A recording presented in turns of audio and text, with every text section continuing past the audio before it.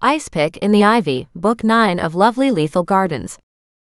A new cozy mystery series from USA Today best-selling author, Dale Mayer. Follow gardener and amateur sleuth Doreen Montgomery, and her amusing and mostly lovable cat, dog and parrot, as they catch murderers and solve crimes in lovely Kelowna, British Columbia. Riches to rags. Chaos never calms.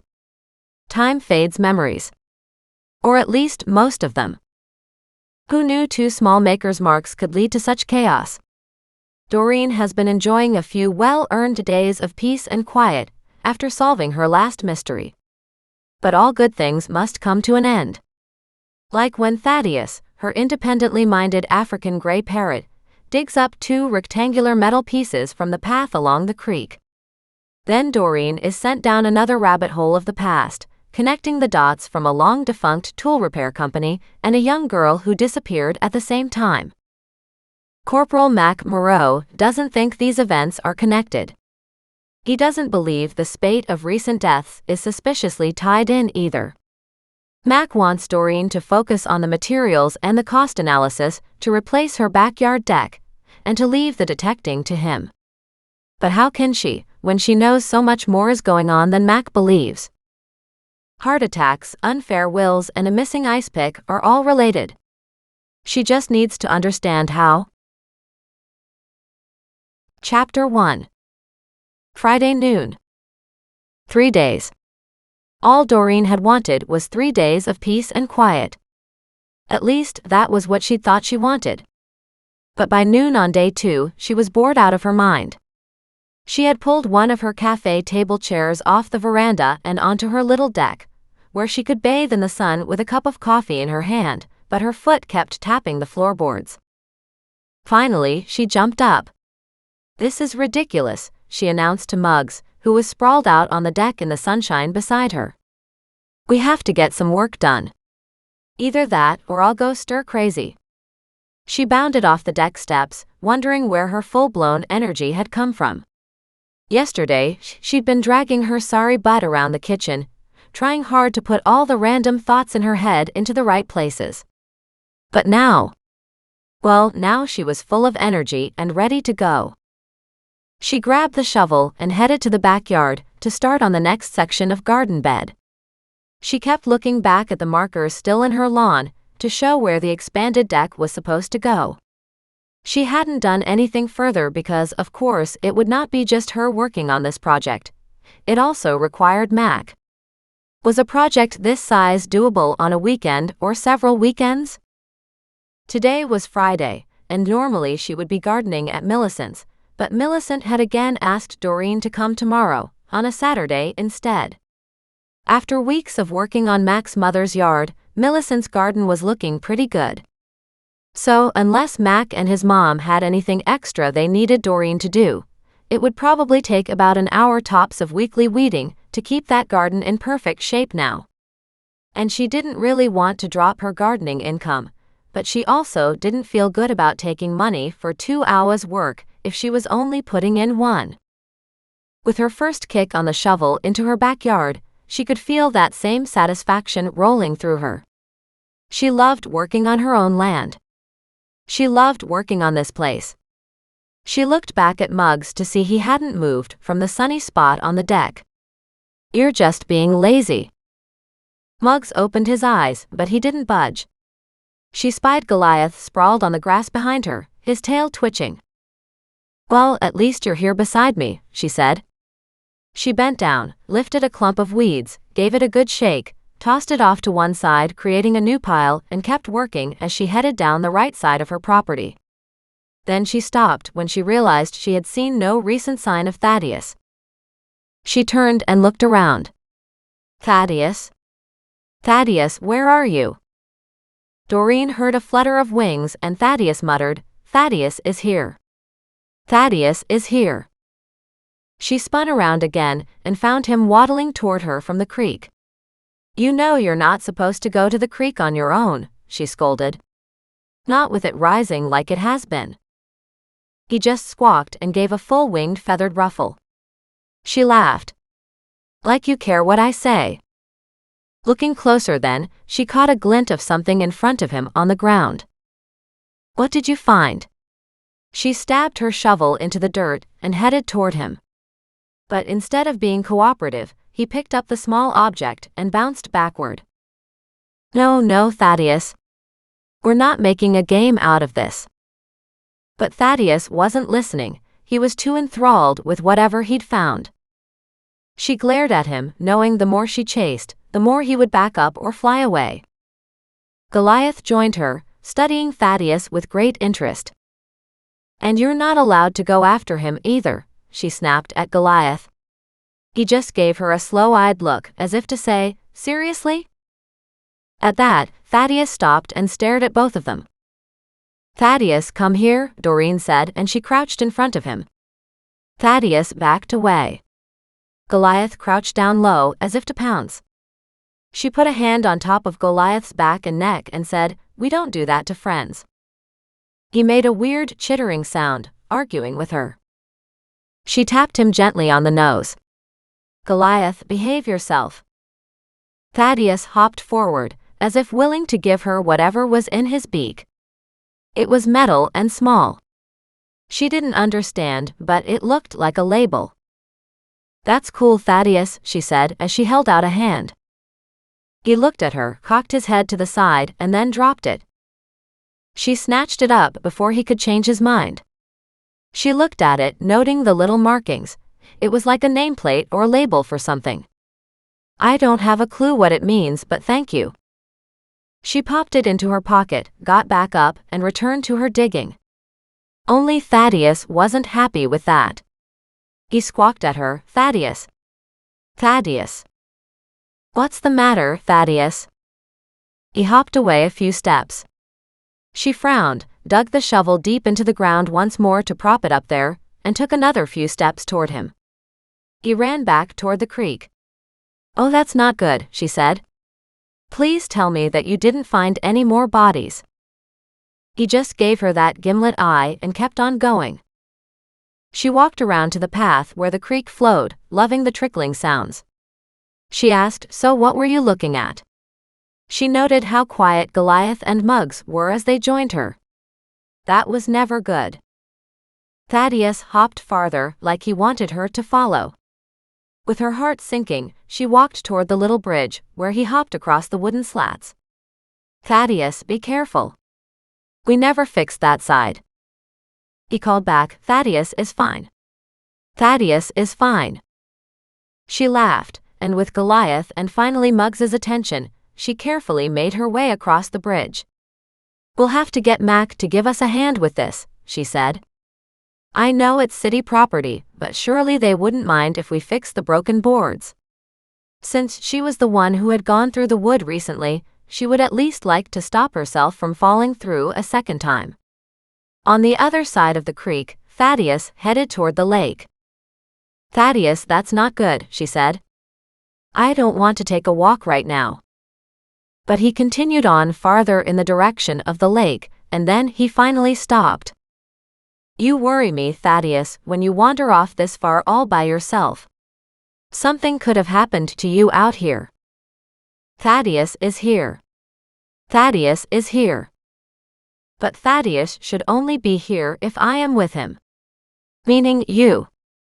She came up behind him and saw a second glint, spied another little nameplate.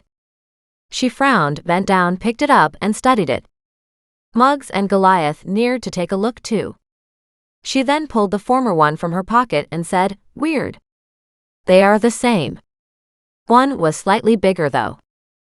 Thaddeus hopped onto her foot.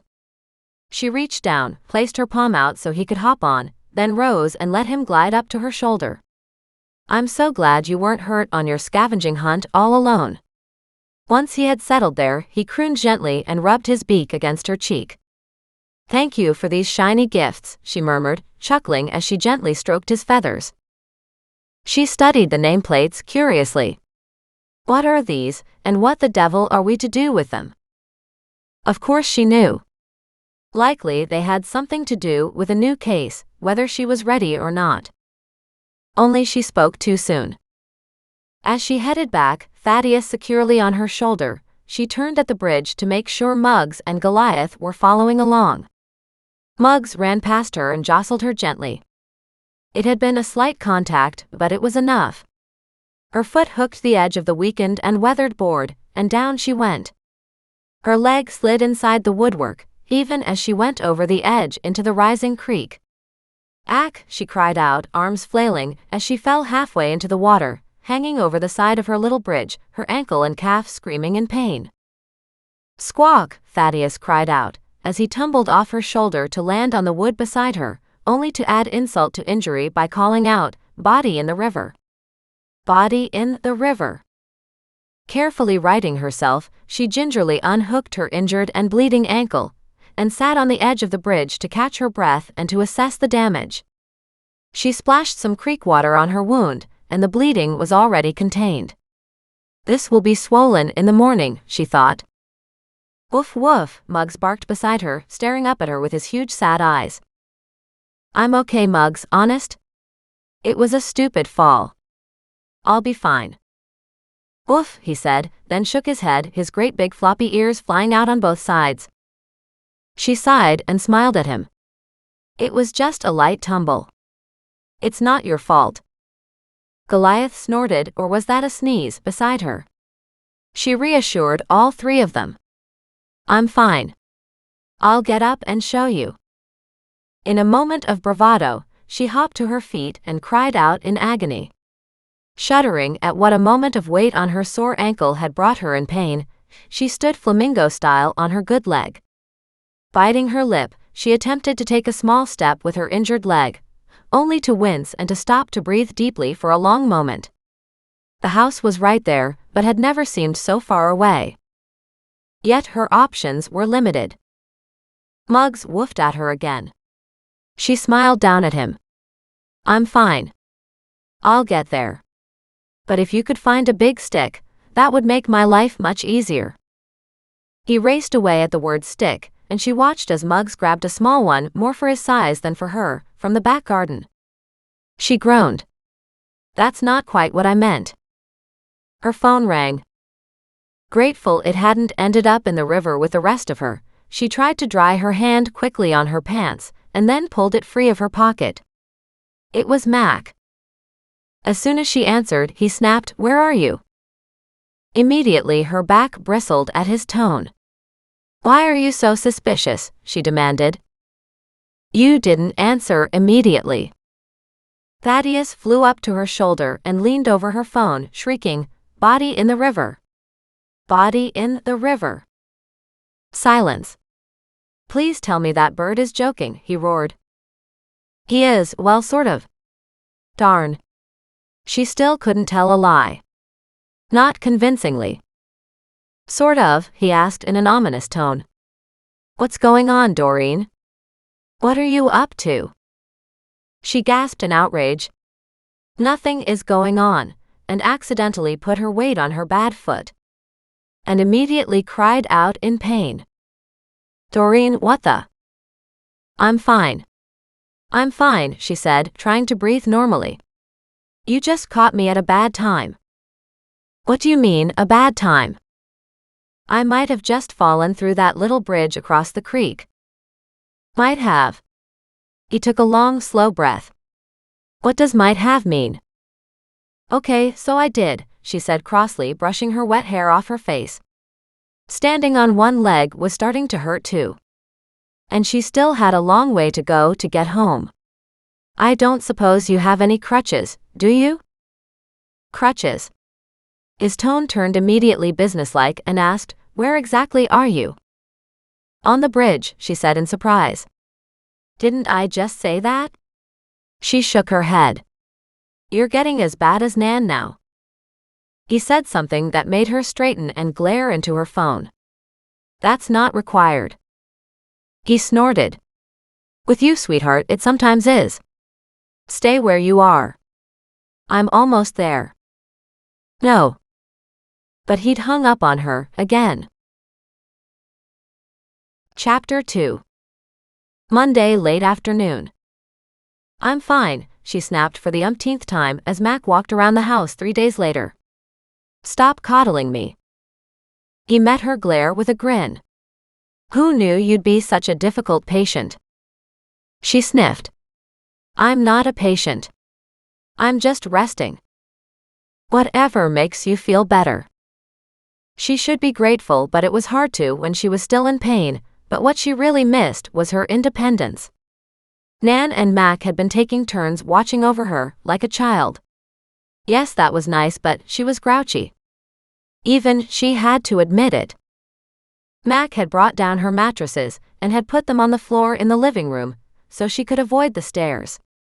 Which was good, since she didn't have a couch down here anymore. He loaded her up with all the pillows in the house too, so she could comfortably sit up. "You're the one who fell off the bridge," he said, whistling. "I did not fall," she muttered, but not willing to blame Muggs, she guessed she should admit it was her fault. "Just a few more days. Then you can resume a normal life." He gave her a slow smile. "You'll be back to normal, ready to terrorize everyone on Thursday. That's not long to wait." Still, he was right, a couple more days wasn't too bad. Particularly as he'd been looking after her. Now that the pain had eased, she knew it wouldn't be long before she could bear her full weight. She didn't let him see, but she had managed to get to the bathroom more easily today. "Ha, you're enjoying this. Hopefully you're making good use of me being off work and catching up on yours," she warned. "You know I'm just raring to go, right?" "That's good," he said smoothly. "In the meantime, you've got a TV, books, and time to rest, like really rest right now. So take advantage of it," he urged. "You've been attacked so many times in recent weeks, let your body catch up." She subsided on her bed. Her ankle felt better, especially when propped up on pillows, but in some ways Mac was right. She just didn't want him to know that. "Fine. As instructed, I'll give it until Thursday, but after that..." He grinned.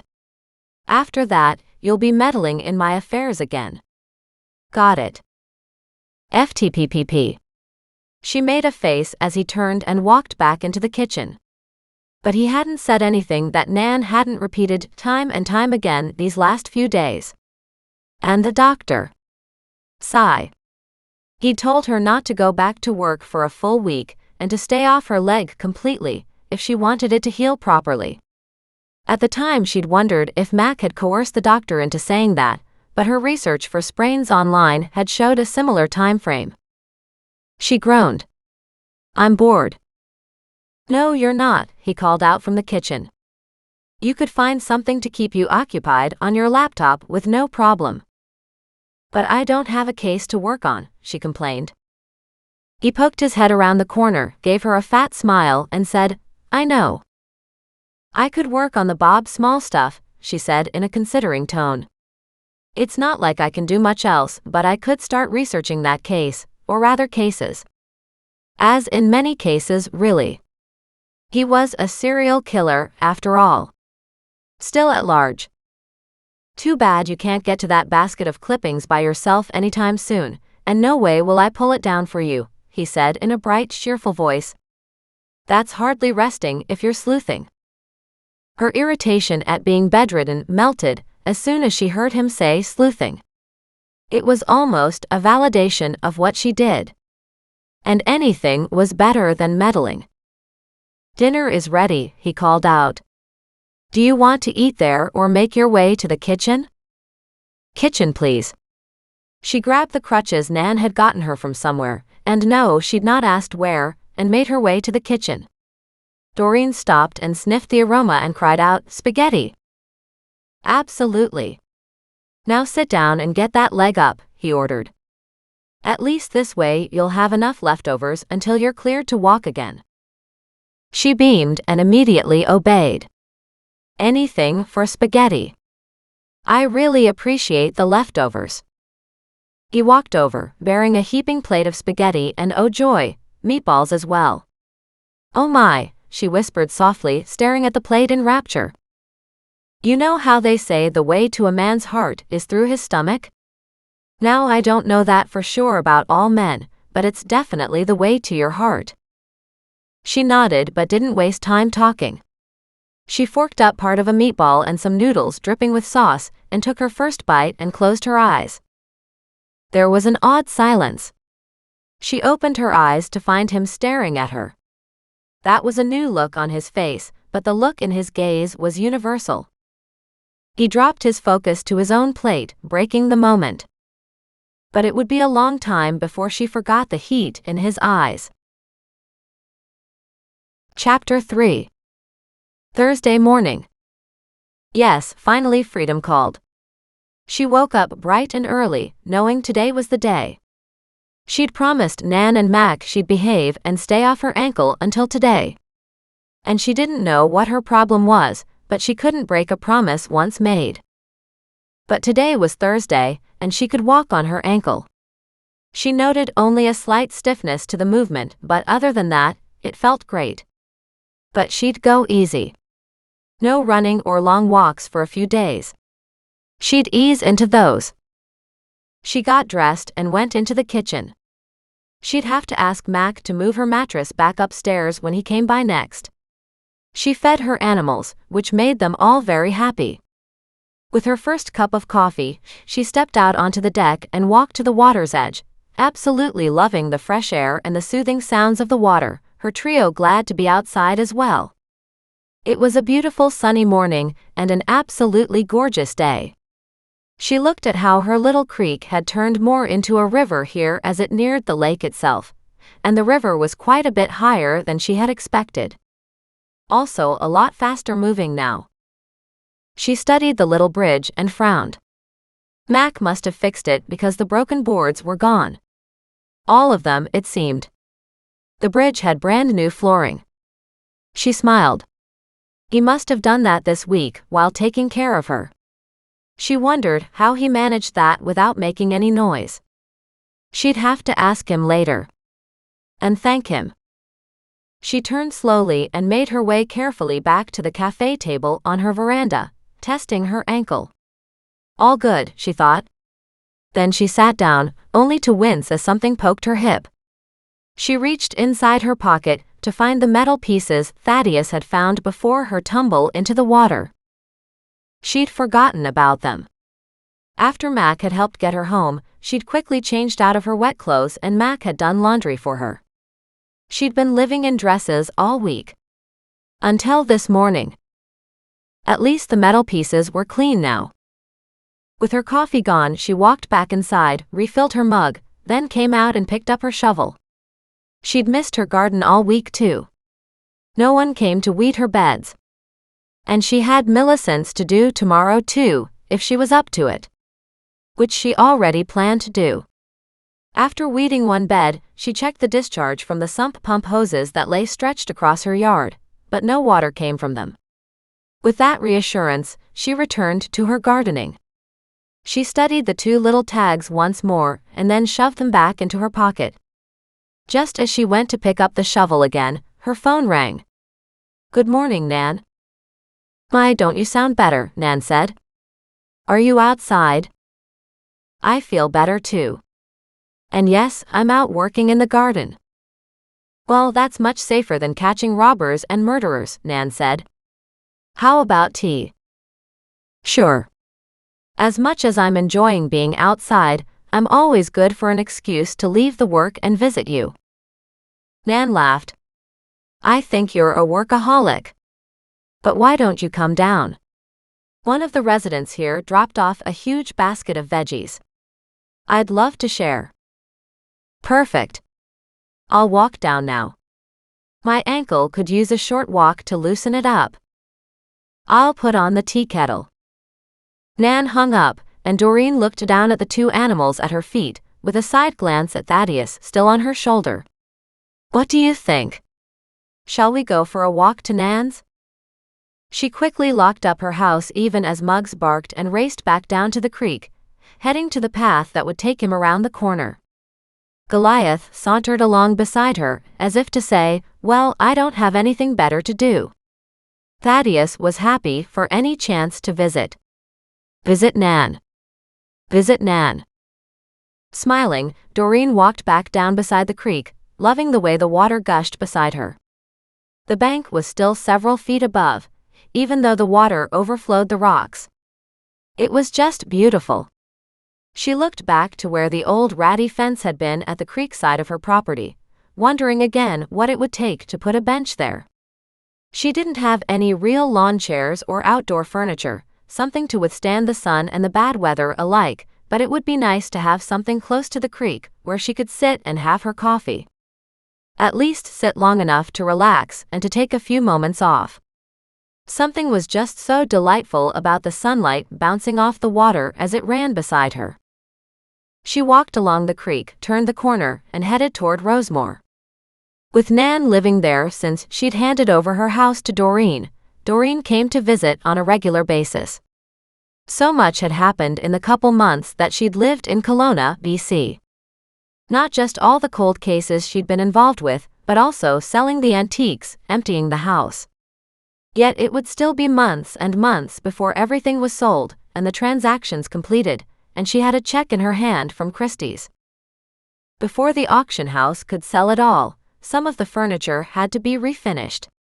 Some of the paintings needed a heavy professional cleaning. Everything was getting spruced up and ready for photographs for the catalogs, but Scott had warned her it might take longer than the 3 months at the earliest that he'd originally thought. As long as she was doing okay, that 3 months was fine, 4 months was even fine. But if it went too much longer, she wasn't sure. So far though, everything had come up roses, and she was seriously happy with the way things had worked out. Her house was basically empty. She had reorganized the last few pieces of furniture left. She had an old bed to get rid of in the spare bedroom. Thinking of that, she brought out her phone and jotted down a note to contact Mac about a dump run. As she walked forward, Muggs barked. Huffing, he picked up his pace and ran, and she looked up to see Nan, standing at the edge of her little patio, waiting for her and the animals. Chapter 4. Thursday, just before noon. Doreen lifted her hand in greeting and smiled as she pocketed her phone again. Nan waved as she bent down to greet Muggs, who'd raced up to see her. Goliath sauntered closer, not quite as eager or open about his affection, and yet his love for Nan was still there for everyone to see. It did Doreen's heart good to see how much the animals loved Nan. And Doreen thought it probably did Nan a lot of good too. Who was she kidding? These animals did Doreen a lot of good as well. Nothing like knowing you were loved. Not to mention the fact that Nan's and Doreen's relationship was unbelievably wonderful now, too. They'd been separated a lot over the years, mostly as Doreen grew up with her mom, and then throughout Doreen's disaster of a marriage.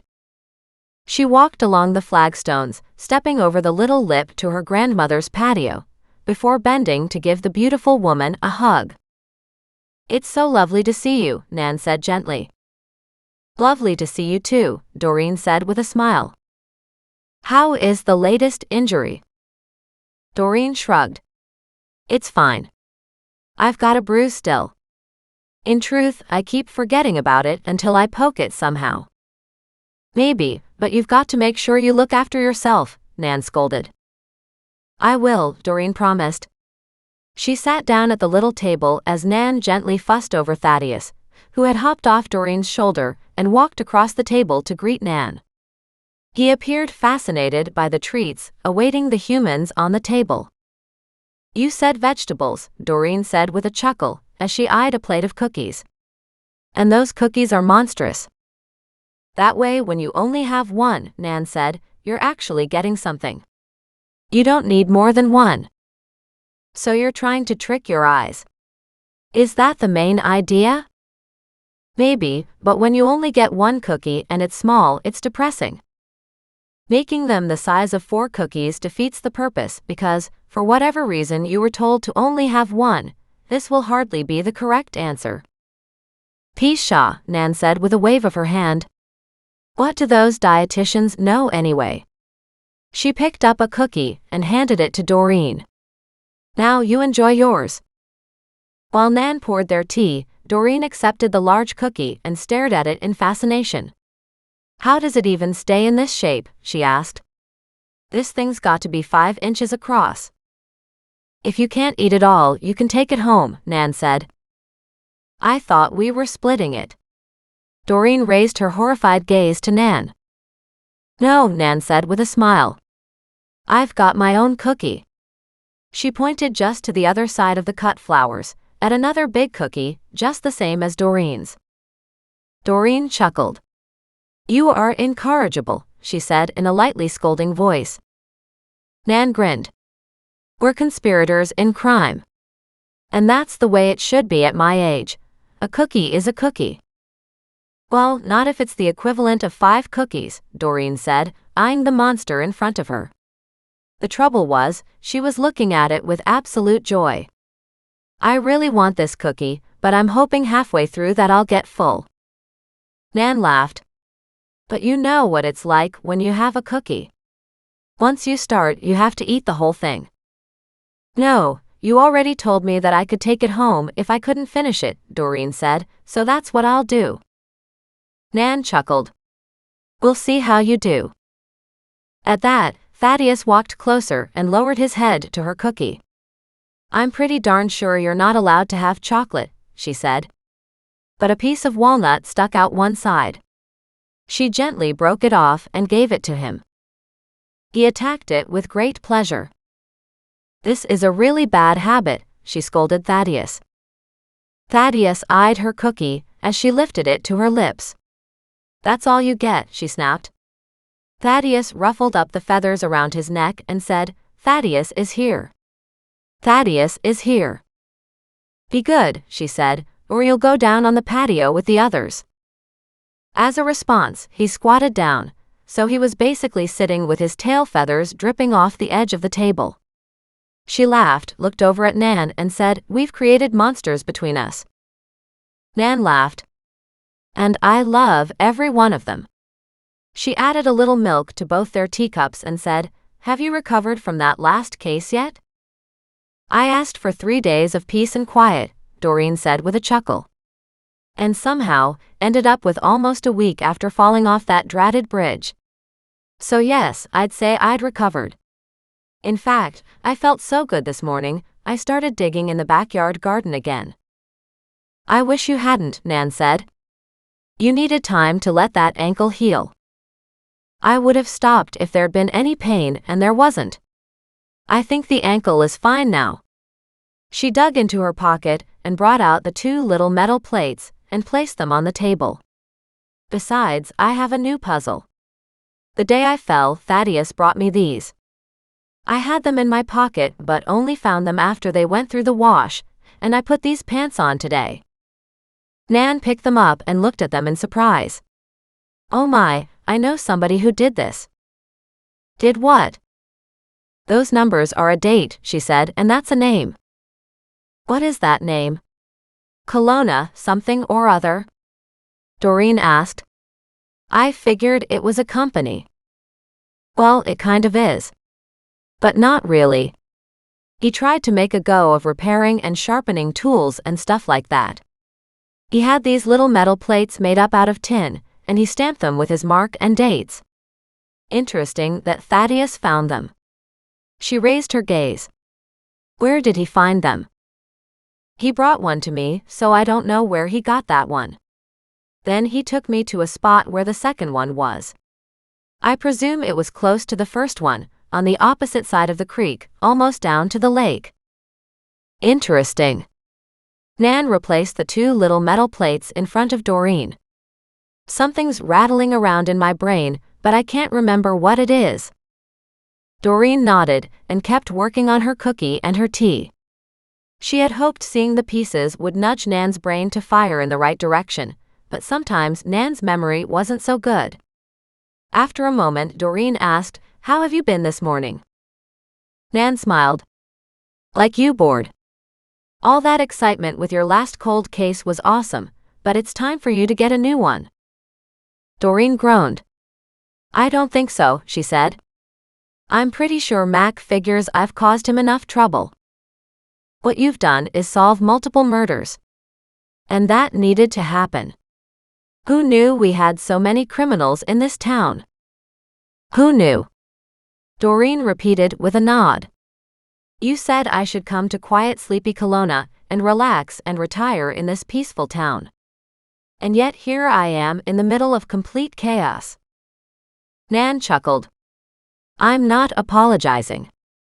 I'm too delighted to have you close. Doreen laughed. Good, because really I might have been totally bored without all these cases. They've kept me. I would say they've kept me out of trouble, but they've had the opposite effect instead. I've been in trouble with each one of them, but they have kept me busy. And you've had so much going on, Nan said, with the house alone. Doreen laughed. Scott said they have to fix a few of the furniture pieces, and the paintings needed to be professionally cleaned. Nan nodded as if she expected that. They obviously want to show the furniture and the artwork in the best light. You won't get the best price when they auction your things unless they are in such a pristine condition. I never considered that, Doreen said, but it does mean the money could be delayed. It's always delayed, Nan said, reaching across and patting the back of Doreen's hand. Whenever they say 3 months, just automatically double it. Doreen groaned. I was afraid of that. Are you okay for money? Doreen shrugged. I will be. I mean, I've been thinking of using some of the money I have to take care of repairs, like redoing the deck out back. But I don't want to spend that money yet, if I don't know when I have more coming in. Good point, Nan said. You should still have some money in that bowl, or did you take it to the bank? No, I didn't get it to the bank yet. Some of it I should keep at the house. I still have the cash you gave me last time. I've done pretty well so far. I had a few groceries to buy, plus a few bills to be paid, and it felt good to get them paid too. It does, doesn't it? Nan said. You'd think some of the residents here would have helped you out as a thank you. Most people don't know if they should thank me or ask me to leave town again, Doreen said candidly. I've stirred up quite the hornet's nest. Particularly with Darren. I know. Between his grandpa getting into his own mischief here at Rosemore, so the administrator calls Darren directly, and being a local cop under Mac's direction, I guess Darren gets twice the trouble when I solve a cold case. And that's still an ongoing process. Maybe, Nan said, but I'm sure everybody will be much happier knowing all these murderers have been caught, and all these poor victims have come to light, so the families can get the truth of the matter, then can mourn and hopefully move on. I can't imagine, Doreen said, because mourning the death of a loved one taken too early would be terrible. I hear you, Nan said. And losing someone is very difficult as it is, even when old age takes them. But the bottom line is you're doing a wonderful job, and all these people thank you. No, I'm not sure they do, and I certainly get an awful lot of odd looks as I move around town. Those odd looks, Nan said, could just as easily be because you're walking around with all the animals. Well, that's true enough, Doreen said.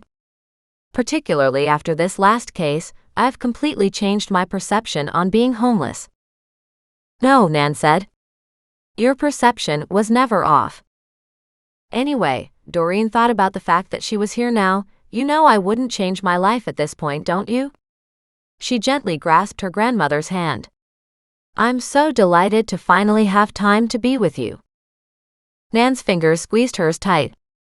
And you brought joy to this old woman's heart. The fact that you bring me immeasurable amounts of excitement and something else to think about other than growing old is just an added bonus. The two women smiled at each other. What about the gardener here? Well, the current one. Granted, it's hard to tell Fred apart from Dennis, because they are both grumpy, and because they both hate me and my animals. But, Nan interrupted, Fred has a limp. You can tell them apart that way. Doesn't seem to make a difference otherwise. So, is Fred still cranky over your flagstones, so the animals and I have a shortcut to you? Oh, is he ever, Nan said with a chuckle. He brought it up at our last tenant meeting. Wow, Doreen said. He must really have strong feelings about them to still be angry, after all this time. He does. He doesn't want you to have access to me at all. I wonder why? Doreen asked. Sounds like he has something to hide. Nan's eyebrows shot up. Oh my, she said. Wouldn't that be interesting? Then she stopped and picked up the little metal plates. You know something? He's related to this guy. What guy? Doreen asked.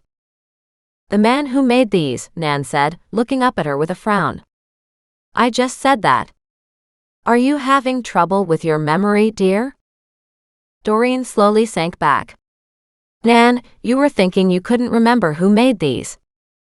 And then I told you who made them, she said, holding one up. It's the gardener's brother. Doreen stared at her grandmother. It wasn't the first time she'd wondered at Nan's strange switches from one memory to another. What about him? Just this, Nan said. Remember, dear? Your memory? I just told you. He made these. But what are they? Nan patted her on the hand. Oh dear, she said. Remember. They're labels. Doreen tamped down her growing impatience. Labels for what? She asked gently. Tools, of course. Tools? She looked down at the little metal stamped items and said, Really? Yes, really. Nan chuckled. They take pride in their work. Just then she looked up and caught sight of the gardener glaring at them, and she hopped to her feet and called him over. He looked at her in surprise, then looked left, then looked right, but not seeing anybody else she could possibly be talking to, he crossed the grass to reach her. Doreen stared at him with barely concealed resentment. How come it was okay for him to walk on the grass but not for me? But then Nan held up one of the little metal plates, asking, Isn't this your brother Frank's work? Fred looked at it, turned it over, and said, It looks like it. Yeah, why? And he turned his suspicious gaze on Doreen. She gave him a bland smile back. No reason, Nan said. He looked at the second label, turned it over, nodded, and said, I think they are Frank's work. But they're not normally loose like this. He looked at Doreen. I suppose you found them. The accusation in his tone was quite clear. Mugg stood, not liking Fred's tone of voice, and he barked. Doreen reached a hand down, but accidentally hit the table. The teacups bounced and the tea sloshed. Thaddeus half flew to the edge of the table and tried to peck away to get his metal pieces back again. The gardener backed up and said, Dirty animals. He tossed the 2 metal pieces at Nan. Keep them. Frank has lots. And with a final glare, he left. Nan sat down, trying to calm Thaddeus. She gave him one of the metal plates, which he immediately brought back to Doreen. Oh dear, he feels very strongly about that, doesn't he? Nan said. She looked at the gardener, who raced away. And so does he, apparently. Doreen watched as the gardener retreated. His footsteps were faster than necessary, as if he couldn't wait to get away from them. But she didn't think it had anything to do with her dirty animals. Chapter 5. Thursday noon. Doreen reached for one of the metal tags. Other numbers are on here too. Sure, Nan said. He used to keep a ledger of the tools he sold. What kind of tools did he make? Technically the wooden handles to the otherwise metal tools. It wasn't much of a business, but he was really proud of these, and they were attached to various hammers and sledgehammers and things. So he made just the handles? Don't forget, dear. Back then, it wasn't like you could turn around and get a handle from China on any given day. Any idea how old these are? Oh my, Nan said. She pressed her fingers to her lips to hide her smile and stared at Doreen. Doreen glared at her. Now what? Remember that memory of yours? These are dates, honey. Doreen stared down at the numbers on the tin piece and then groaned. Mine is much harder to read. I didn't see that. Okay, but they're what? 20 years old then? Sure, and yes, you could have bought stock plastic or wooden replacement handles back then, but he was trying for a small business where he could custom make stuff like that. Interesting. So Frank used to repair tools as well as make handles? Yes, that's correct, Nan said. Now, the name of his business was something funny. I can't remember for sure. A weird name like Kelowna Tool Repair or something. Doreen thought privately nothing was funny about that. It said where to find the business and what the business was all about, so it wasn't a bad commercial name. I might be able to look it up. Oh, do that, Nan said with a handclap and a bright smile. Maybe we'll find something exciting behind it all. Maybe, Doreen said cautiously, but I don't know what that could be. Maybe not. On your way home, maybe walk on the far side of the creek and see if you can come up with anything else around the same spot. I can't go home on that side now. I need to stay on my side of the creek to avoid the rising water. Of course, the water level is quite a bit higher now, isn't it? It is, but still no water is running out of the sump pump hoses. Perfect, Nan said. The groundwater hasn't soaked that far from the creek, so it's not putting the basement in any danger. Every time she heard water, basement, and danger, it frayed Doreen's nerves and her blood ran cold. The last thing she wanted to consider was her basement flooding. But the basement flooding now versus the basement flooding when full of very expensive antiques were completely different stories. That Nan had kept those antiques down there all those years when they could have been destroyed still gave Doreen nightmares. Let me not forget the vegetables, Nan said. She hopped up and raced into her little suite. She returned a moment later with a large wicker basket and placed it on the table. Now tell me. Is there anything here you would like? Other than these zucchinis? She asked, and she pulled out zucchini after zucchini after zucchini. They're all zucchini? Doreen asked. Yes. These came from the grocery store, Nan said. Somebody bought too many and brought them in. Right, because it's not that time of year for these to be ready in our local gardens yet. Nope, not yet. End of July or August. Greenhouses, of course, would be earlier. Then Nan pulled a few more items from the basket. But here we have tomatoes and early salad greens. Early salad greens I can definitely use, Doreen said. I'll take 1 zucchini, but I can't use 4 or 5. Are you sure, dear? I'm sure, she said. 1 stir-fry is more than I can handle. I suppose I could make zucchini bread, Nan said with a smile. When I have them done, you can come down and have a slice or two. That sounds like the best way to make use of these, Doreen said. I do love your zucchini bread. Then Nan brought out some white onions, green onions, tomatoes, and radishes. The tomatoes aren't mine, she said, but somehow they ended up in this basket. She stared at the basket as if completely confused on that part. Doreen smiled. I'll be happy to take the other vegetables. With that, Nan walked back into her little suite and brought out a paper bag in which she carefully packaged some of the vegetables for Doreen. You should probably go home and research Frank's company, Nan said in a low tone.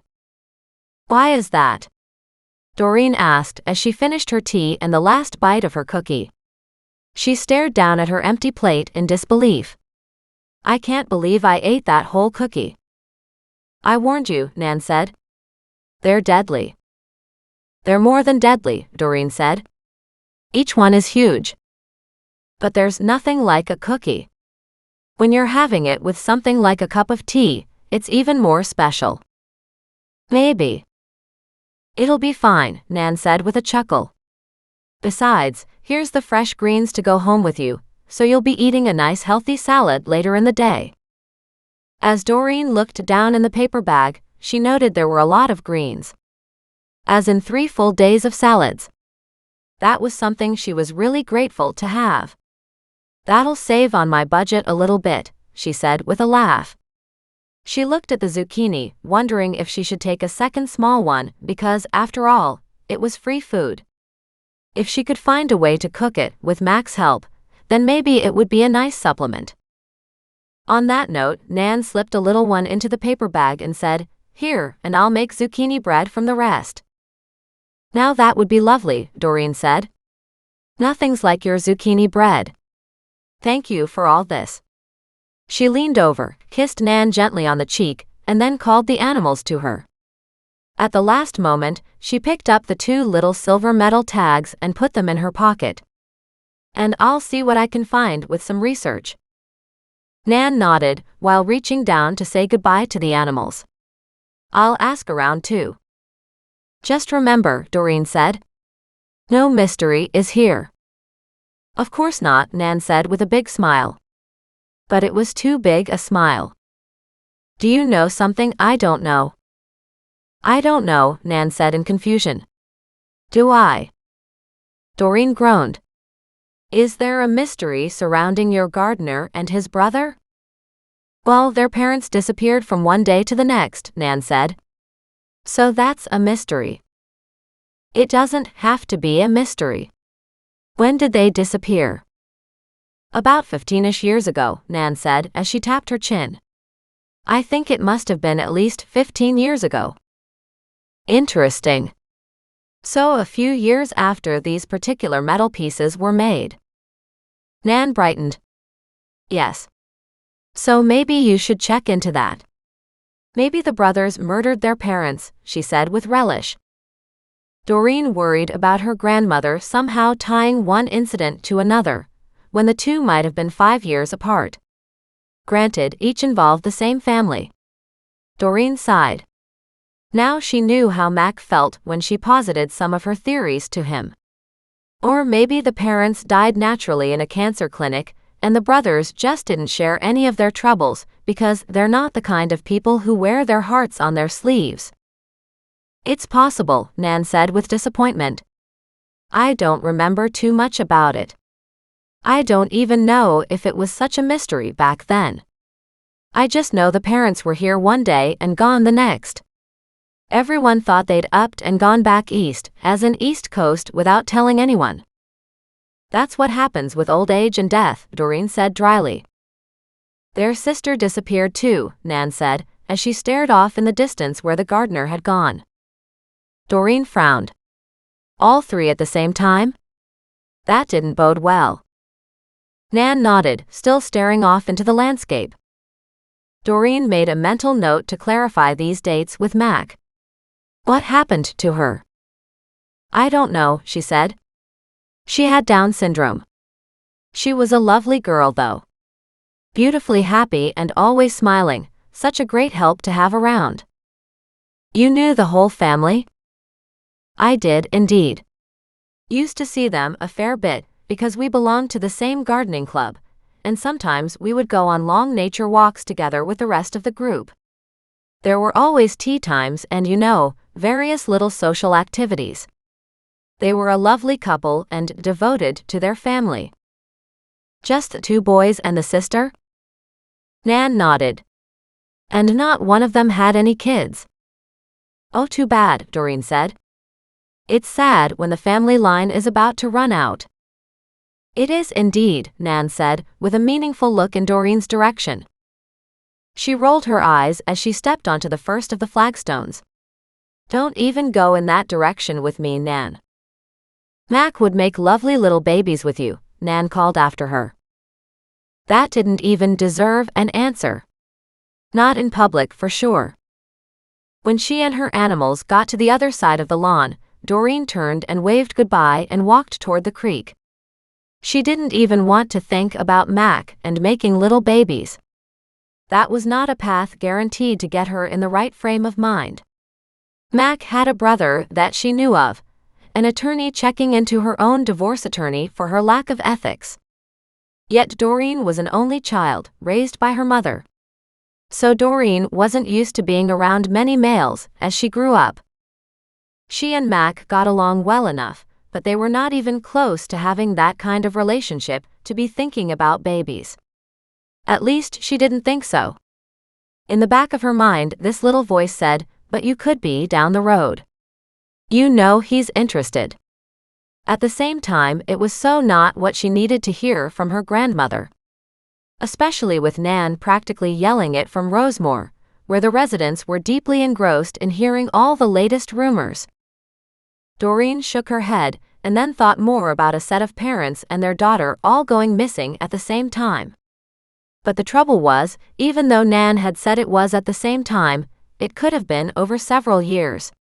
It was possible the sister died of natural causes. It was a sad fact that a lot of people with Down syndrome didn't have the same life expectancy as their parents did. She could have had other health issues too. Maybe she passed first. Doreen would have to look it up when she got home. Her fingers played with the little metal plates as she headed home. She had no way to get across the creek to the same spot where she'd found the second one, or rather where Thaddeus had found the second label. She reached up and gently stroked Thaddeus under the chin. "We're not going back there to take another look." He gave a loud squawk in her ear. It was loud enough that she had to twist her head to the side as she listened to him. "Okay, fine," she said. "Let's go take a quick glance." Moving carefully, with Muggs racing ahead and Goliath right on his tail, Doreen and Thaddeus made their way across the creek at the narrowest and safest point from this end, wondering if she could do that again anytime soon. The water flowed with serious force. On the far side of the creek, she carefully headed to where the second little piece had been. It took some backtracking and, after a while, she finally found the spot. Thaddeus's footprints were all around the area. She used her sandal to kick away some of the sand and a few of the smaller rocks. The ivy served as ground cover and was tangled all around the area. She pulled several long strands out of the way. "If these came off tools," she said, "what would they be doing here?" She kicked away a few more rocks and sure enough, she found some wood sticking up. She bent down for a closer look. Aha! She popped her head up, finding her bearings. They were almost at the mouth of the river. This whole side of the river could be turned into a walkway to the lake, only maybe 25 feet ahead of her. It was possible the river was wider back then too, sometime after these particular plates had been crafted some 20 years ago. Yet tossing the nameplates here could have happened one day after the labels had been created, or yesterday. Doreen sighed, wishing she had a more finite time frame for when these tags had been discarded back here. She used her fingers to dig out the handle. This wooden handle was bigger than the one, say, on her gardening spade, which gave her a clue that this could be a much longer and sturdier tool. Muggs realized she was on the hunt and came to her side, his big sniffer moving up and down, sending sand flying everywhere with each snort. Then he started to dig, his big square paws churning out the dirt. But also, a lot of rock was here. She helped him out by moving a bunch of rocks as he dug a decent-size hole. Still, she saw no end to the tool. To be buried by so much soil and rocks and sand, courtesy of the flowing river activity, not to mention the well-established ivy growth here, all must mean this tool's been here for years and years. Maybe a decade? Unless, of course, somebody purposely buried it here like this. When she could finally grab the handle with both hands, she tugged it hard, and more dirt and rock shifted. But it was still stuck. She eventually coaxed it from its deep hole and lifted it up, as she studied the odd-looking thing in her hand. "Wow," she said, "what is this?" She noted a place on the handle where the plate should have been. It was ever so slightly indented, and had little pinholes, as if the metal had been nailed right into that place. She laid it off to the side and said, "You'd think there would be two of them, since I have two tags." She kept searching but found no sign of a second handle, at least not with her small and limited ability to move the ground and dig by hand. She'd have to return with a shovel to make better headway, as this area had become very overgrown with time. She spied the partial lake view from where she stood. On the opposite side of the river were private properties. $1-million homes went from there all the way around the lakeshore. She walked forward, leaving the tool on the ground. Another 25 feet and of course, the lake just opened out in front of her. I wonder how popular this area was way back when, 20 years ago, she muttered. Or if these tools and tags were tossed when the parents disappeared, possibly 15 years ago. She turned to look at her animals, but they weren't leaving the tool alone. She smiled, walked back over and picked it up, surprised at the hefty weight, and turned toward her home and her little bridge. When she crossed the bridge, smiling at Mac's handiwork to make the bridge safe and sturdy again, and came back into her yard, she felt a certain relief. She placed the tool on her little cafe table on the back veranda and walked inside her house. She still was amazed at the empty rattling sound as she made her way through the residence. She had minimal furniture, most of it now gone to Christie's for the inevitable auction. And something was just so joyous about this emptiness. She walked around and opened up all the windows to let the breeze fly through the house. Curtains lifted, but so did a layer of dust, and she loved that. She wished the wind could go right from one side of the house to the other, and take all the dust with it. Too bad that couldn't happen. Chapter 6. Thursday mid-afternoon. When Doreen's phone rang again, she looked at it and sighed. "Hi, Mac. Please tell me that you're not in any trouble," he said by way of a hello. "What kind of trouble could I be in?" "Somebody saw the gardener running away from you and Nan at the patio. Shouldn't you be at home resting your ankle?" "Darren again?" she asked, rolling her eyes. "Another cop who worked with Mac and whose grandfather lived at Rosemore. And I am home. I just walked to Nan's and back. A short walk to ease my ankle into the movements." "Well, Darren didn't see it, but his grandfather did. Just make sure you don't overdo it." "I didn't see him anywhere." She chose to ignore the rest of his comment. "It's quite possible he was inside Nan's apartment," Max said delicately. Doreen froze and then a sigh escaped. "Geez, that meant he heard everything we talked about."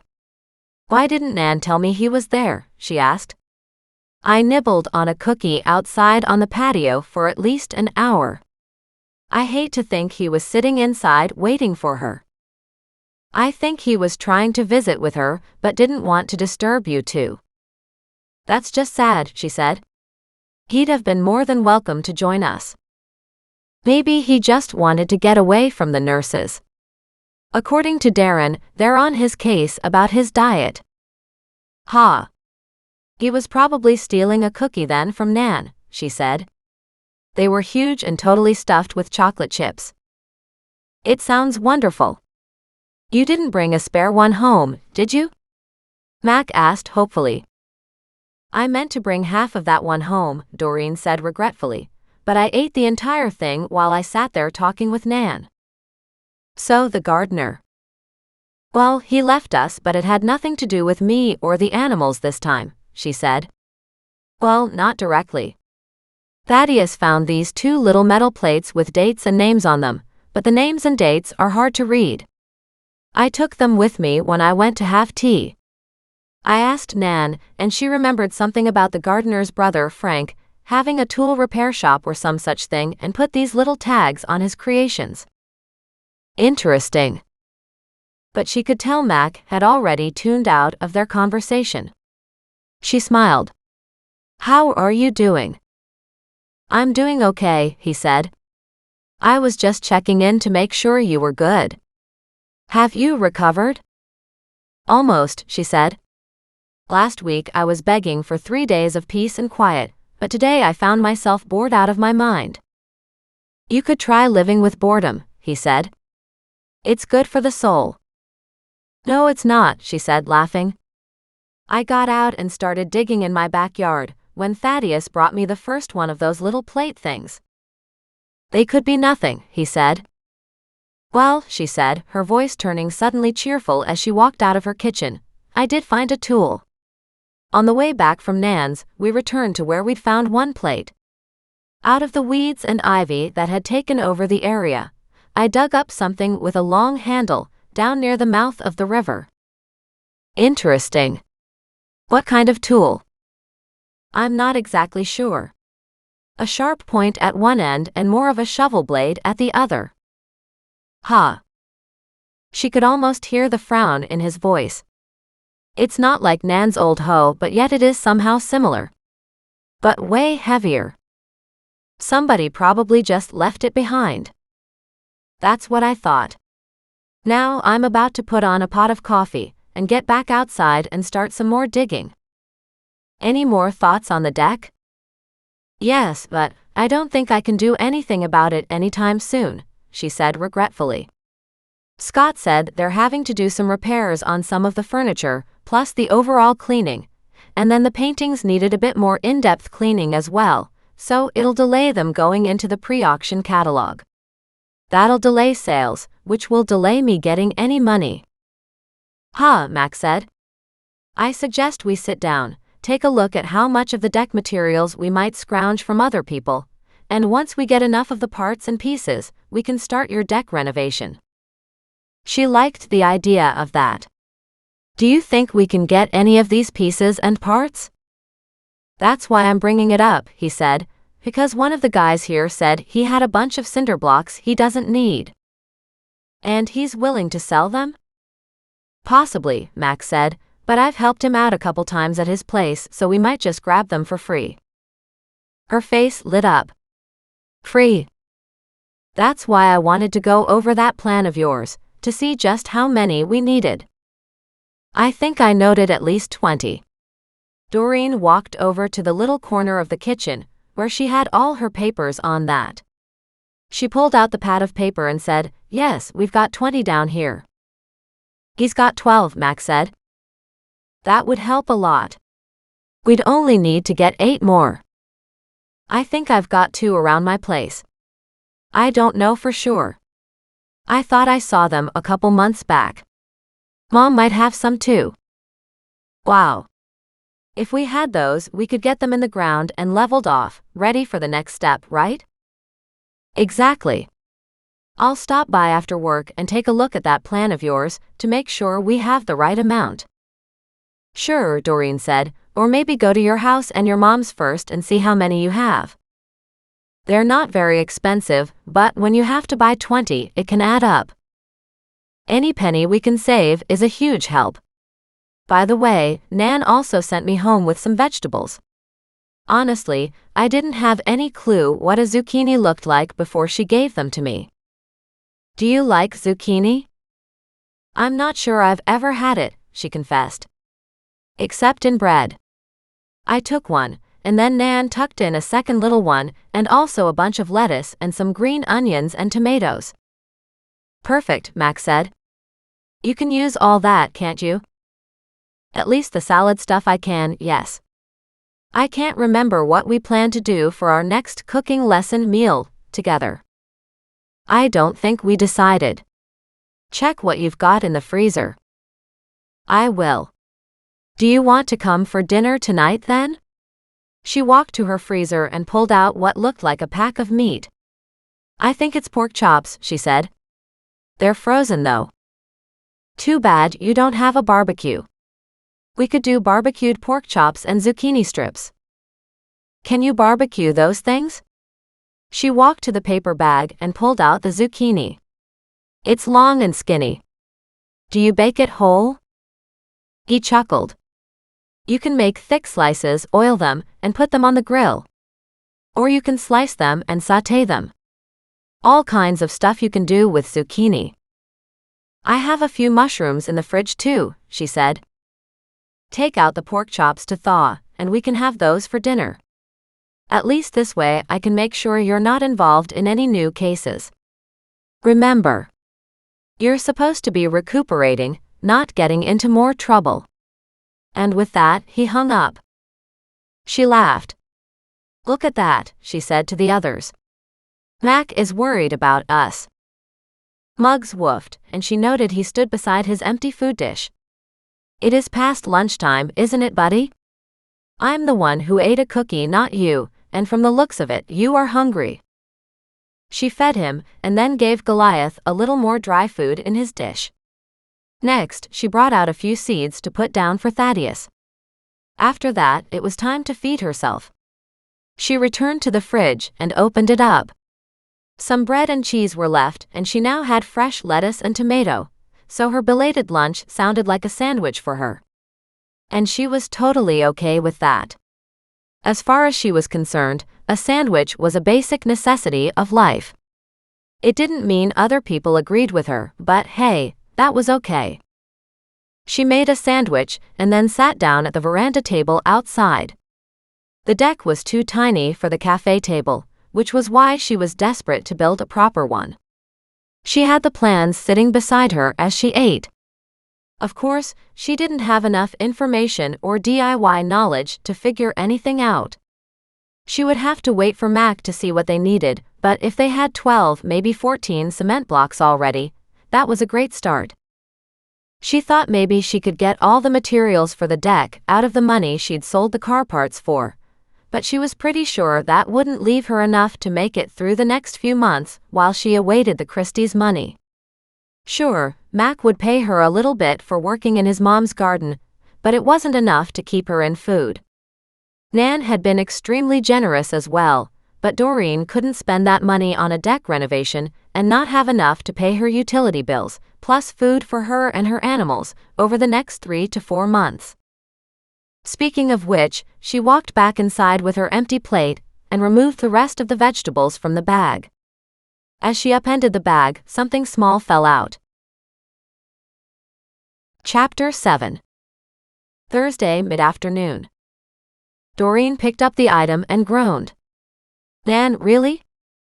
Nan was the sweetest woman alive, and Doreen hoped she was okay for money, but she kept putting things like this into Doreen's pocket, and instead of giving it to Doreen herself, Nan had put it in the veggie bag.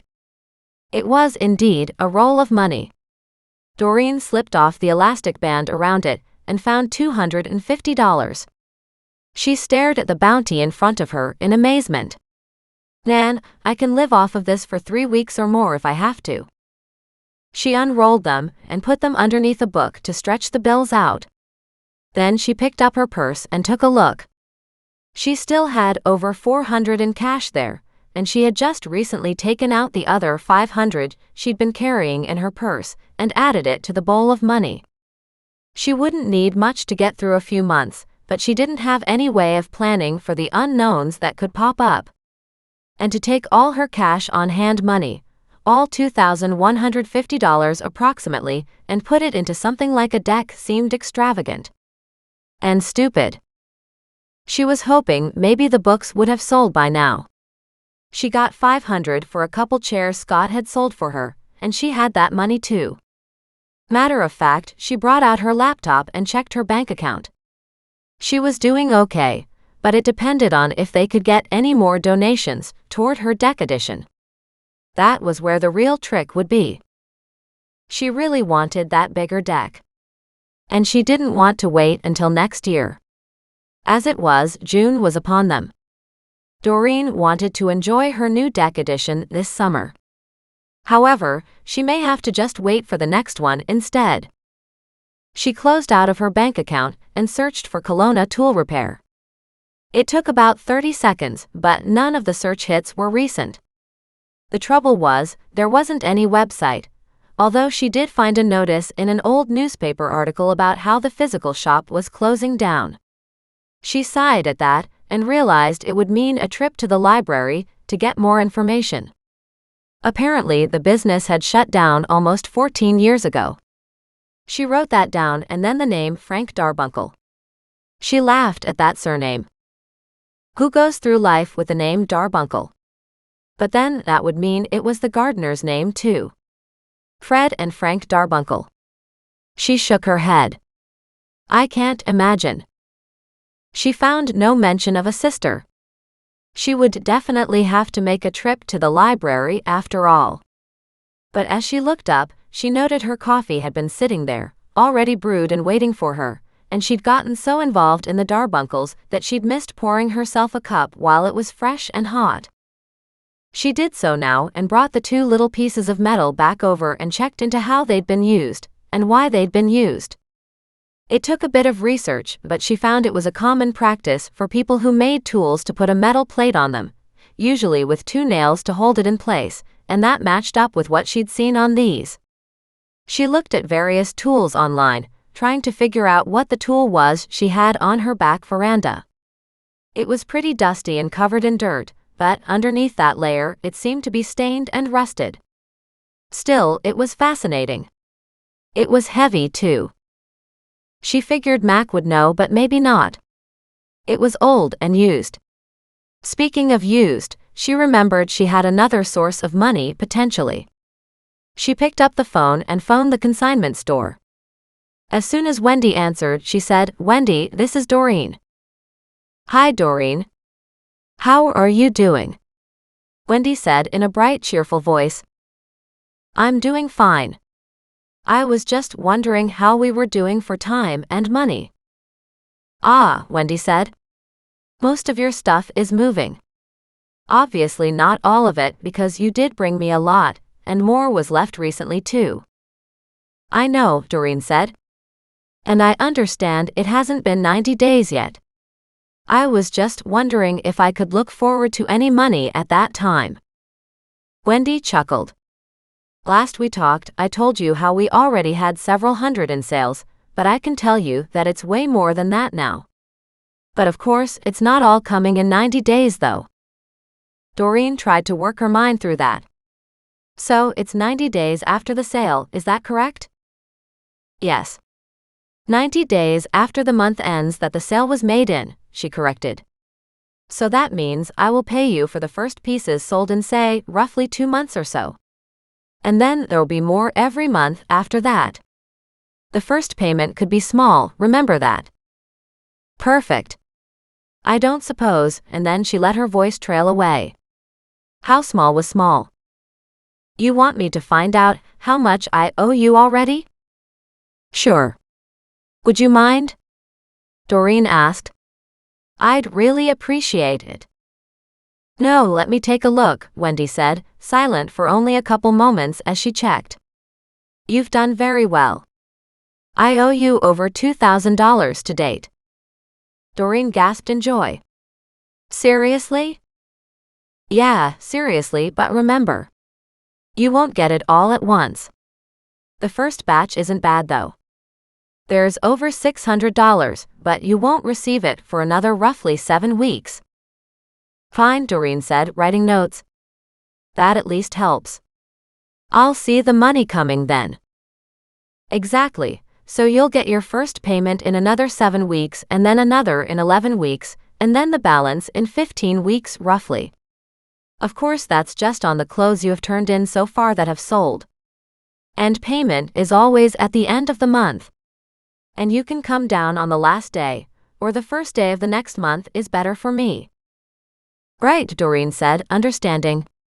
"I suppose if I was early, you can just maybe take a moment and write a check for me?"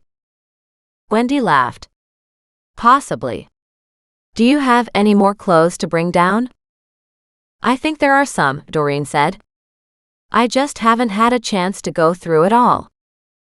"Considering that you're doing as well as you are, why don't you go through the rest of it, and then you'll hopefully get money continuously after your initial payment in 2 months for the following 3 or 4 months." "Perfect," Doreen said after thanking Wendy, and she hung up. "That would be possibly when I'll get money from Scott too. That'll be a big month for me." On that note, she went back out to the garage for some bags she had haphazardly put to the side to go to the charity. She loaded those into her car so she could drop them off on her next trip to town. But she still had stuff in her closets to sort, both in the master bedroom closet and maybe some undecideds in the spare bedroom closet. With a cup of coffee beside her, she decided she'd rather try on clothes and make more money reselling them than returning to work in her garden. So she slipped on and off the next 4 or 5 outfits and didn't like any of them. She tried on another couple. One shirt was fine and a pair of pants too, but the other items weren't for her. Several elegant dresses she had put off making a decision on, but they didn't feel right, not on the hanger and not on her body. Another load all ready for consignment, she packed it up in a bag, set it off to the side and dove through more clothes. By the time she was done for the day on this part of the project, she had another 9 pieces for herself and 15 to go to Wendy.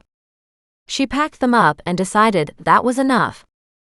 It was already after 4 in the afternoon.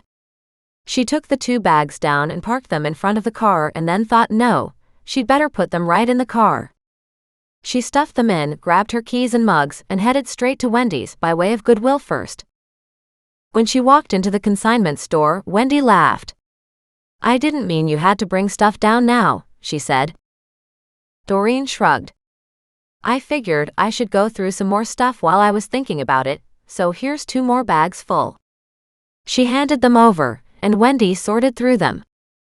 "They're beautiful," she said. "Are you sure you want to part with them?" "I tried them on," Doreen said, "and either they didn't fit properly or I didn't like the way they looked on me. Somebody else will love them." With that, Doreen smiled and headed toward the exit. She stopped and said, "I don't remember how long you've been here. Do you remember a Kelowna tool repair?"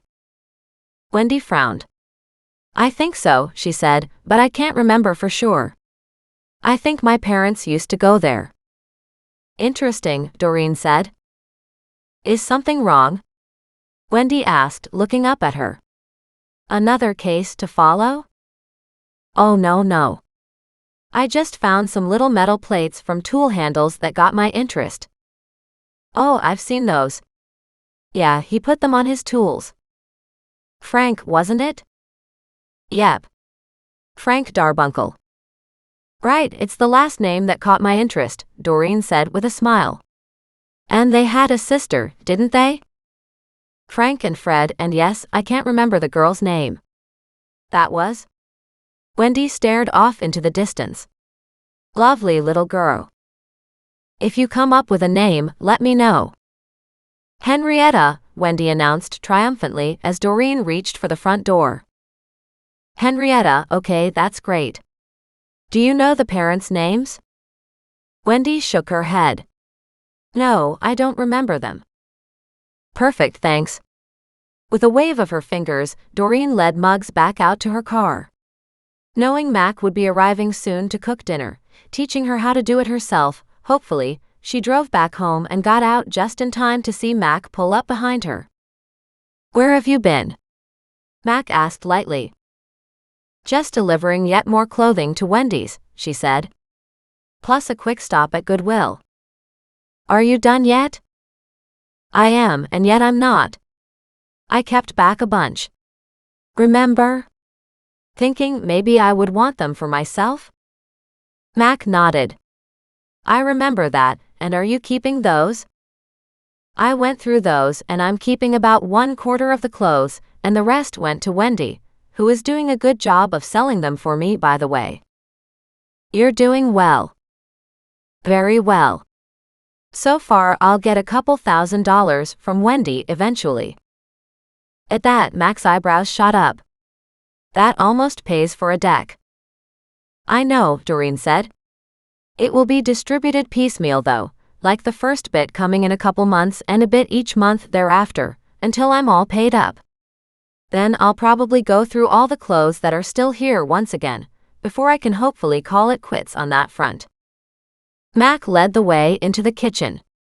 "I stopped at Mom's and she has 6 of those cinder blocks and no, she doesn't want them." "I can work them off," Doreen offered. He shrugged. "They're sitting in the garden shed, in the way. With 12 from a guy they first work with and 6 from my mom, we have 18. Plus I have 2 more." "That's all 20, Doreen said triumphantly. She grabbed the notepad she had. "We have 20 of them written down." "Right. It works perfectly." Mac reached for the pen and put a big check mark beside that entry. "But we still have to get them." "We do. It is better to have them all here." He looked around and then stepped out onto the small deck. "Maybe we should stack materials alongside the house there," he said, motioning between her place and Richard's. "That's a good idea. And if we fill that area, it should kill off the weeds too." Mac nodded. "It won't hurt. And you've got a decent size overhang here, and with Richard's house right beside you, it'll keep these materials stashed there all pretty well dry from the weather. Doreen got really excited. How do we get the stuff from your friend though? I'll have to pick those up with my truck to get them all in one load, he said with a laugh. Your car could take a couple, but it won't take many at a time. As they walked back inside, Mac stopped, looked at the tool on her veranda table and asked, "What are you doing with an ice pick?" Chapter 8. Thursday late afternoon. Doreen looked at the tool and then at Mac. "A what?" He lifted it up and held it in his hand. "This is an ice pick for ice fishing. It's an old-fashioned one, sturdier than the newer versions." "Seriously?" He nodded. "We have ice fishing here." I never even thought about ice fishing. As a matter of fact, she couldn't think of anything worse. Why would you sit on the middle of a frozen lake with a hole in it to coax fish out? It's very popular, Mac said. At least it was when the lake froze over all the time, but it hasn't frozen over for quite a few years. I found this tool at the mouth of the river. He frowned at that. Not many people would fish at the mouth of a river, because the ice will never be as solid as it is farther down. But there have been years. He tilted his head, thinking about it. Honestly, if we talked to a couple old-timers, I'm sure we'd find some tales of years where they went ice fishing at the mouth. Maybe, Doreen said, studying the ice pick. Didn't I say an ice pick could be next? He glared at her. Nothing is suspicious about this. She pulled out the two little silver plates she had and held them up. This is the one Thaddeus found, and this is the one I found when I went back to the place Thaddeus showed me. Mac shook his head at that. Most people don't listen when a bird wants to show them a place. I've learned to listen. My animals have my well-being at heart. Not to mention they're as curious and as crazy as you are. He picked up a tag and placed it into the notch on the pick, and it sank in beautifully. Of course you can't guarantee this is the same piece. Doreen held up the other tag, but it was bigger. So that one won't fit this ice pick, he said. Maybe it went with an even bigger tool? Another ice pick, or something bigger? Is there a long-handled axe for ice work? Potentially. You have to gauge the hatchet size with its respective handle, so it doesn't damage the integrity of the wood. Doreen nodded as if she knew what he was talking about, but for her, it was just a tool. All that is rust on the head, right? Mac nodded, his gaze narrowing as he studied it. Was it along the riverbank, or up on the high part? Where the riprap wall and the loose rocks meet the property fence. He frowned. That riprap is often boosted, depending on the flooding. But at that section, I'm not sure any work's been done in a long time. So then our ice pick could have been buried here on purpose like a year ago, or Mother Nature could have buried it even as far back as 20 years ago. Exactly. He laid the ice pick down again and handed her the little metal piece. Hang on to this. Doreen did as he asked and then said, "Is there any reason why?" "Well," he said, "like you, I've learned to trust your animals."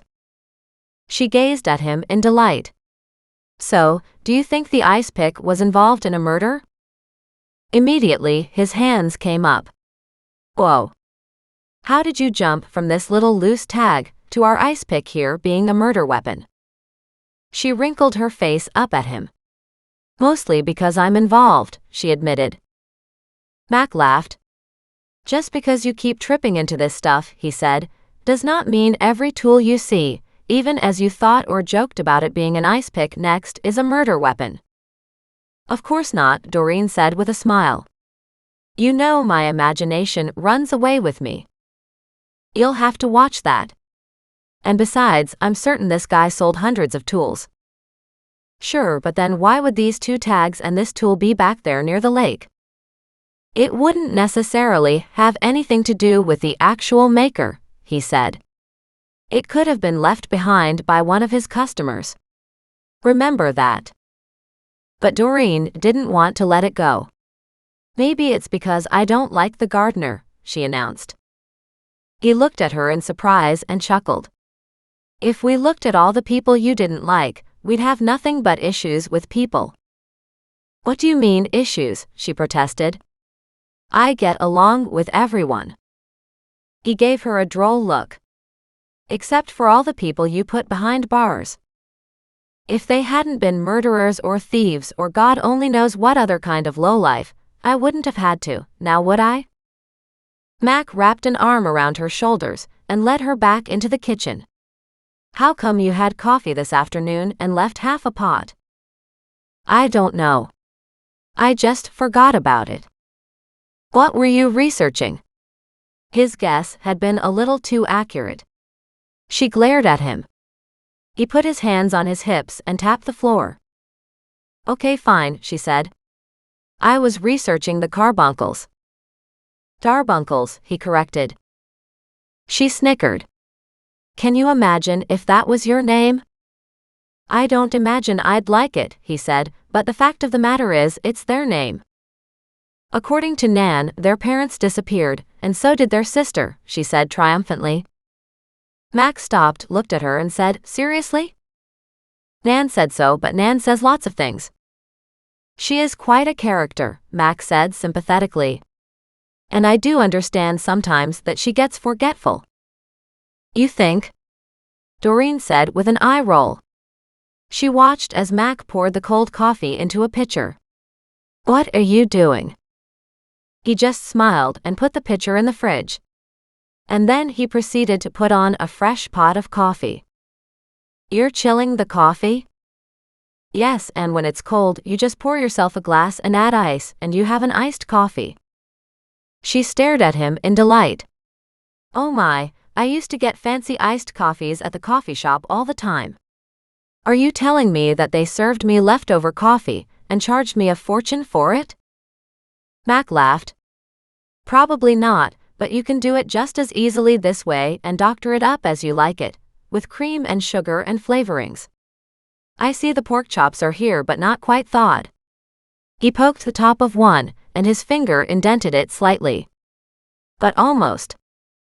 Yes, Doreen said, and then she turned back to him and asked, what do you know about the Darbuncles?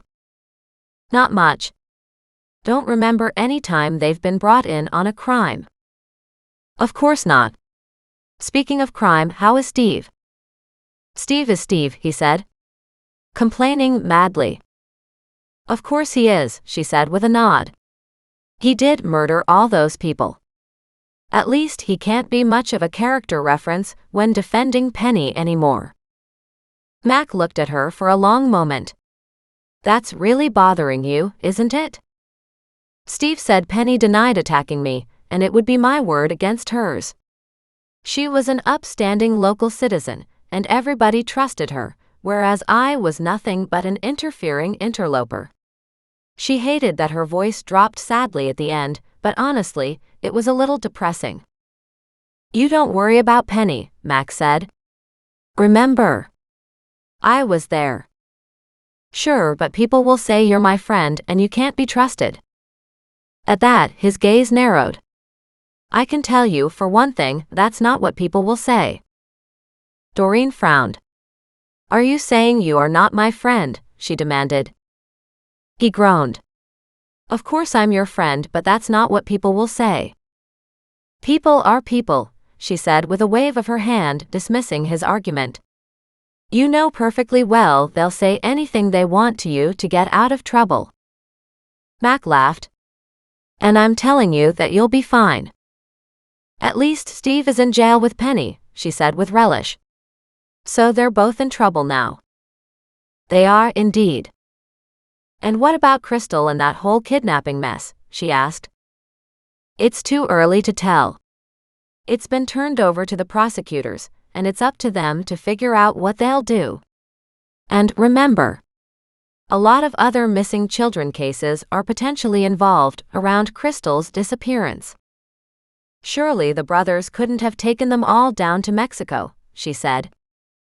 That's what we're still trying to figure out, but every time we get something completed and off our desk, another case drops on the pile. You mean every time you try to solve one problem, I come along with another one? In this case, you did a great job, he said. Crystal is home. She's been accepted to university. She'll be just fine. At least she was loved on both sides of the border, Doreen said. It's got to make it a lot easier for her to understand. Exactly, Mac said with a big smile. He spied the zucchinis and said, now if only we had a grill. If only we had a deck big enough for the grill, Doreen said. I'll ask around the division if anybody has any leftover decking stuff. I know a couple buddies built new decks recently. Even if we can get a little bit, it'll help. It will. It will help a lot. And with that, Doreen watched as Mac took the packaging off the pork chops and put them in the microwave to defrost, and then sliced the zucchinis to pop into a skillet. He reached into the fridge for the mushrooms and the fresh green onions, and before she knew it, he had the veggies in a pan ready to sauté together. That already looks wonderful, she admitted, hearing her stomach screaming. I had a sandwich a while back, but it seems like that was now hours ago, because I see this food and I want to eat now. An appetite would be good, he said, not to mention the fact that when you're resting and recovering like you have been, you need food to rebuild. Says you, she said. I find resting means I'm either not hungry or I'm really hungry. Exactly, and you should be trying to regain your strength and healing. You were attacked again. I'm not impressed with that. Doreen smiled at him. Of course not, because once again you were trying to save me, and once again I was in trouble before you had a chance to even get there.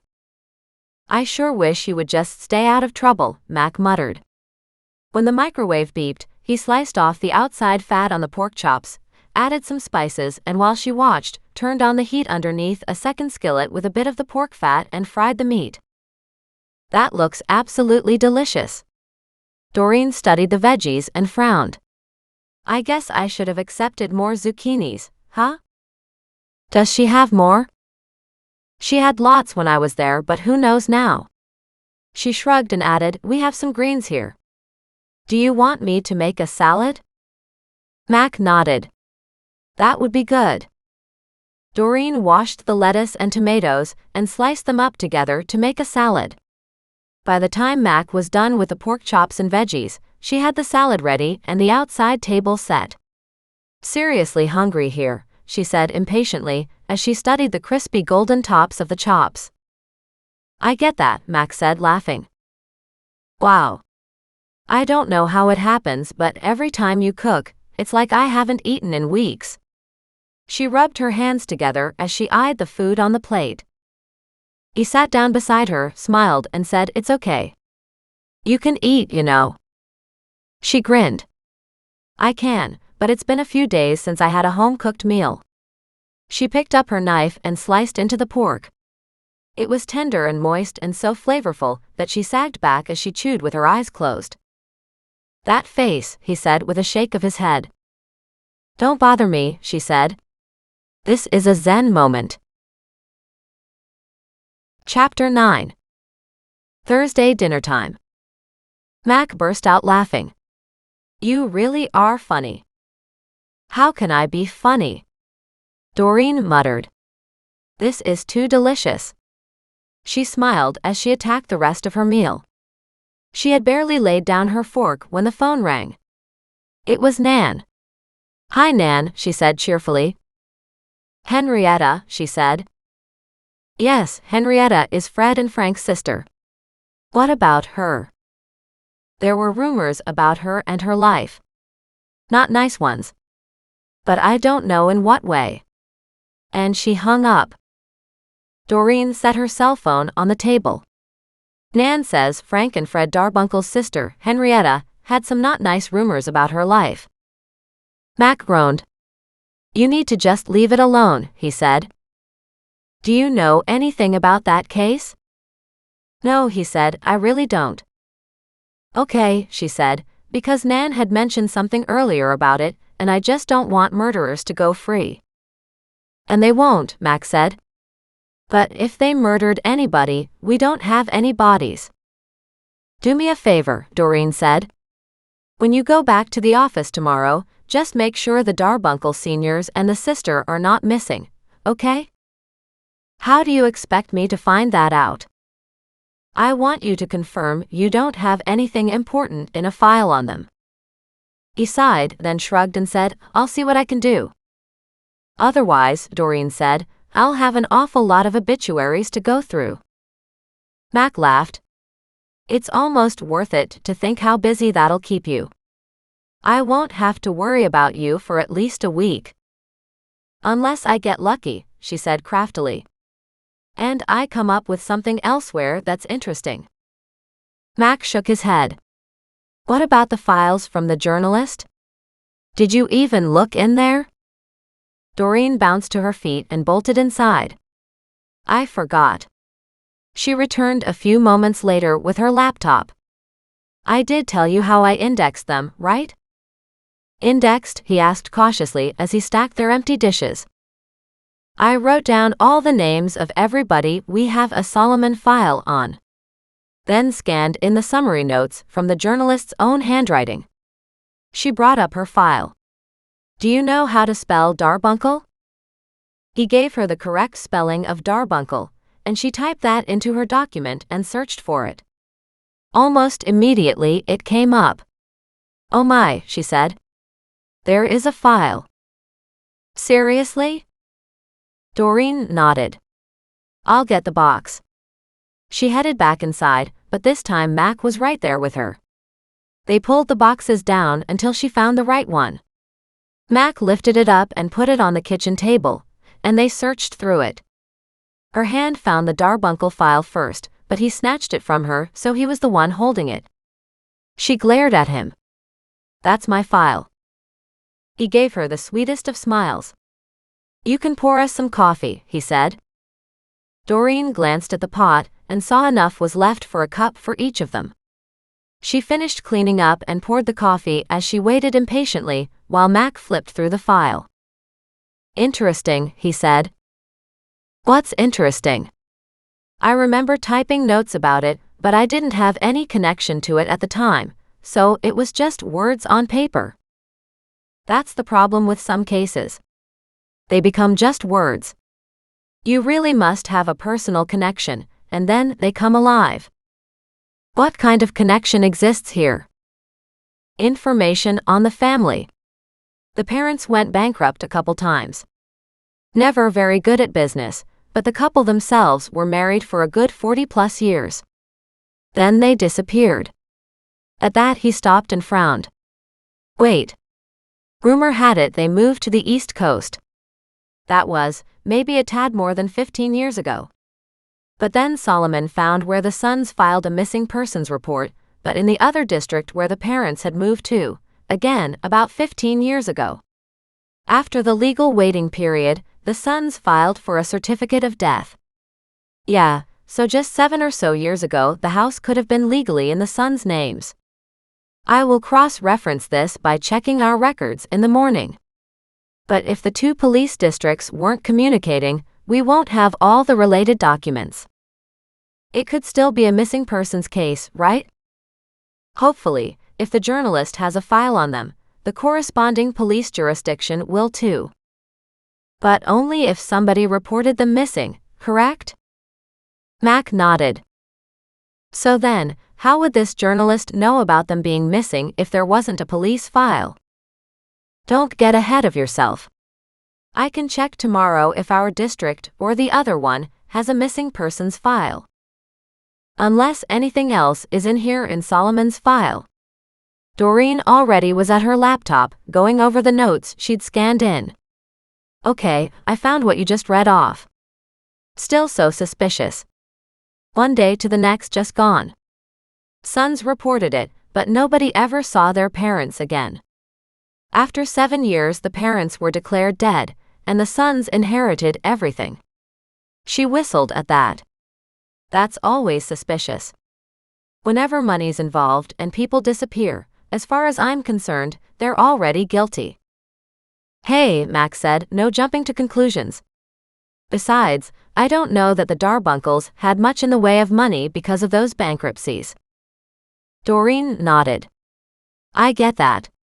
Did you see any mention of Henrietta in there? Mac read through the Solomon file and shook his head.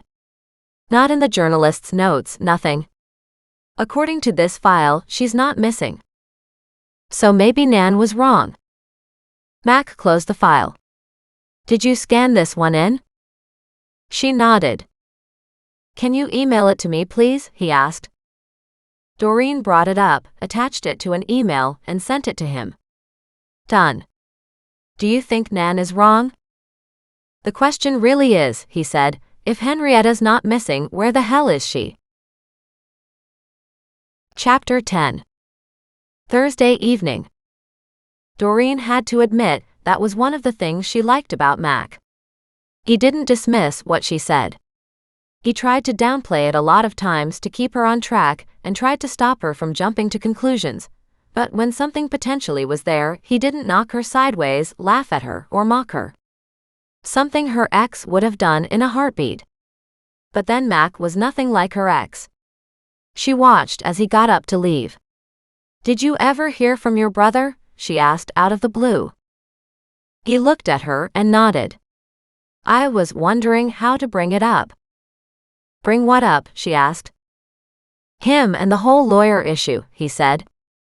And then he gave her a gammoned grin. I know exactly how you feel about lawyers. I feel the same way about my ex, she said with spirit, and she gave him a lopsided smile.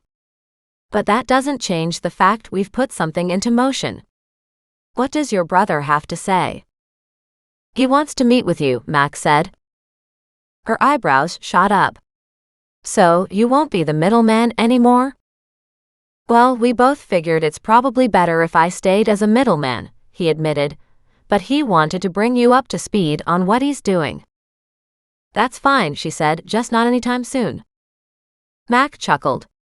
What's the point of doing this if it won't be anytime soon? Doreen shot him a look. It's just, as soon as you do it, it becomes part of something I have to deal with. And right now you have enough to deal with? He studied her carefully. If you do feel that way, it's time for you to back off from these cold cases. Immediately, she got defensive. That's not what I meant. I'm just trying to figure out how to make enough money to do this deck, and then? She waved her hand. I don't know what I'm saying. The bottom line is, I'd rather do anything but talk to your brother about my ex. That's honest at least, Mac said. Let me talk to him and see what time frame he's looking at. Doreen smiled. I haven't thanked you for linking me up. For your brother doing this pro bono. I know I don't appear to be very grateful, and he is just investigating, but he certainly wouldn't even be doing that much if it weren't for you. Mac was already at the front door but turned to look at her. What brought this on? She frowned. Can't I show appreciation? But she had to admit to feeling a little uncomfortable. She wasn't sure what brought that on either. Appreciation, he said, is always good. I thought so too, she said and then laughed. Mac looked down to see Muggs had dropped himself on top of his shoes. I think he's got a message for you. What? That I can't leave? Mac said in a dry tone. I don't think that's quite what Muggs's owner wants.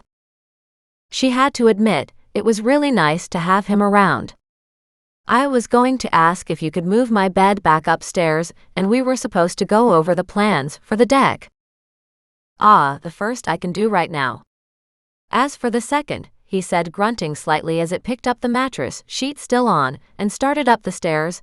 I took a look at the list and remembered what we were talking about, and I do have a couple guys I'll ask. Right, she said, trailing behind him with the bedding and pillows. How many days do you think something like this deck expansion would take? He dropped the mattress on the box spring and shifted it into the right position. Then he stepped back, caught his breath and added, for a professional, probably a weekend. For me, who isn't a professional, maybe a couple weekends, maybe longer. Plus, it involves your days off, Doreen said as she quickly made up the bed so it was ready for the night, which is hardly fair. Maybe not, he said, but maybe as punishment, you'll have to help me and not go off on these wild goose chases and stop tracking down killers. They walked down the stairs to the front door. She opened it to let him out. As he walked out, she chuckled. Meaning, as long as I'm out there, moving cement blocks or whatever, I can't get into trouble, right? That little slip of his lips twitched and he nodded. Exactly. He headed out to his truck with a wave of his hand. Are you coming to Mom's tomorrow? I thought I'd go around 10 in the morning. Mac nodded. Sounds good. I'll remember to bring some money and drop it off on the weekend. Perfect.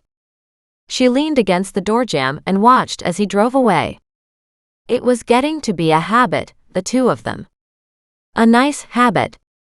She didn't have any aspirations to make it more, at least not at this point, but no way did she want to lose what she had either. But the fact of the matter was, onto more tangible concepts, they had already scrounged up some pieces she needed for her deck edition, and that made her very happy. And his truck would haul the stuff here, and she wouldn't have to pay for gas or delivery, at least for these pieces. Feeling much better, Doreen called Muggs back inside and closed the front door. She'd hardly done anything all day, but somehow she was tired. She figured she was still recovering. She had dealt with a lot of cold cases and had suffered several attacks lately, and maybe it was time to chill for a few days. But then that would mean Mac was right, again. As she walked back into the kitchen to make herself a cup of chamomile tea to maybe take upstairs to her room, she caught sight of her open laptop.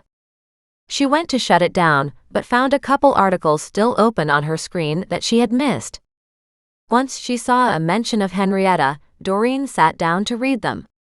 She leaned forward to read the rest of the article. Apparently, the little girl had gone to school and not come home before her parents went missing. There'd been a neighborhood search, everybody stepping up to find her, and she was found, so a happy ending that time.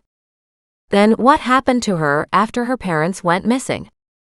She shouldn't have just up and disappeared a second time with no one looking for her. Doreen sat back and wondered. Was it because she was deemed as less than perfect? Or did she go missing again soon afterward, this time with her parents? Or did the brothers relocate her once her parents went missing, and so it became no news as she just went to live with someone else? All these thoughts ran through her head. She confirmed in this online article the date that Henrietta went missing from school, just before both parents went missing. And that's very weird too, she muttered. She wrote down both dates and then printed out the article. As she was printing it off, she noticed Henrietta had been 14. Hardly a little girl, a young blossoming teen. Yet she might have been 14 in physical age, but with Down syndrome, she may have acted much younger in age. And that brought more ugly thoughts to her mind. With the article printed off, she checked the other articles, but nothing interesting was there. She shut down her laptop and walked out onto her veranda to take another look at the ice fishing pic. The fact that she had brought up an ice pick as a joke to Mac just made her laugh, but the fact that it was something dangerous and murderous looking was a whole different issue. She had the little metal tags still sitting inside on the kitchen windowsill, and she wondered why she found 2 labels, but only 1 tool. Surely a second ice pick or another tool went along with the second label. She wanted to do more research, but it was kinda late to get started on something like that, which usually took her down the rabbit hole for hours. But, her curiosity piqued, she decided it wasn't yet that late. She brought her laptop and her cup of chamomile tea with her to sit outside. She began by researching images of ice fishing pics to see if it truly was one. Even though Mac had said so, she didn't want to take his word at face value. But as she studied the images, she realized he was correct. Next question was, did Kelowna Tool Repair produce ice fishing pics? And, lo and behold, she happened to stumble on an old article, potentially a web page. She wasn't exactly sure what this was. Oh, she muttered to herself, this is a blog on old tools. And it wasn't so much that this was an old tool, but she stopped and stared because right in front of her was an image of a little tiny tag, the same as the ones Thaddeus had found. It seemed the two makers' marks belonged to a set of custom-ordered ice pick tools created by Frank. Doreen laughed in delight. Well, look at that. She wrote down more notes because she would have to return to the library to get additional information if she could. She checked her watch and found it was only 8 p.m. The library didn't close until 9. Should she leave it for tomorrow? But she knew it would run around in her head, and she'd struggle with sleeping now if she didn't deal with it before bed. She decided she would dash off to the library first. She stopped, stared down at her mug of tea and sighed. Leave it until morning, Doreen, she said. Leave it until morning.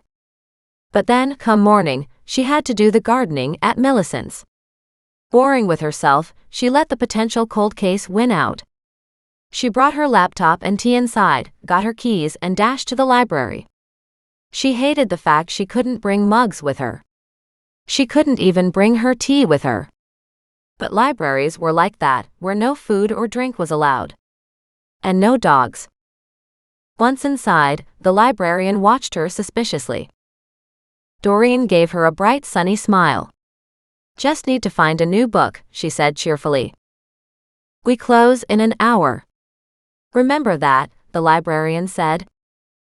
Doreen thought librarians must have a specific mold, gray hair with a bun on top, stiff backs and that look.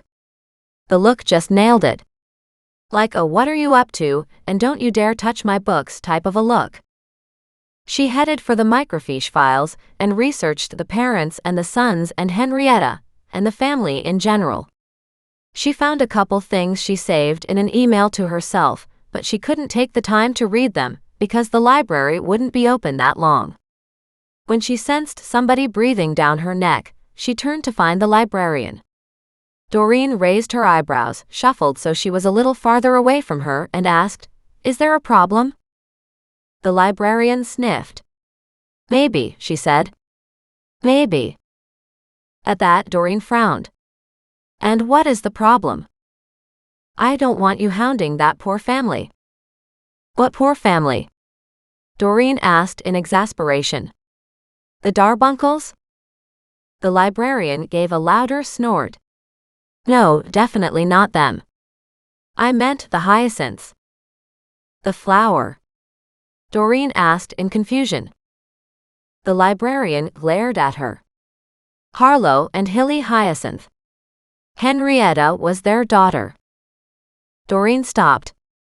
Henrietta, who was raised by the Darbunkles, was actually Harlow and Hilly Hyacinth's daughter?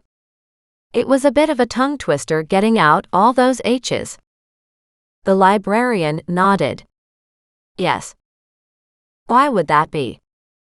The poor couple couldn't handle having a Downs child, the librarian said starkly.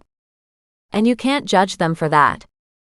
Sensing something behind the librarian's abrupt, almost critical manner, Doreen said, I'm not here to judge anyone. Did they give her up for adoption? The librarian shrugged. There was an informal deal between them, but afterward Hilly wanted to move. Okay, Doreen said. Any idea how far away they moved? The librarian shook her head. No idea. They just didn't want to be around. They were overwrought with guilt, but they also couldn't handle seeing their daughter, so they left in order to make it easier on them all. How old was Henrietta when this happened? Doreen asked, her heart sinking to think of a poor girl ripped away from her parents to live with somebody else and then still see her parents around town. She imagined it would be easier for everybody if her birth family did leave. Maybe the little girl would forget faster. I think she was young, the librarian said, crossing her arms, her fingers tapping a tempo on her opposite arm. Maybe 3, 4, 5. I don't remember. With the names all written down, Doreen said, Thank you. Then she asked, Any idea where she is now? The librarian looked at her in surprise. She moved back east. Back east. Doreen questioned. Yes, with her adoptive parents. And then she shook her head. Are you making something out of nothing again? Doreen slowly released her pent-up breath. Who knows, she said lightly. She logged off the computer, knowing it was already 10 to 9. She picked up her stuff and her notepad and said, Thanks for the information. The librarian stalked her all the way to the front door. It gave Doreen a bit of a creepy feeling. Were you related to the families? She asked lightly as she turned to open the door. The librarian shook her head. But back then, the town was much smaller, and everybody looked out for each other. Right, Doreen said. She deliberately didn't say what was on her mind, which, considering the number of really old cold cases covering the last 20 or so years that she'd solved over the past many weeks, not a whole lot was supporting the librarian's philosophy. Sounded much more like the town was all about themselves, not about helping each other. But of course there were always the outliers, and probably a much stronger core who did look after each other. She gave the librarian a brief smile and said, Good night. She let the door fall closed behind her and heard the snick of the lock as the librarian secured the door for the night. Back at her vehicle, Doreen hopped in, realizing she hadn't picked up a library book. She wouldn't have minded something new to read. But it wasn't to be. She headed out of the parking lot. With that creepy feeling still with her, she turned toward the window while stopped at the intersection and looked behind her. The librarian remained at the door, staring at her. Chapter 11. Friday morning. Friday morning dawned bright and clear.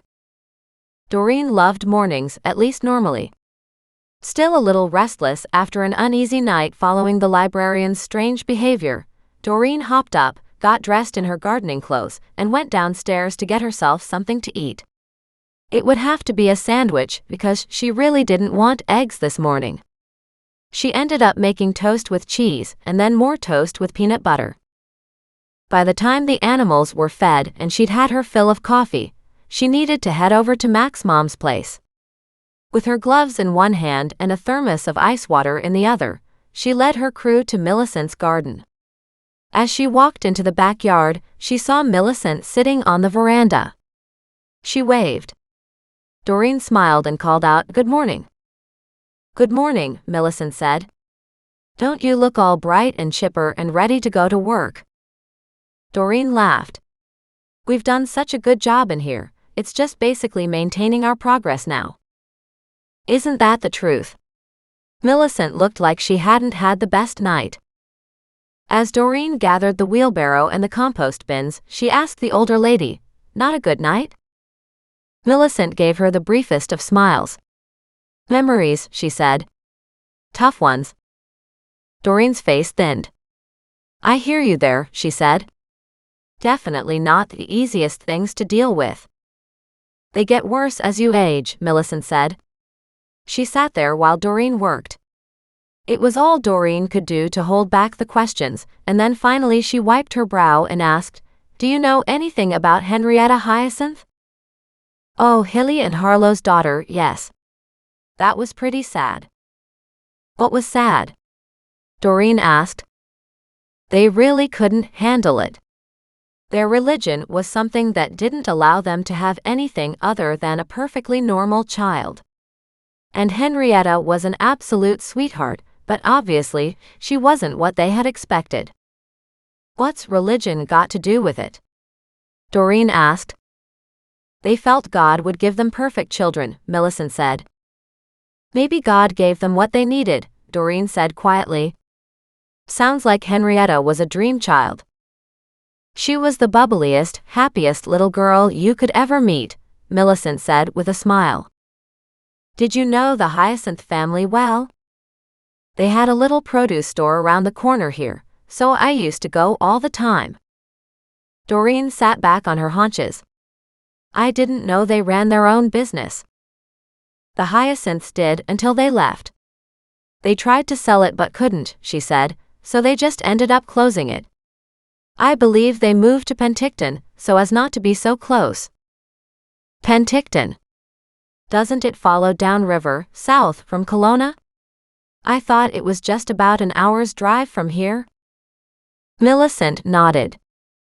So the birth family remained easily within visiting distance. It's not like they moved across the continent or to a new country. Being so close geographically, I would think they'd want to remain close to their daughter, Doreen said, frowning. It was too much pain for them to handle. And I think guilt too. And then possibly remorse. And those are all very heavy emotions, Doreen said, as she attacked a set of weeds with particular vengeance. Exactly.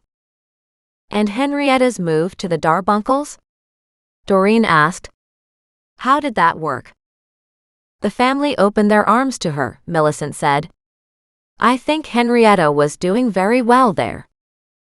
Nan thought something might have been off about the situation. Not that I know of. I think everything was fine. Until? Millicent just looked at her in surprise. Well, until they moved to the East Coast, of course. Doreen nodded. I understand she went missing one time, and the whole town turned out to look for her. Yes, we did, and it was great when we found her. Interesting, Doreen said. I remember reading something about that. At that, Millicent laughed. Oh my, you really do have the bug, don't you? Bug. Curiosity. I have to admit, yes, Doreen said with a smile. Muggs barked several times and rolled over onto his back, as if they'd been talking too much, and he hadn't had anywhere near enough attention. She sat her butt on the grass and gave him a moment of just belly scratches. Almost immediately, Thaddeus walked over and head-butted her hand. Millicent laughed. They're just like children, aren't they? She said in wonder. Yes, Doreen said.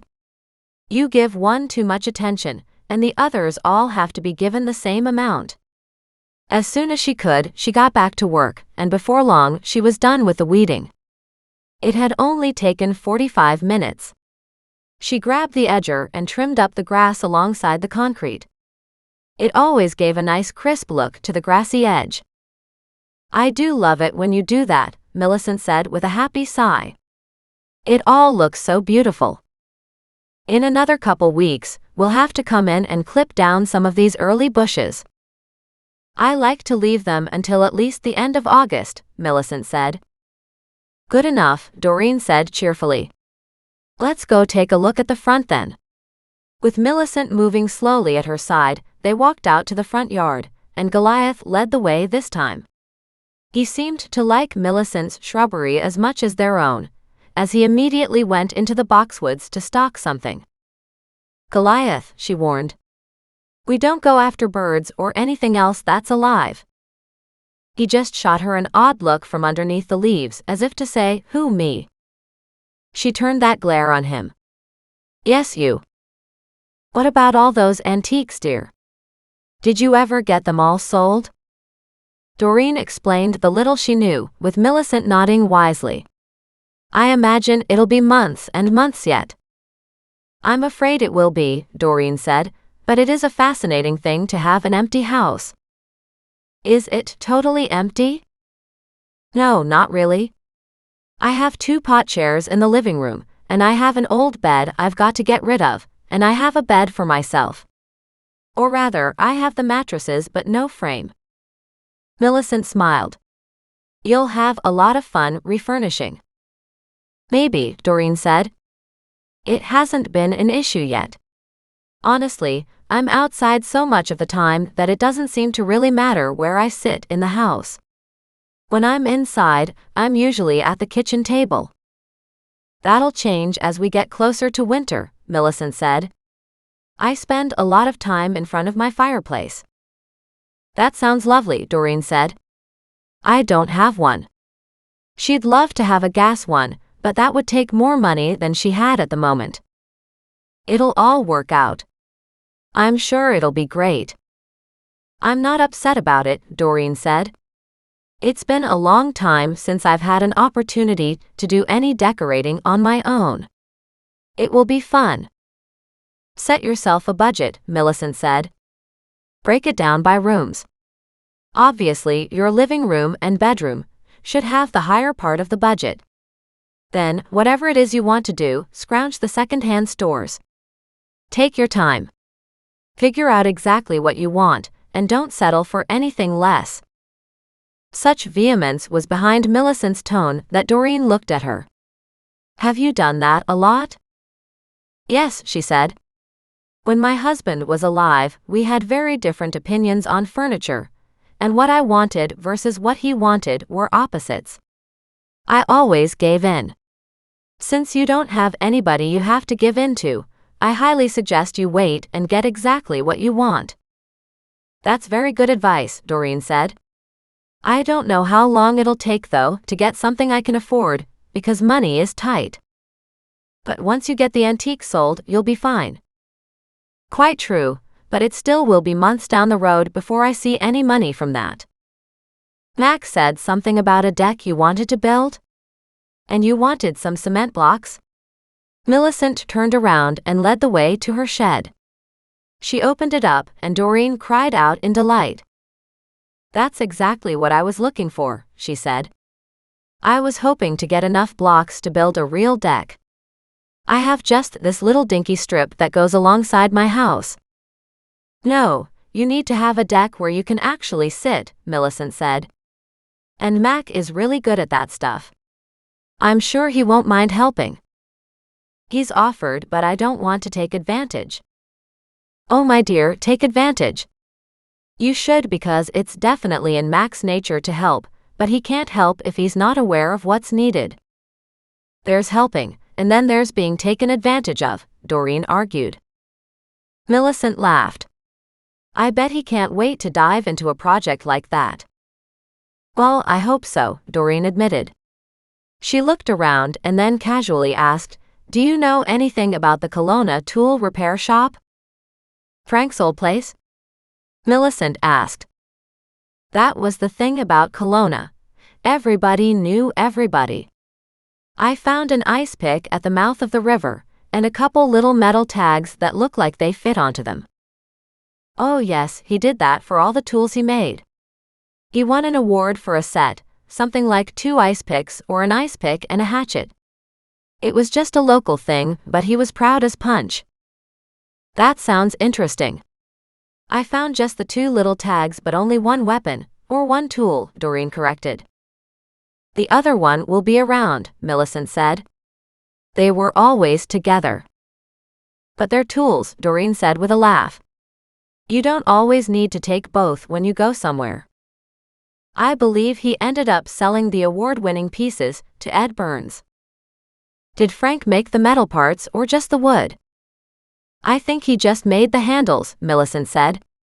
The metal parts were forged, but I don't know if he had them specially made, or maybe he dabbled in it himself. She gave a shrug. Who's to say with guys like that? Guys like that? Doreen pounced on the wording, but she didn't want to let Millicent know she was investigating something. Just the kind of guys who, thought a lot about what they did, Millicent said. The tools must have been nice. I did see the set he won the award for. It looked fine. I mean, I didn't think anything was special about it. Then she looked at Doreen and gave her a conspirator's grin. It's not like I would be out ice fishing. Frank was a big fan of the sport, but back then, the lake used to freeze over much more so than now. That's an interesting thing, Doreen said. I can't imagine wanting to sit out in the cold to kill some poor fish who is just equally trying to survive in the cold. Millicent laughed. I do like the way you look at life. Doreen smiled as the older lady chuckled. Doreen busily pulled weeds to make sure she gave value for the money she would get for these couple hours, but at the same time, Millicent was a great source of information. Interesting how the ice pick ended up at the mouth of the river. I know a lot of guys used to go ice fishing, but they wouldn't fish from the mouth of the river because that's often where the ice is thinnest. Yet they used to camp along the sides and have barbecues and stuff like that. Oh, Doreen said. I guess that makes sense. Odd that you found it though, Millicent said suddenly. Why is that? Doreen said. Because of the cases you solve. Surely it was just a coincidence. Millicent chuckled. Mac doesn't believe in coincidences, she said. He says there's a reason specifically why something happens. That's possible, but I don't know of any crime, so I don't think it's necessarily connected to an existing cold case. Speaking of cold cases, what about that Penny? What's happening to her? I don't know, Doreen said. Maybe you should ask Mac that. He doesn't like it when I get involved in his cases. Doreen laughed out loud. Well, he really doesn't like it when I get involved in his cases, she said with a big grin. I think he's actually tickled pink, Millicent said. He said you have a fresh way of looking at things. And look at how much good you've done each time. I don't know how much good it is, Doreen said. I have certainly shaken things up a little though. And that's good. Not everybody wants to be stuck in the mud. No, but all these people involved in the murders and kidnappings, I'm pretty darn sure they would just as soon I disappeared. The victims and their families are the ones who need you to keep doing this, she said seriously, all the laughter falling away from her voice. Some of these families have suffered a very long time. They certainly don't need to be traumatized more, but at the same time, by you solving these cases, they get a chance to find closure and hopefully to move on. That's how I was hoping people would look at it, Doreen said. I don't want to be considered a nosy busybody for nothing. You keep doing just what you're doing, Millicent said. Honestly, you're doing a public service. They should reward you. I don't know about that, Doreen said. Speaking of which, Max said you're okay if I take those cement blocks. Is that true? Oh my dear, I'd be glad to get rid of them. They're in my way. Perfect, Doreen said, and apparently Mac knows somebody else who has a bunch he wants to get rid of. I think we have enough for the base of my new deck edition. Keep asking around, Millicent said as she turned slowly.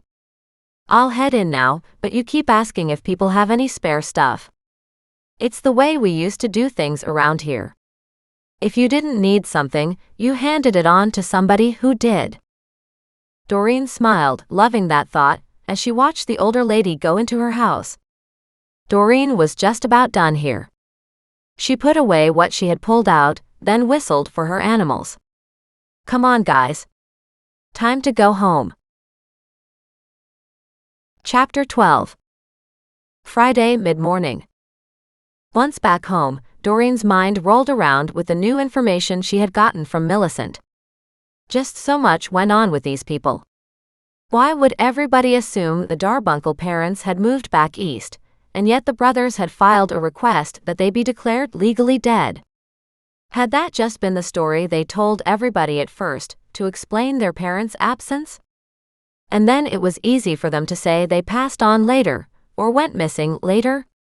It would only make sense to somebody in a position to see the legal documents. And that then meant a journalist might have taken an interest in the matter. She hadn't heard anything from Nan recently about Solomon. He was in hospice care. Had he passed away?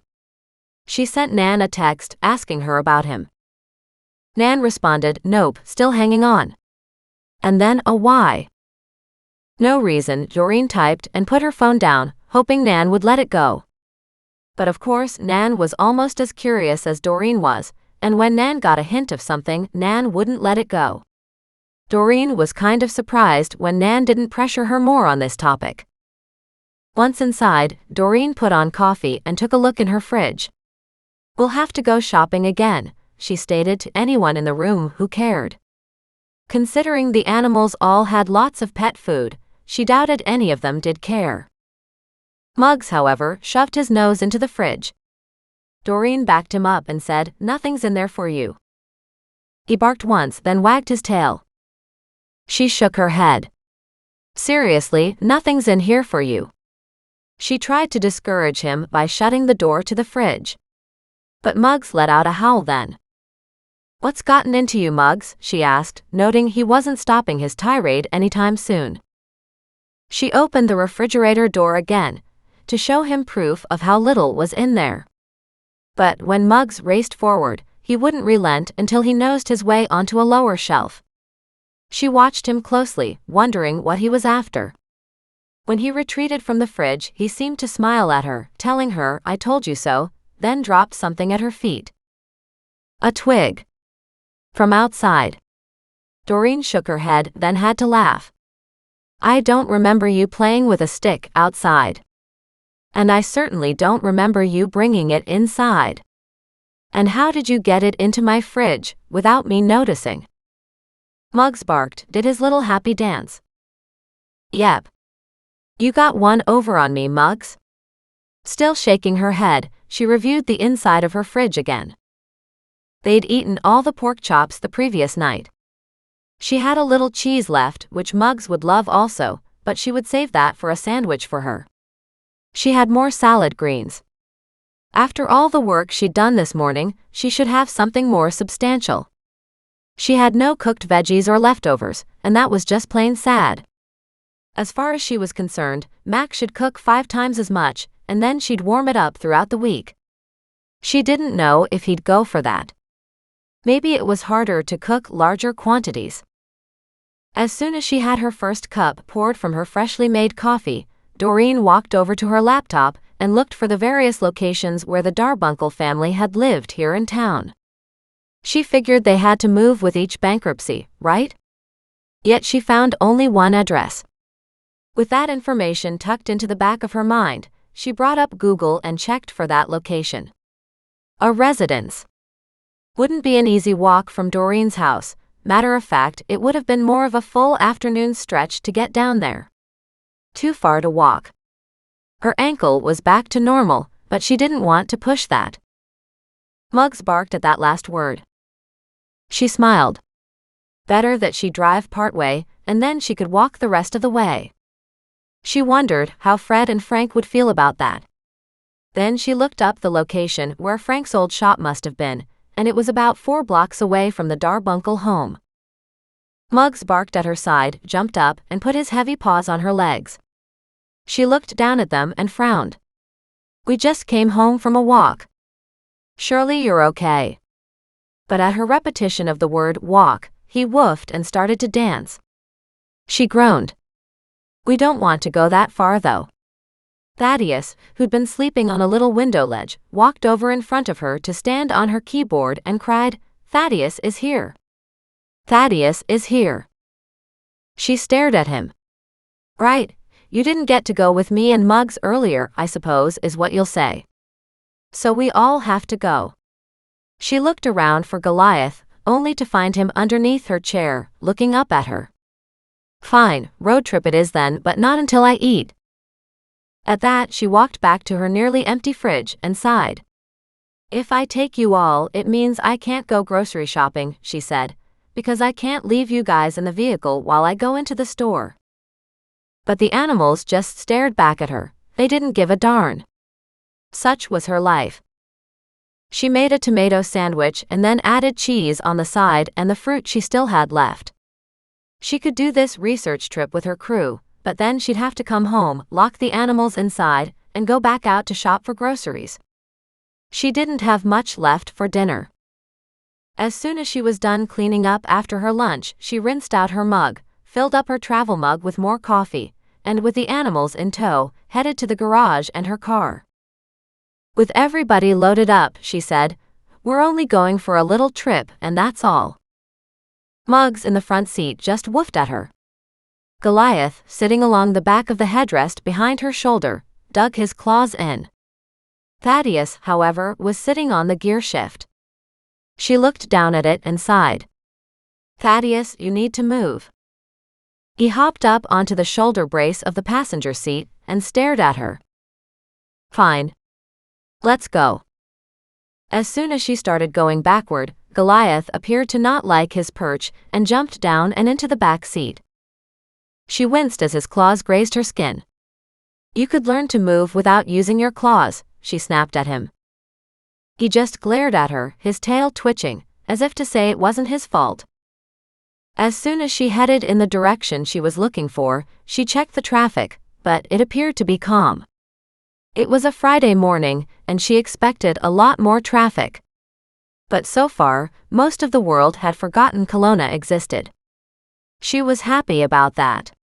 She knew it got busier in the summertime with the tourists, but for whatever reason, today was a calmer day. She should make an attempt to check the beaches too. So far, all she'd done was work on cold cases. She knew very little about the city. Hadn't had a chance to play the tourist herself. As it was now her city, she really did want to get to know the ins and outs of it. As she drove, she realized it led her past Rosemore. Mugg sat up and barked, his tail wagging. And when they went on past, he looked at her in horror. She smiled and said, "Maybe we'll stop on our way back home." He woofed several times more, but she kept going. It made sense that the brothers would live close by, with one working as a gardener for Rosemore. At least Fred didn't have to travel far to go to work. As Doreen came up to the correct neighborhood, she drove slower. The area was middle-class, nice but older homes. All fairly small with 1 or 2 stories, not the huge monstrosities she saw everywhere else. Small houses, and yet the properties themselves appeared to be slightly larger than normal. She kept heading toward the downtown area, just behind the lakefront. She studied the houses as she drove, and finally came up to the one she was looking for. At that, she parked on the opposite side of the street against the traffic, and studied the house for a long moment. She took several photos, not sure what she was supposed to do with them. Just because these people had disappeared, didn't mean anything had happened to them. Or that it happened here. And neither did it mean that just because the brothers inherited the house that they still owned it, or maybe owned it but rented it out to someone else. If it had been her, she might have wanted to dispose of it quickly. Particularly if she was involved in something nasty, to have achieved possession of it. If there was evidence to hide, then it made sense to hang on to the property. If sold, anyone could poke around and find what the brothers didn't want to be found. But then, not everybody looked at it that way. After all, look at Steve's case, and the several bodies found buried on his property. She looked at this property and wondered. The Darbuncle parents had supposedly disappeared out of the blue. Everybody thought they'd gone back east. Yet the brothers had reported them missing soon afterward. Did the brothers know more than they were letting on? She frowned at that, but just then, the front door opened, and the gardener from Rosemore walked out. He headed to the front of his garden, looked at the roses, lifted a set of clippers off the lawn and clipped the bushes. She found that very suspicious too, because roses were supposed to be clipped at a different time of year, not when they were just about to come into bloom. She knew a lot about gardening, but she wasn't a pro about every individual plant, so his actions made her stop and consider. If he was taking off some of the blooms, it would leave more life force to go to the emerging blooms. He went through and did just one rosebush, cleaned up his mess, and put all the trimmings into the compost bins that would be picked up during the week. Kelowna had a recycling and compost system where they alternated weeks when each was picked up. She herself had made good use of the compost bins. She didn't cook enough or eat enough to make good use of the recycling yet. Hopefully she would one day. As she watched, he turned his back on her. Had he seen her? He had no reason to know her vehicle from anybody else's, but he certainly had a reason to know her. And to dislike her, he did. And of course, if he noted any of her animals in the vehicle with her, then he'd know for sure who she was. With that thought, she started the engine, pulled forward and parked down the block while she continued to watch him. He kept on trimming the roses, completely unconcerned. Feeling a sigh of relief, she went to the cul-de-sac, turned around and drove slowly back. As she came up to the house again, he picked up his clippings, dumped them into the compost bin, and then walked around to the back of the house. She studied the front of the home for a long moment, then kept going. She hadn't learned anything. Maybe the brothers live there together, she said to Muggs. He looked at her but didn't answer. You'd think one of them would have had a relationship that led to marriage, then gotten their own house and raised a family, she muttered. But then again, maybe they were sharing the residence. Life could get lonely, she imagined. As she drove on, she searched for where the repair shop used to be. It took her several tries to come up on the right side of it, but when she did, she could see it was attached to a garage and a mechanic's shop, but that was a separate building on its own. It was currently a knife sharpening business. She wondered just how much business they got, but the idea of having smooth, sharp knives was a joy she hadn't experienced for a long time. One of the things her ex-husband had hated was dull knives. She was totally okay with that to a certain extent, if she didn't have to pay any money, but if she could get sharp knives, then she would be in heaven. Now she understood more about the beauty and utility of sharp knives, as she tried to follow Mac's cooking instructions. She pulled up in front of the business and hopped out with Muggs. She left the other two in the car, even though they howled at her. She walked up to the knife shop window looking for prices. The door opened and a man stepped out. He looked at her in surprise. She smiled and said, "I was just checking out your prices." He nodded and put his hands on his hips in the open doorway. "It's not too much. If you brought all your kitchen knives in, it probably wouldn't take me 20 minutes to give them a good cleanup." "How much would that cost?" she asked hesitantly. He grinned and said, $50. She thought about it and then nodded. "That's not too bad. Depends on how many knives I have." "Best sharpening business in town," he said, pulling a rag from his back pocket. She looked past him to the mechanic's side of the lot. "Do you own both businesses?" He nodded. "I sure do. I bought this building a long time ago." "So you own the building, you don't just lease the space?" "Yep. My daddy said never to pay rent to anybody if you didn't have to." She smiled. "It sounds like your daddy was a good businessman." "Better than I am, that's for sure," he said, "but I'm getting there." "I'm sure you are," she said. "This store used to be a tool repair shop, didn't it?" "A long time ago. Frank leased it for maybe a year and a half from my dad. Frank did some good work. Won a couple awards locally. Seemed to be quite the character." "I heard about that. I was perusing some old papers and saw something about him winning an award." "Yeah, but he didn't have a head for business. I guess, in a small town like Kelowna, it's hard to keep a specialized business like that opened. If he'd worked steady, it wouldn't have been too bad. But between you and me, he was a bit on the lazy side. Of course, Kelowna was a lot smaller back then too." She nodded in understanding. "And that's death if you have your own business." "It so is," he said, laughing. "Most people don't realize it. They don't see how much work it is before they get started, and then, when they're involved, they don't want to do what's required to keep it going. It's funny because I found one of his tools with a little metal plate on it," she said, "and I was just wondering if there was any record of who bought it, so I could return it to the owner." "I don't know," he said. "Frank's still around though. You could always ask him."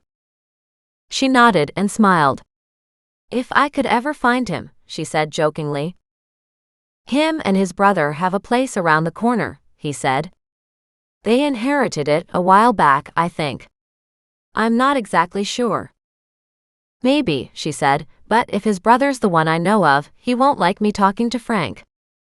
"Frank's usually not too bad, but his brother's a bit argumentative," the guy said with a nod.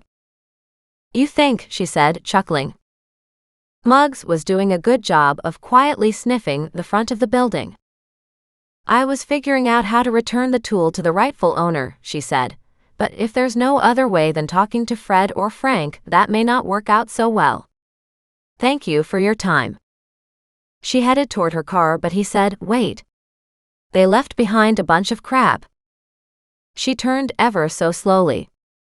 So, did you take over directly from his shop? She realized he'd gone back inside the store. Thinking it over, the guy had said his pa owned this place. So, even if this guy wasn't ready to run the business yet, his dad had made sure he had people leasing the property, like Frank. She scampered to the doorway and stood. It had a big glass double door facing the mechanic's shop as well as the front door she came through, and a door in the back. Yeah, a bunch of ledgers and stuff. Let me see if I've still got it, because I might have thrown it out. If you wouldn't mind, she said anxiously, I'd really appreciate it. But he'd already disappeared into the back. She studied the knives he had with interest. Her ex-husband had been quite a collector. He had all kinds. But most weren't for kitchen use. The chefs had their own sets, as they were just as particular as her ex. Of course, she never got her hands on anything but a steak knife, and that was only if she could persuade her ex that she should be allowed to cut her own steak.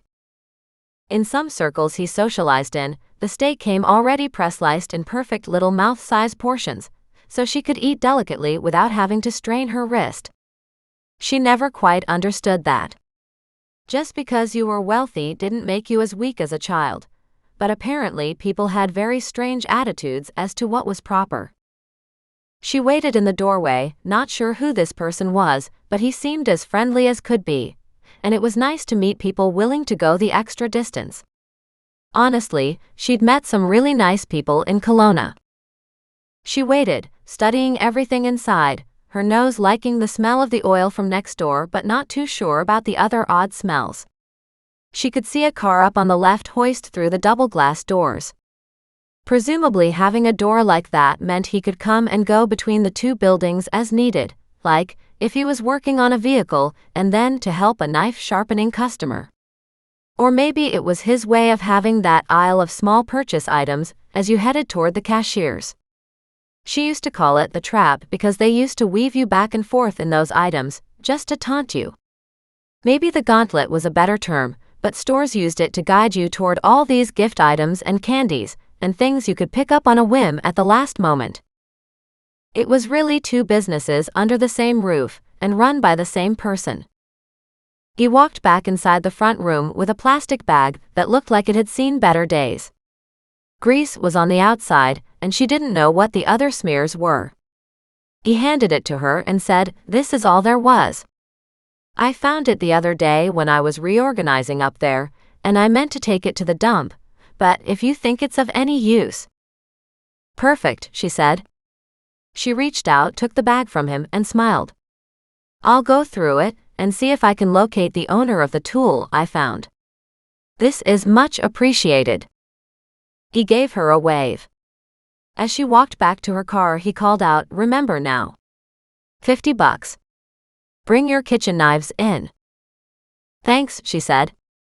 "I'll remember that." She stowed the bag and its contents in the back seat area of the car, on the floorboard, grateful she had a plastic liner there to keep whatever was on the surface of the bag off her carpets. Once inside, she drove straight home. She couldn't stop the excitement in her gut. It could be absolute garbage in that bag, but it didn't feel like that. Her gut was screaming at her. Mugg sat on the seat beside her, leaning forward, almost like he had on a racing helmet and was going at max speed. She just laughed. "You look great," he woofed, urging her on to get home faster. And she did get home in record time. She didn't understand why it always seemed to take so long to get somewhere, and then the way home was so much faster. Still, when she pulled into the driveway and up into the garage, she laughed with joy. She closed the big garage door and brought the animals out of the vehicle with her, and headed into the kitchen. She still had her travel coffee mug, and poured that into a ceramic cup, rinsed out her big travel mug, and took the bag and the mug of still hot coffee outside onto the back veranda. She set her mug on the little cafe table, picked up the bag, and slowly tilted it so everything tipped onto the table. There were indeed ledgers. 2. She pulled those out, flipped through them to see they included sales but a bunch of other numbers too. She set them off to the side and went through that bunch of loose paperwork. These appeared to be individual bills of sale. She noted a couple little receipt books too. She frowned when she saw they were only half filled out. So obviously this was just a little hobby business, or he had no head for business, or both, she said, because surely this wouldn't work for an accountant long term. Her ex-husband's accountants had these massive ledgers and online Excel documents and various income statements. In fact, there was no end to that kind of stuff. She saw them often in her ex's hands. But of course, she'd been deemed as not brainiac enough to understand anything. So not only was paperwork left around because she couldn't possibly understand it, but she wasn't given any to read or to try to understand, much less asked for her advice. And she admitted she didn't have any accounting training or business acumen. Yet now she was finding out how she was very good at some things, like solving cold cases. Chapter 13. Friday, late morning. Forcibly pushing aside the reminder of her ex-husband, or he would be legally her ex-husband, just not soon enough though, Doreen stacked up the financial papers until she had a big thick good 1.5-inch stack and slowly read through them. Some were advertisements Frank had created to bring in business. Others were entrance sheets for competitions. Some were bills of sale, and others were design sketches. She went through them slowly, one by one, but didn't find anything terribly useful. With the original bag in the garbage now because of the icky stuff on the outside, she grabbed a large binder clip, put it around the loose papers, and then sat back down with the ledgers. As she picked up the first one, only the starting 3 pages were full of entries. Not much of a business then, was it? She said to herself.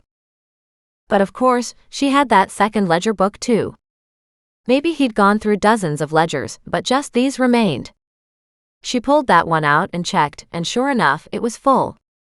But that was deceptive, as this ledger was obviously missing pages, like half of them.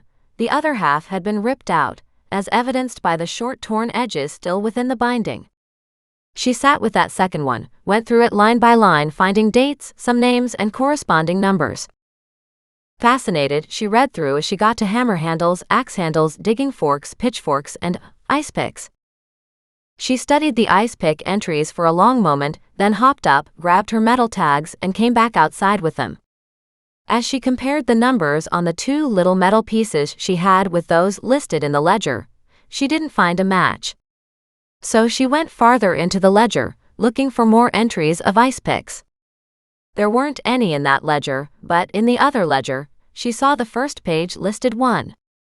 She checked it, and found it was exactly the same number as on one of her tags. Excitement rippled through her as she realized she'd found it. The price seemed astronomical to her, especially considering this was made and paid for some 20 years ago. The ledger confirmed $74 for the handle of an ice pick. She shook her head at that. Maybe other merchandise had been involved with the ice pick that she didn't know about. The name beside it was indecipherable. She frowned as she tapped the sheet. I can barely read that.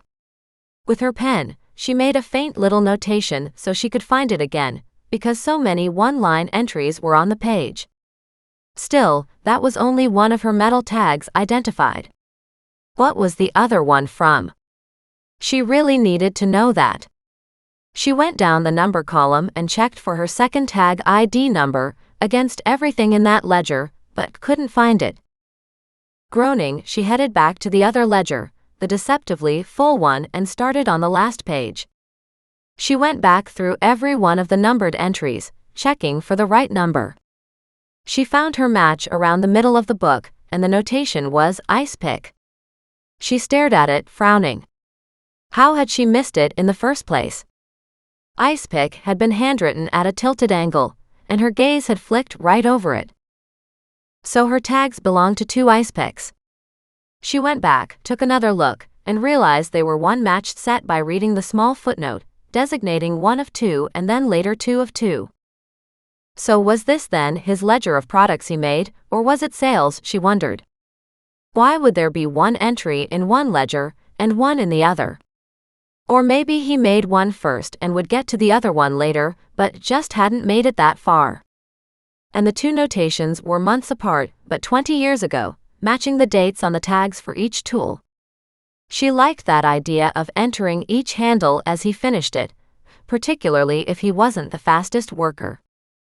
However, looking closer at these two messy handwritten entries, she found a line was drawn to the margins, from those original creation dates, updating them both to August 3, some 18 years ago.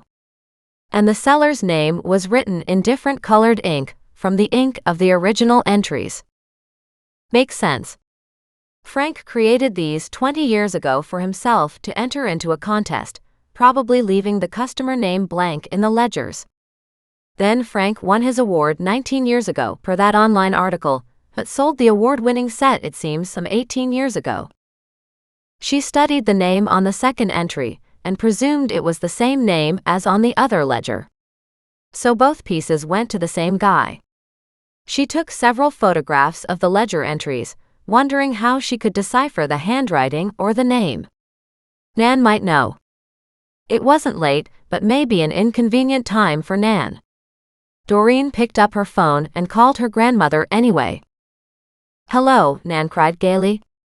"I just won at lawn bowling." Doreen laughed. "Did you win fair and square or did you cheat?" Nan laughed. "I didn't win at the game itself," she said, "but I did win in the betting pools." "Ah, well, that makes more sense," Doreen said with a smile. "Are you coming down?" Nan asked. "I made zucchini bread this morning. I was just thinking now would be a perfect time to slice some." "That sounds divine," Doreen said warmly. "I was looking at my fridge, figuring out what I would make for dinner." "If you come and have enough zucchini bread, you won't have to eat dinner." "That makes logical sense to me too," Doreen said, laughing. She turned to the animals and said, "I'll come down right now then." "Perfect. I'll put on the tea and warm up the bread, so don't delay because I'm hungry. Watching that bowling match wore me out." "Like I said, I'm on the way." Doreen ended the call. She called the animals to her. Once they realized they were going out in the backyard, they raced off ahead of her. So she picked up her pace and raced across the yard, heading toward the creek. She loved hitting the creek on a daily basis because the water always changed. The levels rose and fell according to the whims of Mother Nature. Logically, she knew it had to do with the snowfall melting up in the mountains and how fast it trickled down, plus the surrounding weather had an impact too. She'd learned a ton about water levels since she'd arrived here. Even the cold cases themselves had demanded she research and learn about these local weather events. It truly was a fascinating field. The water still looked to be at a reasonable level, not scary high. She wondered if the fact they were in more of a drought season would have an effect on how high it rose. It hadn't been much of a winter either. So the snowpack, although sitting at about 80% of normal, wasn't racing down toward her. Still, no water came out of her sump pump hoses either, which she'd take as a great sign. Skipping along with the ledgers under her arm and the animals beside her, Doreen nearly ran down toward Nan's place, needing an outlet for all her pent-up energy.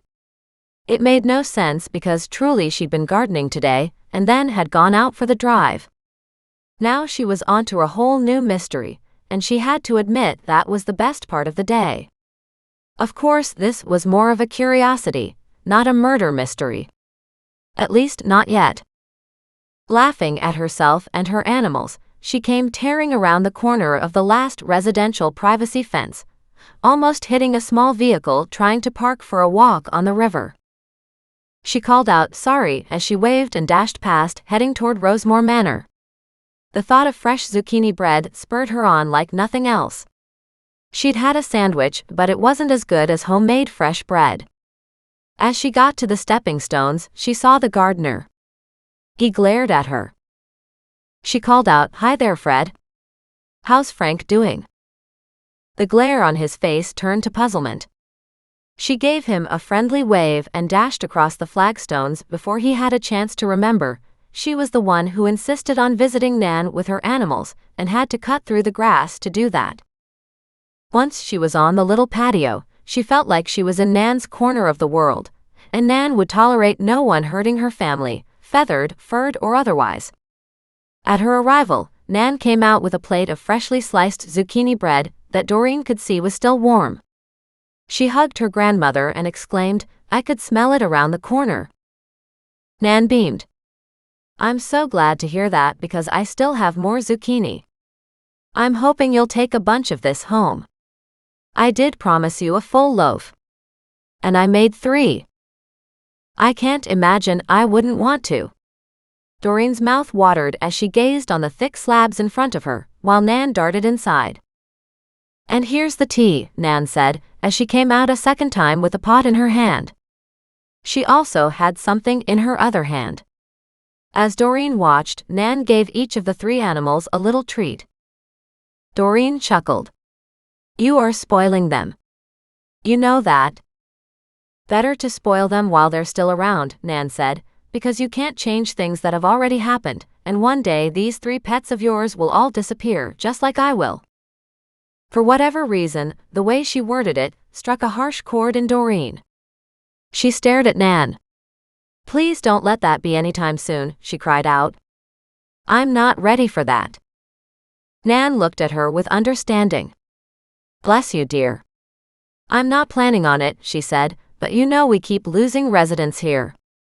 For example, Ruby, who I just had tea with yesterday, she woke up dead this morning." "Woke up dead?"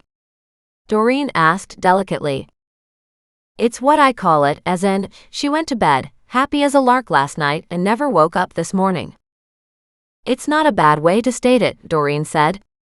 "It just sounded odd." "At my age, I get to be odd," Nan said, chuckling, "because either it's that or I might as well be dead. If we follow all the conformity, we'd be doing nothing but giving in to everybody else's expectations. Don't ever do that, be you. Find the inner you that's special and just let that part of you shine." Doreen grinned. "I do love to hear you talk like that," she said.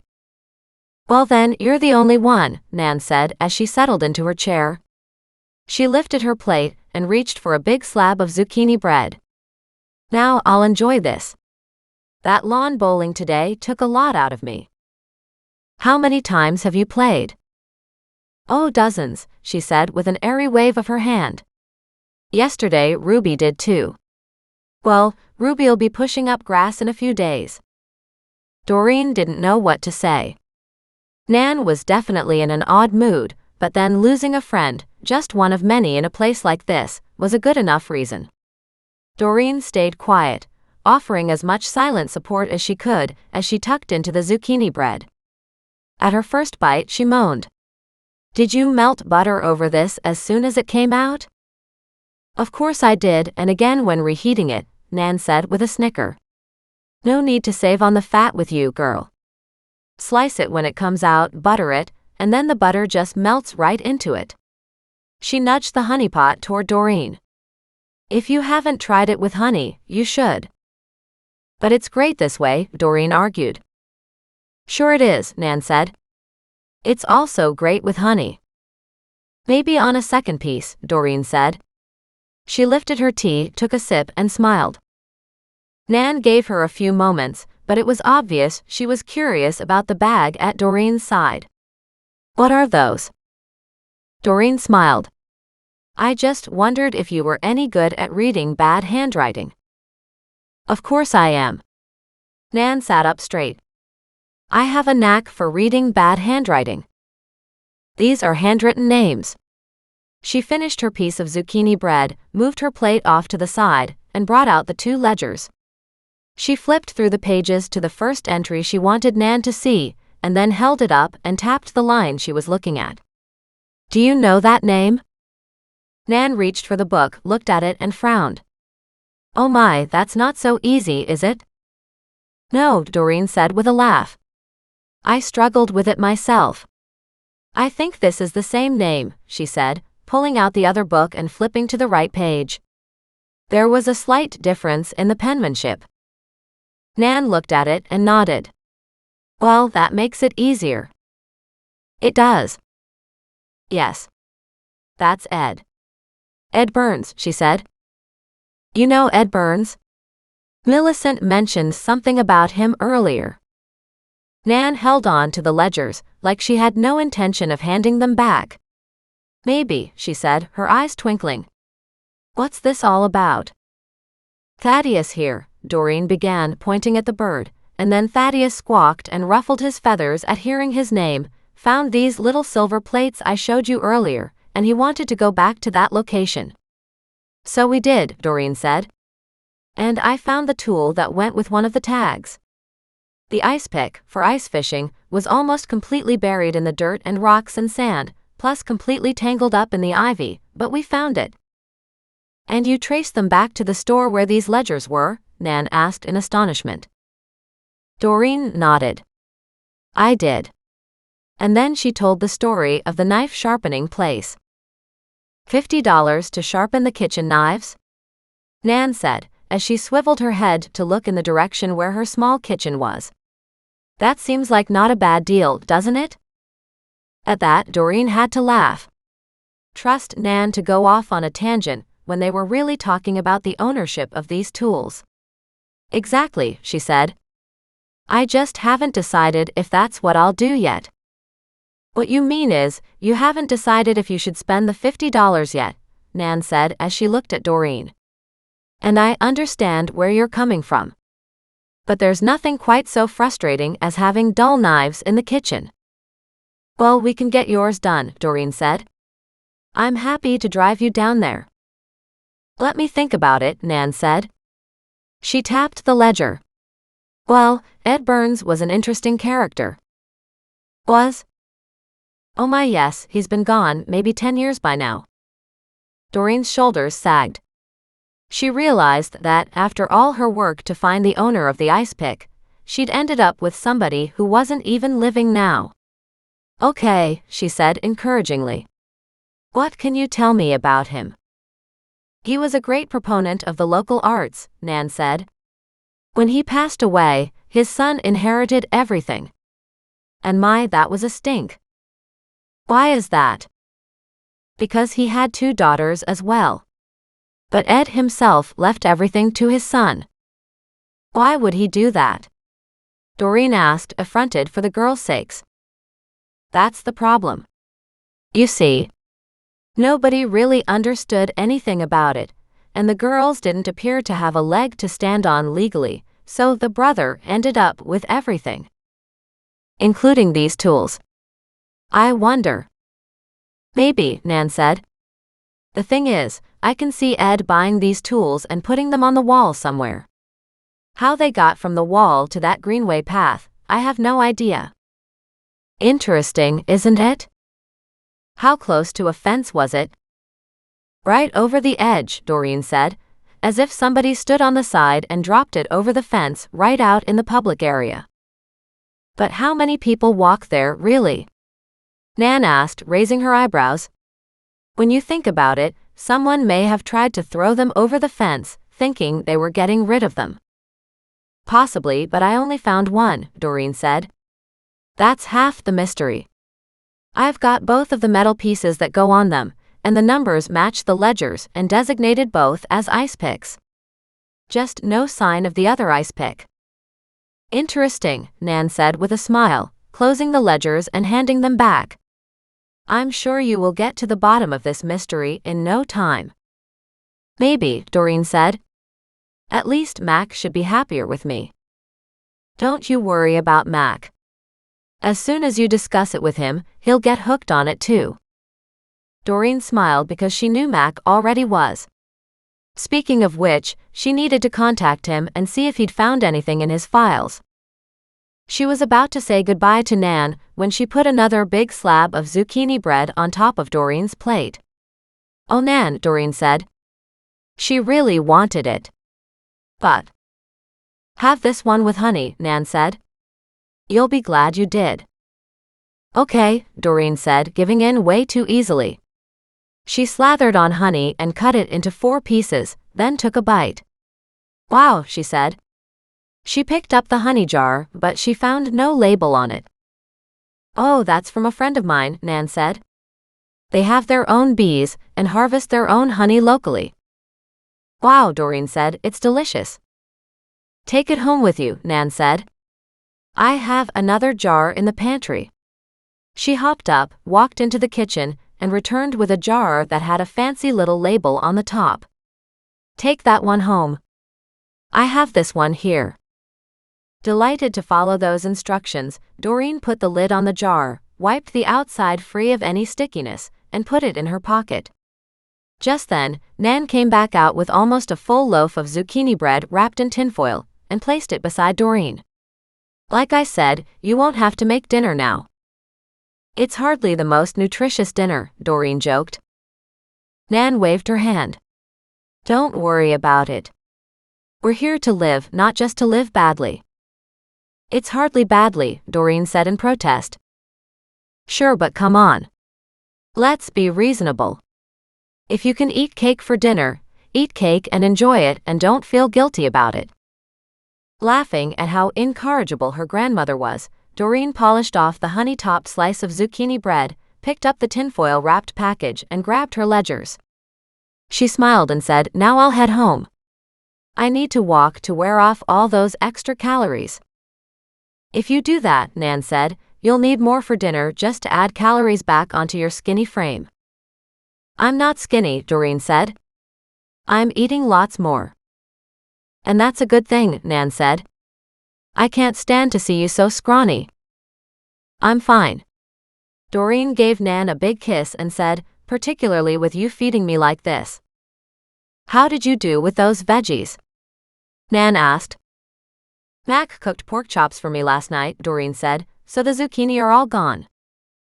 Nan hopped up yet once more and said, "Well then, hang on," and she raced inside. She came back out with a wicker basket full of vegetables. "This was delivered to me this morning. I can't even begin to eat it all." She quickly rummaged through it, split it into 2 piles, and then went back inside to get a plastic bag. She packed up baby carrots, a couple more tomatoes, a big bell pepper, some lettuce and green beans, and she handed it to Doreen. "Most of that you can even eat raw. No cooking required." At that, Doreen grinned. "What would I do without you?" "I don't know," Nan said, "but hopefully you'd still eat." Chapter 14. Friday, late afternoon. Still chuckling at her grandmother, Doreen walked toward the creek with her goodies. "Good thing Nan is feeding us," she said. "Once I realized it could be months and months before I get any of that auction money from Nan's antiques, I hesitated to shop for groceries anymore." As she walked back toward the property near the river's mouth, where the ice fishing pick had been unearthed, she looked around and smiled.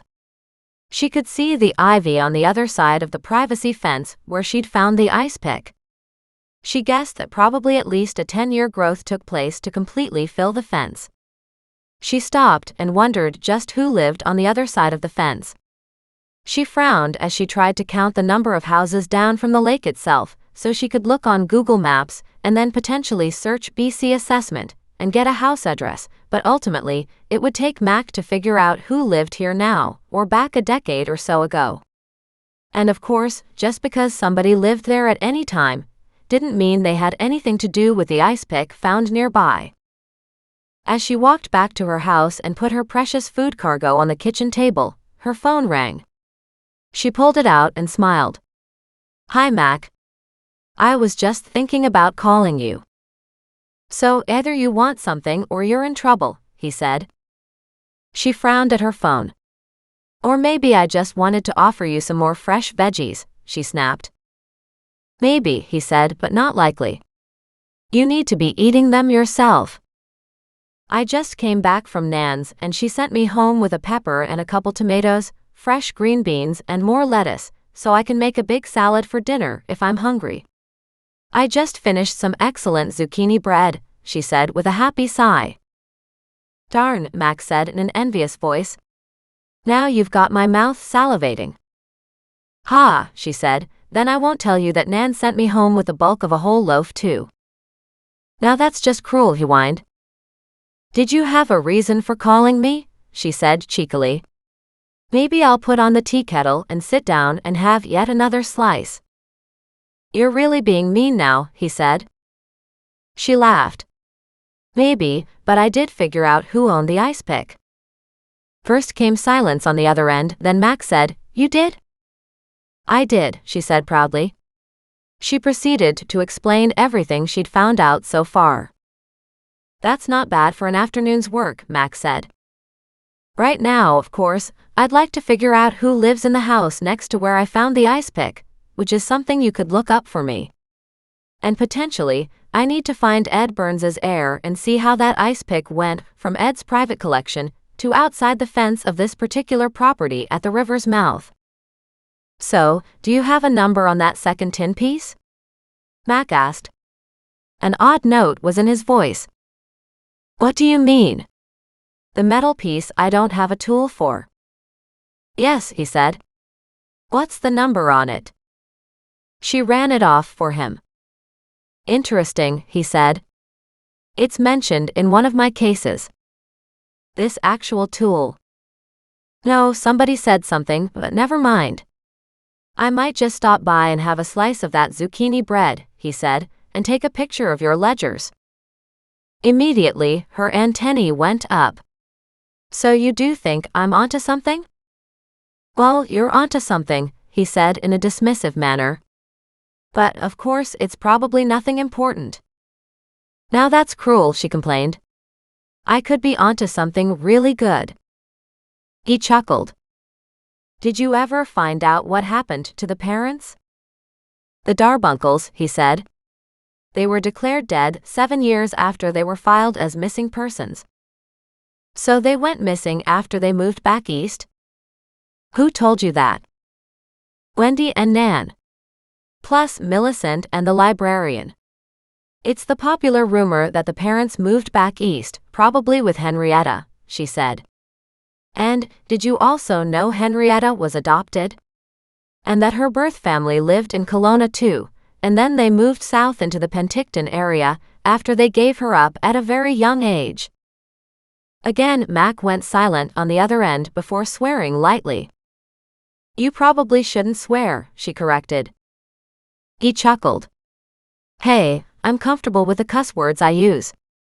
And I hope I'm not making you feel uncomfortable when I say them.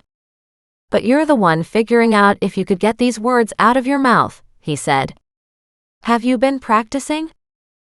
Well, you know I really don't like to even think about my former husband or my life with him. That's my past, and it's best for it to stay back there. But I did come to realize about the time I was moving here, how my ex had me under such tight controls, as to what I wore, what I weighed, what I could eat, what I could say when allowed to speak. It's another form of abuse, verbal abuse, an abuse of my personal rights and freedoms. So, once I broke away from him, physically at first and then mentally later, I did feel a certain very grand freedom in finding out who I was in reality, in being the real me, even able to say what I thought, with a curse word or two thrown in for added emphasis if needed. Granted, I have my own self-imposed limits on that. I got as far as fudge and fenster and fudgy winkles, she said, but I can't get that F word out. At that, Mac laughed. I really like fudgy winkles. The next time you get angry, upset, or under attack, I suggest you scream at the top of your lungs, fudgy winkles. Doreen glared into her phone. Here you are making fun of me again, even though I would share my zucchini bread with you. I'll be there in 10, he said. Don't eat it all. And he hung up on her. Doreen smiled, looked down at the critter collection around her, and said, Guess what, guys? Mac is coming. Muggs woofed and turned around in circles at her feet. She smiled and walked into the garage, wondering if she could clean out some extra stuff before he got here. Just because she could park her vehicle in the garage didn't mean a ton of room had been cleared for it. She had a few more things to take down to Wendy's, and some recycling that maybe should go directly to charity. She checked her watch, but there wasn't enough time now. Later, she promised herself. I'll take more stuff to the charity later. She had almost all the house cleaned up and clutter-free, except for the last bits in her bedroom, and that was such a good feeling. She'd cleaned up all this space on both floors of her house and had solved the latest cold case, creating a void in her life. How perfect that another mystery had dropped in to fill it right away. As far as she was concerned, that was perfect timing. Then Mac called again. "Brain check," was all he said.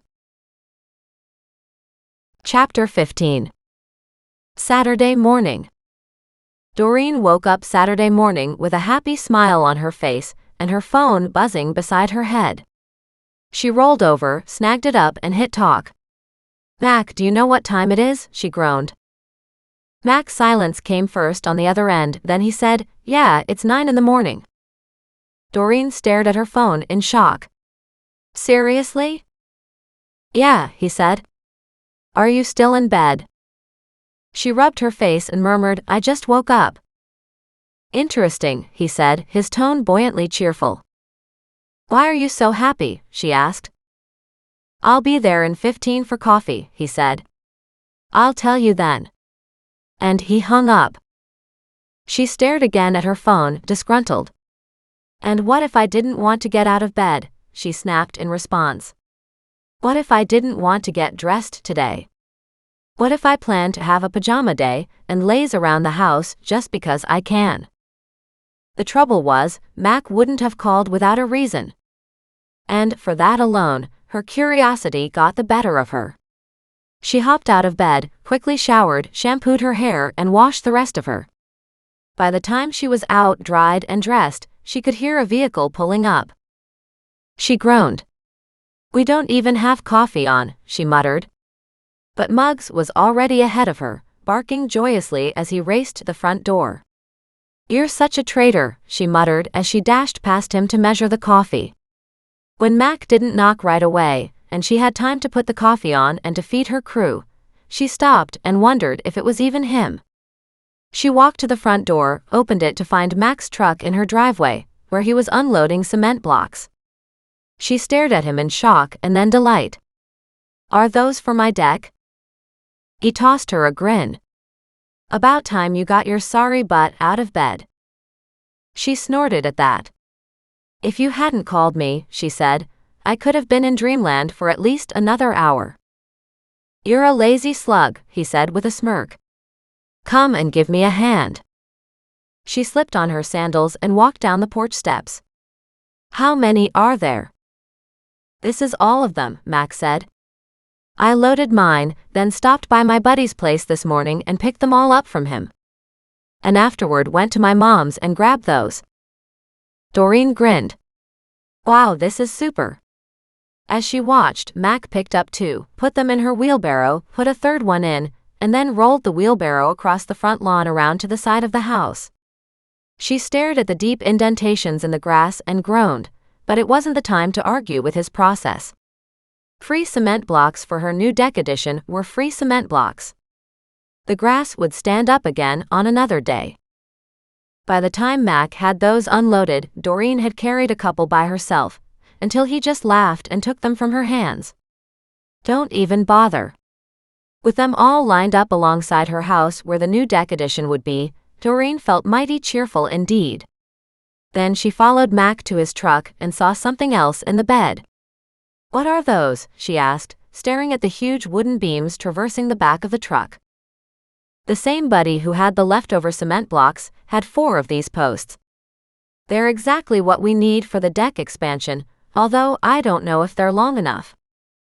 He hefted one up, hoisted it onto his shoulder, and walked around to the side of her house.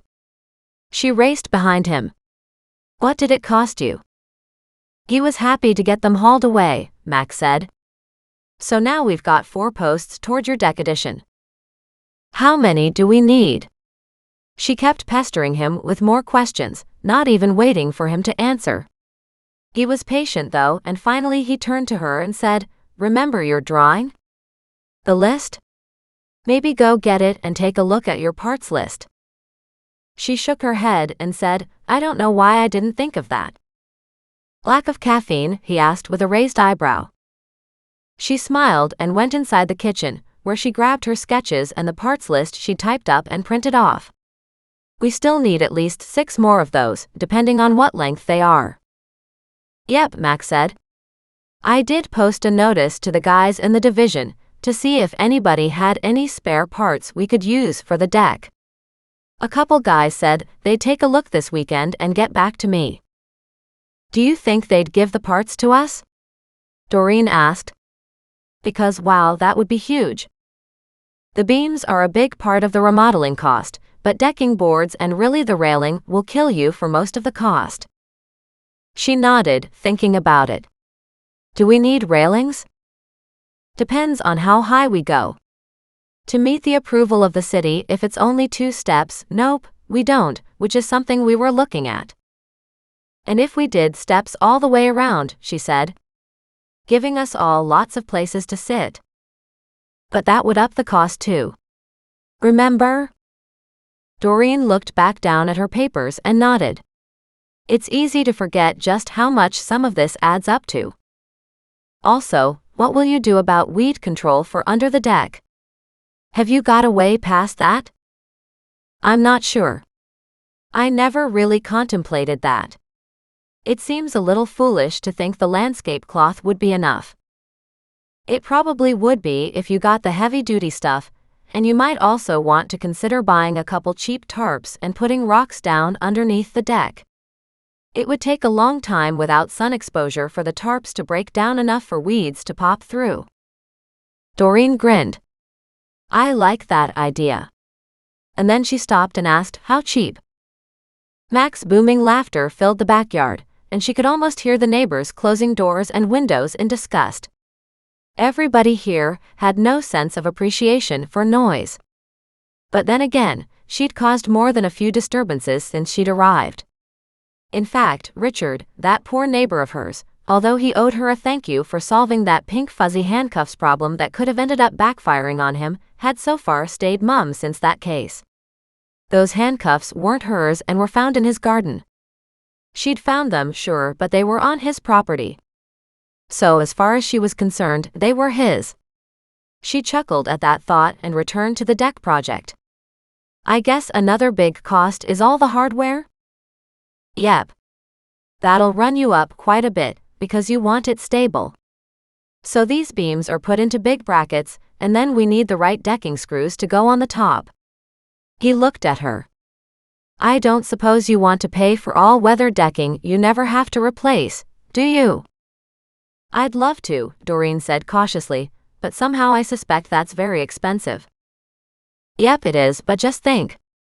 You never have to do any maintenance on it, and never have to replace it. Is it slippery, though? Mac looked at her in surprise. That's a good question. I don't know. I wouldn't want anything slippery. I do like to have Nan around, and of course the animals and myself. He nodded thoughtfully. That's something to check into. And railings. Maybe with Nan coming over, at least add railings on one side? I don't think she has any trouble with stairs. Not at the moment anyway. Something to consider for the future. Maybe even just a little railing somewhere. Yep, we can look at that too. Doreen nodded and then hesitatingly she said, You keep saying we? He looked at her in surprise. I said I'd give you a hand. Yeah, but so far it sounds very much like you'll be doing it all, because I don't know what I'm doing. He flashed that teasing grin at her. Yeah, probably will be. And it could take a few weeks depending on the cases I'm working on, he cautioned. I guess I just need to ask. And then she let her voice trail off. He glared at her. You better not be asking anything that'll piss me right off. She gave him a wide-eyed, innocent look. How will I know what'll piss you right off if I don't ask? He lifted a finger and shook it at her. Do not ask me about payment. Her smile when it dawned was as warm and as heartwarming as she could possibly have made it, and yet it came from the heart. Thank you for that, she said sincerely. But you will be responsible for keeping the coffee flowing. She rolled her eyes. Ah, that's probably more expensive than paying you wages. He grinned. Hey, at least I didn't ask for beer and I didn't ask for meals. Which is probably something we should consider because you certainly deserve a few meals out of this. And I imagine sitting down after working on the deck is almost perfect with a beer. Doreen walked inside and poured coffee, and when she brought it out and handed it to him, she realized he was done, laying the last beam with her other decking materials in her backyard. So we have to wait until Monday's email replies to figure out what else we might need, is that it? Mac accepted the coffee, gave his shirt a little shake from the wood he'd been carrying, and said, with any luck we can get some stuff. We won't likely get enough to do the whole job, but anything will help. Doreen motioned at the big blocks of wood. Particularly when it's stuff that's not terribly visible. Exactly. It's the deck and the stringers that are seen by all. What are stringers? Doreen asked, before thinking how this set her up to be teased again. And don't laugh at me. Mac smiled, taking a moment to rein in his words. The back plates to the steps themselves. The vertical pieces that join the horizontal deck to the horizontal risers. When she nodded, he added, we could probably make stringers if you want steps all the way around. That's only expensive if we buy them. The wood itself can be ugly, but we'll see what we come up with by scrounging for leftovers with those Monday replies. She smiled at that. So, did you look up those cases on the missing parents? You did cancel on me yesterday. He gave her a dry look. I got a call and had to leave. I know you came here to drop all this off and I am hugely thankful, she said, but I'm also hoping you might have found a little information. You first, Mac said. She tried to give him an innocent look, but he laughed at her. I know you've been up to no good. So tell me what you found. Doreen sighed and sat down at the little table on her veranda. Bits and pieces, that's all, and I've already told you what I know. I also really want to know who lived at the house where I found the ice pick. The house has changed hands 4 times in the last 2 decades, going back to the oldest dates in question regarding the Darbunkles, based on the oldest of those 2 tags you found, Mac said. However, considering it probably didn't take 20 years for the weather and the ivy to have buried the ice pick, you said you had to dig up almost all of the tool, then the nearest house was probably owned by an old lady, Emma Bennett. Oh, interesting. Did she pass away? Mac shook his head, gave her a rueful look, and said, she's in Rosemore. Doreen grinned wide. She pulled out her phone and texted Nan. Do you know an Emma Bennett? Yes. Why? She probably owned the property where the ice pick was found, at the estimated time of its disposal. Several question marks crossed her screen initially and then Nan added, I'll go talk to her. Doreen laughed, tossed her phone on the veranda table and said, Nan's on it. You two are getting to be quite the pair. I know. Nan lives near a trove of interesting people with decades of Kelowna info at their fingertips. And sometimes those people don't always remember things correctly, Mac warned. Nope, they don't always. And sometimes they remember better than we expect. Particularly from decades ago. I don't understand how that works. I'm sure the neuroscientists have a heyday with it. So much money is being funneled into research on dementia, Doreen said, and I can see why. It's very distressing when you have to deal with it.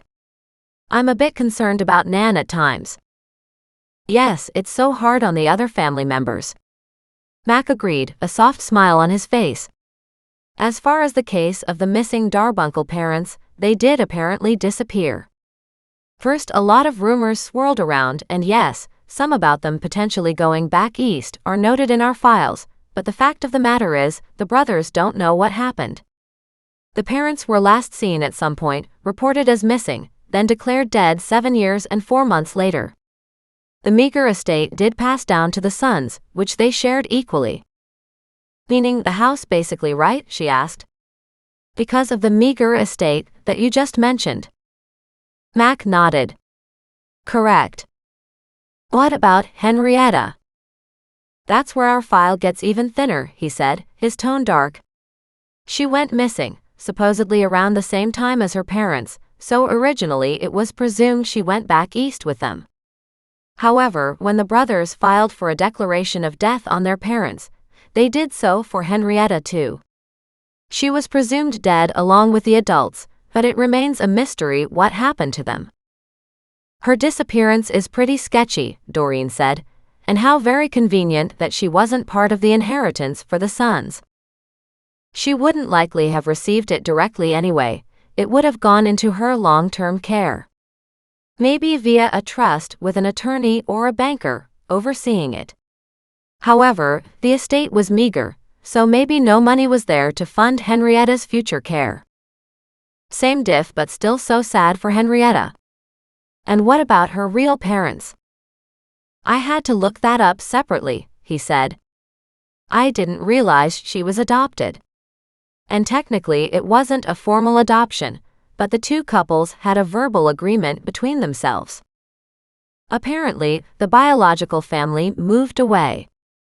The man's name was unique, Hilly. I've heard that a couple times now. It's still fascinating how this all works. But the thing is, I've got an ice pick, a couple little metal tags that indicate there should have been 2 picks, and I have a missing couple and a missing girl. Whoa, whoa, whoa, Max said, holding up his hands as if to break her train of thought. You have absolutely no connection between those 2 events. She stared at him in surprise. Of course we do, she said. A huge connection. He stared at her. And what's this huge connection? She gave him a beaming smile and said, me and Muggs and Goliath and Thaddeus. Mac's shoulders sagged, and he looked so deflated that she had to burst out laughing. I'm only half joking, you know? And I'm only half upset about it, he said, because it is a connection. One I didn't really want to think about. I could help. Haven't you got enough work to do for a while? She asked. How about too much to do? He grumbled. Steve is still hollering. His problem, not mine. He shouldn't have attacked me. For that matter, neither should have Mary or Penny or Dean. The names rolled off her tongue of some of the people who had attacked her from her work on related cold cases. In your most recent cold case, we're dealing with a wife who's besotted with Dean, her second husband, and she doesn't want to believe he killed her first husband or a tramp who used to work the streets. Manny deserves as much care and attention as anybody, Doreen said quietly. Her circumstances weren't easy. She did the best she could. Mac's smile was gentle as he said, believe me. I get where you're coming from. I totally agree with you. But my earlier statement? That was just recapping the killer's attitude. Or rather, the wife of the killer's attitude. She nodded. And such a wrong way to look at life, judging people like that. We have a lot of cases we're working on, and of course Crystal's case is ongoing too, he said. It alone could take us years to get to the end of that, as we're still searching for more possible missing children. We've got districts all around the province looking into their missing kids too. And to think those brothers were just trying to save the children from abusive home environments. Which gives us hope that maybe some of them are still alive. As for Crystal, I don't think the brothers ever wanted to harm her. As long as they kept Crystal and maybe these other kids away from Crystal's very disturbed stepmom Mary and others like her, then there's a good chance those other missing children are all doing just fine. He nodded, then muttered, the captain is considering setting up a task force for you. She stared at him. For me. For the cases you keep dumping in our lab. We have a lot of other pending cases too, you know. Max said in a wry tone. We have all manner of break-ins, muggings, car thefts. It's just you seem to have this capacity to dive in for some of the deeper, darker, uglier ones. And the captain wondered about getting a task force together to handle your cases alone. Something inside her warmed. You know something? I really like that idea. I figured you would, he said. At least you'd know we'd be giving those cases all the attention we could. But more than that, she said, I'd have somebody to go to when I came up with more information. And she beamed at him. I don't think that's the way the captain meant it. But you know that's how I'll treat it. I get that you need to put a specialized team on this cold case area because we've unearthed a lot of cases that have very far-reaching threads, each needing to be tracked down, she said in all seriousness. But still, as you know, I'll always be working on a new case and needing more information. She smiled and pointed back to the front closet, holding all the journalist's investigative files. Think of all of Solomon's cases that need further attention. You're still a civilian, Mac warned. It's not like the captain can release information to you without getting himself into legal hot water. Doreen thought about that and nodded. So, as long as you guys keep telling me what I can legally have, we could work up a great partnership. She could feel her enthusiasm rising as she thought about it. Mac shook his head and said, I don't like that look on your face. That's okay, she beamed. I think we have the start of a perfect friendship. I thought we were already friends, he said suspiciously. Start of a great partnership? Pretty damn sure the captain isn't thinking you'll be any cop's partner, he said, laughing. Fine, she said. How about an amicable working relationship? Mutual info sharing? I still think you're pushing it. We'll be handling the cases which you've brought to our attention with new evidence.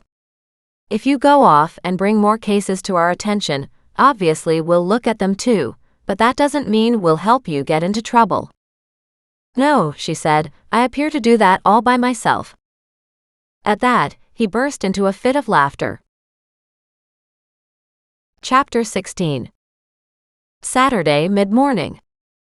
Doreen chuckled. I can't see them letting me into their echelons, she stated. Don't take it the wrong way, Mac said. We are grateful that you find evidence and don't treat it like junk, which most of the public would probably do. So we really do appreciate you bringing all these cases to light. Well, some of you do, she said with a smile, but I'm not doing it for you guys. I'm doing it for the families. And that's the true reason to do it, he said, that and for justice in the name of the victims. Her laughter waned. So many victims, she said quietly. Things that you don't even realize would ever lead to murder. People you didn't even know were dead and gone, yet labeled as missing. He nodded. The thing about police work is, you never know what you'll find once you start turning over rocks. All kinds of nastiness crawls out from underneath. Doreen nodded. So, are we listing that Darbuncle couple as open cases now? They're technically revived cold cases, yes. The declarations of death didn't resolve the missing persons reports, but neither did the assumption of death provide further evidence to support an investigation.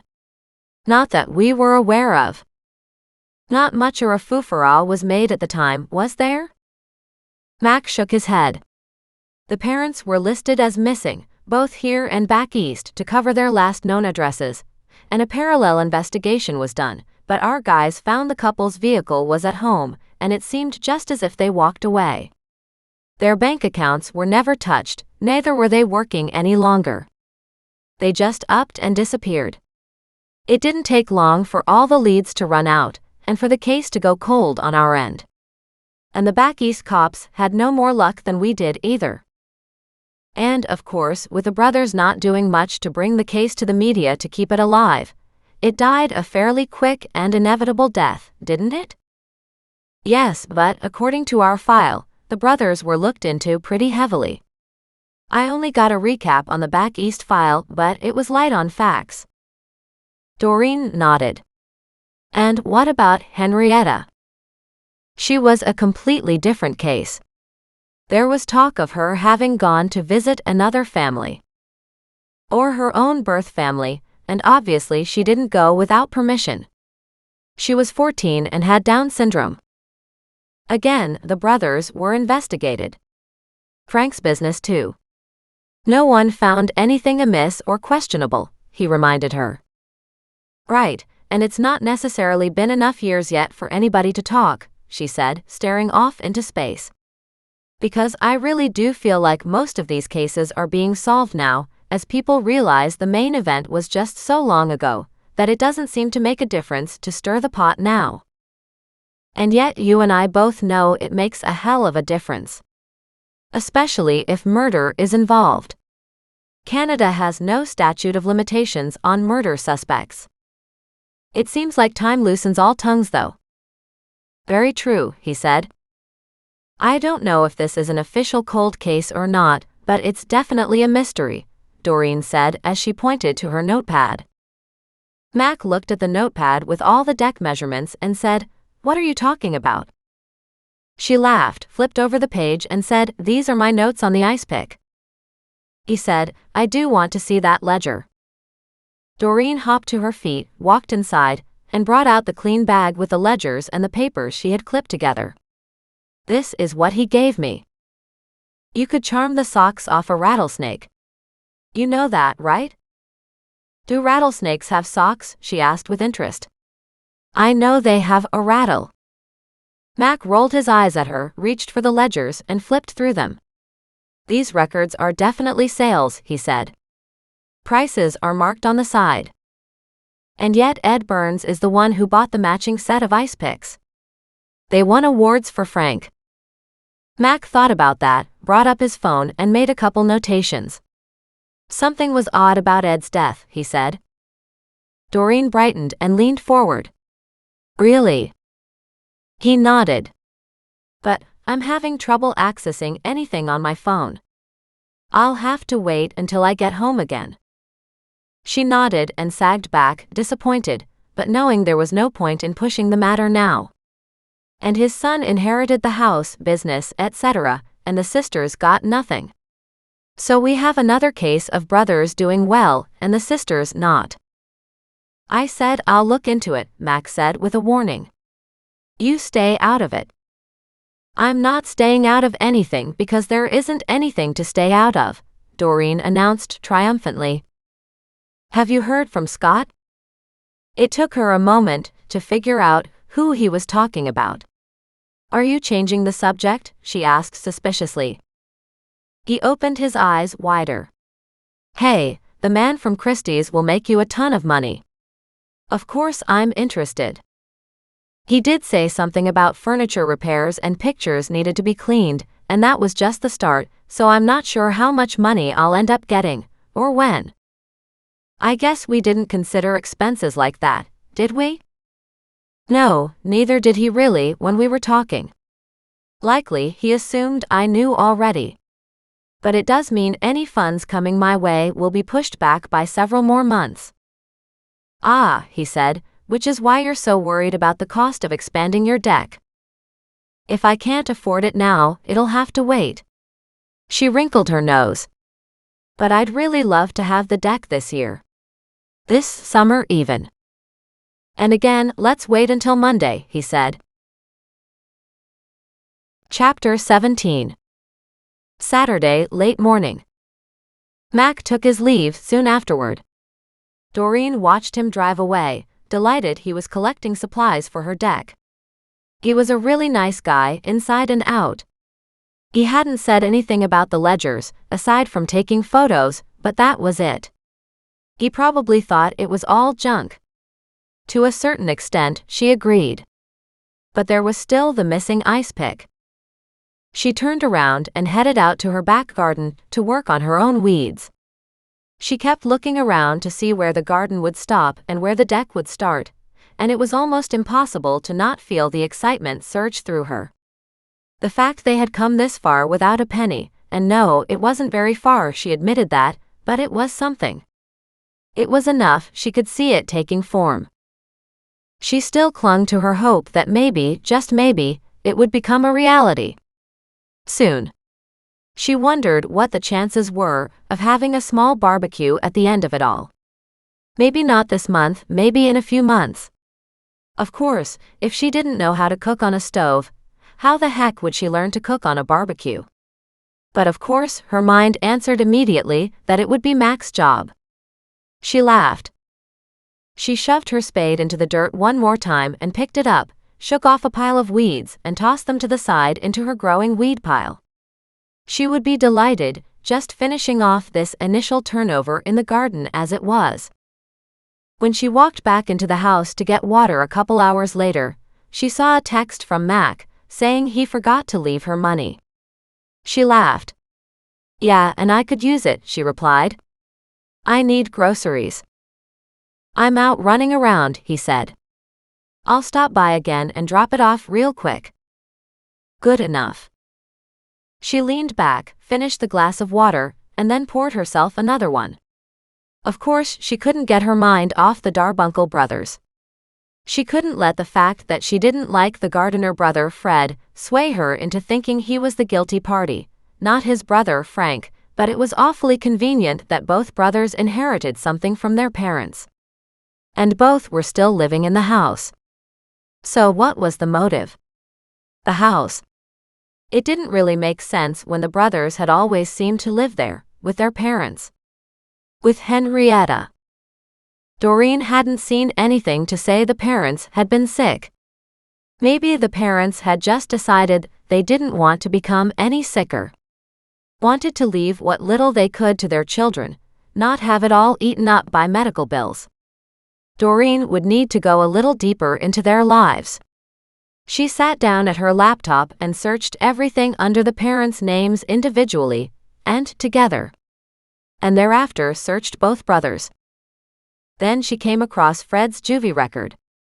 Or at least what she presumed was a juvie record. She sent Mac a text asking about how that worked. He called her to answer her text. "I can check when I get back to the office," he said. "But if it's a juvie record, we can't look into it. They were sealed when he turned 18. So once you turn a certain age, you're good to go." She didn't understand that mentality. If he was in trouble as a young teen, yes, the records become sealed, and he gets a fresh start.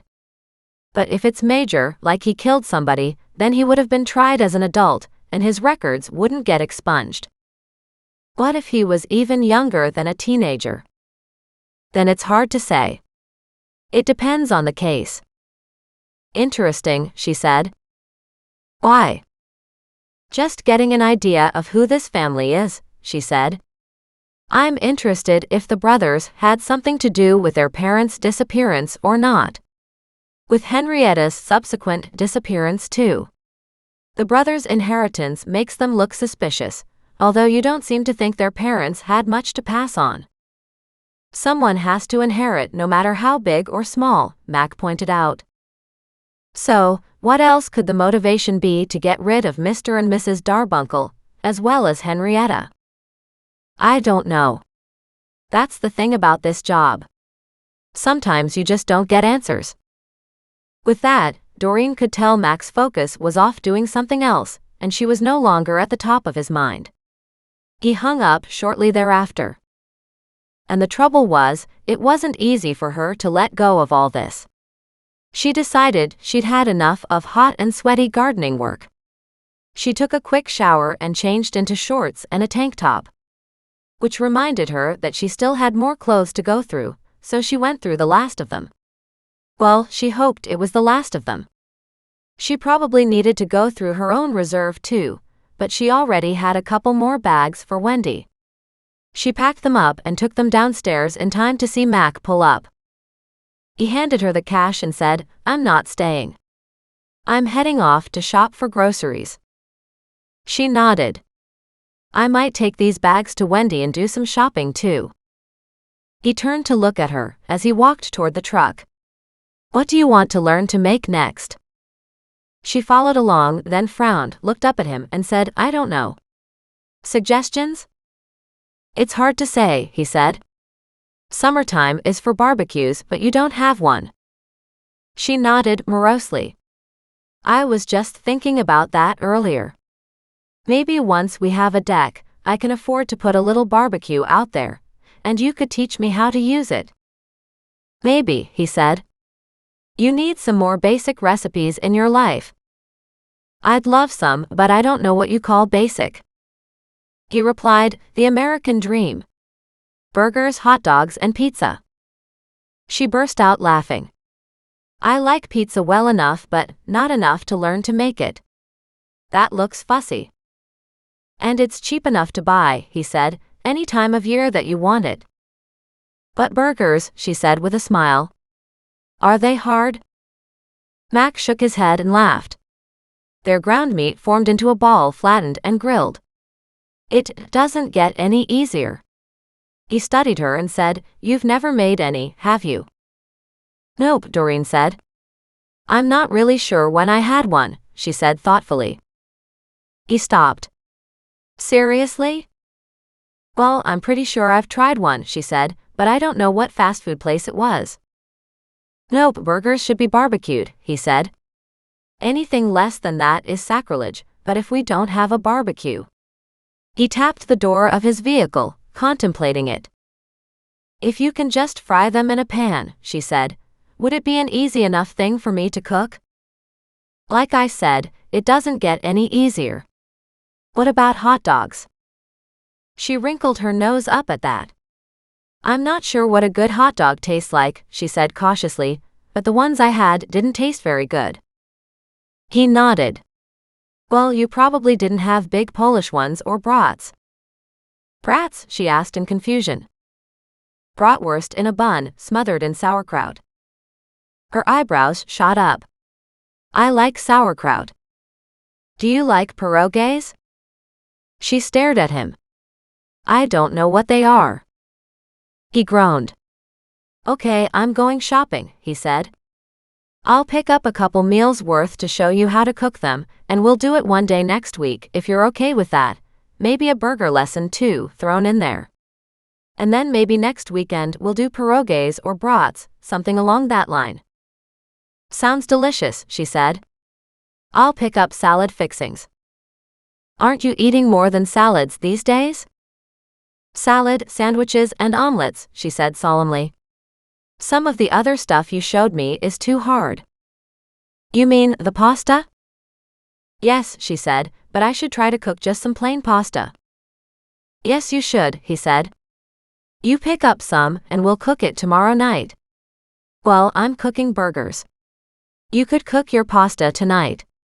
The pasta can be cold in your fridge tomorrow, and you can warm it up in a pan or the microwave. She beamed. I like that idea. Good enough. And then he pulled out of the driveway. Chapter 18. Saturday noon. Doreen walked to her car in the open garage, loaded it up, and looked around to see if anything else could be added to her trip. She found a bit more that needed to go to charity, and by the time she was done, the car was full. Because she was also going grocery shopping, she had to leave the animals behind. Sorry, Muggs, she said as she led him back into the house. Despondent, his tail down and his ears almost dragging the floor, he walked into the center of the living room and slumped onto the floor. She closed and locked the door, realizing she didn't really need to set the alarm, but it was a habit now. Besides, the few belongings left were all she had, so if somebody stole them, she wouldn't be impressed. She drove to Wendy's first and dropped off the bags of clothes. Wendy took them with a wave, tagged Doreen's bags with her name and put them off to the side.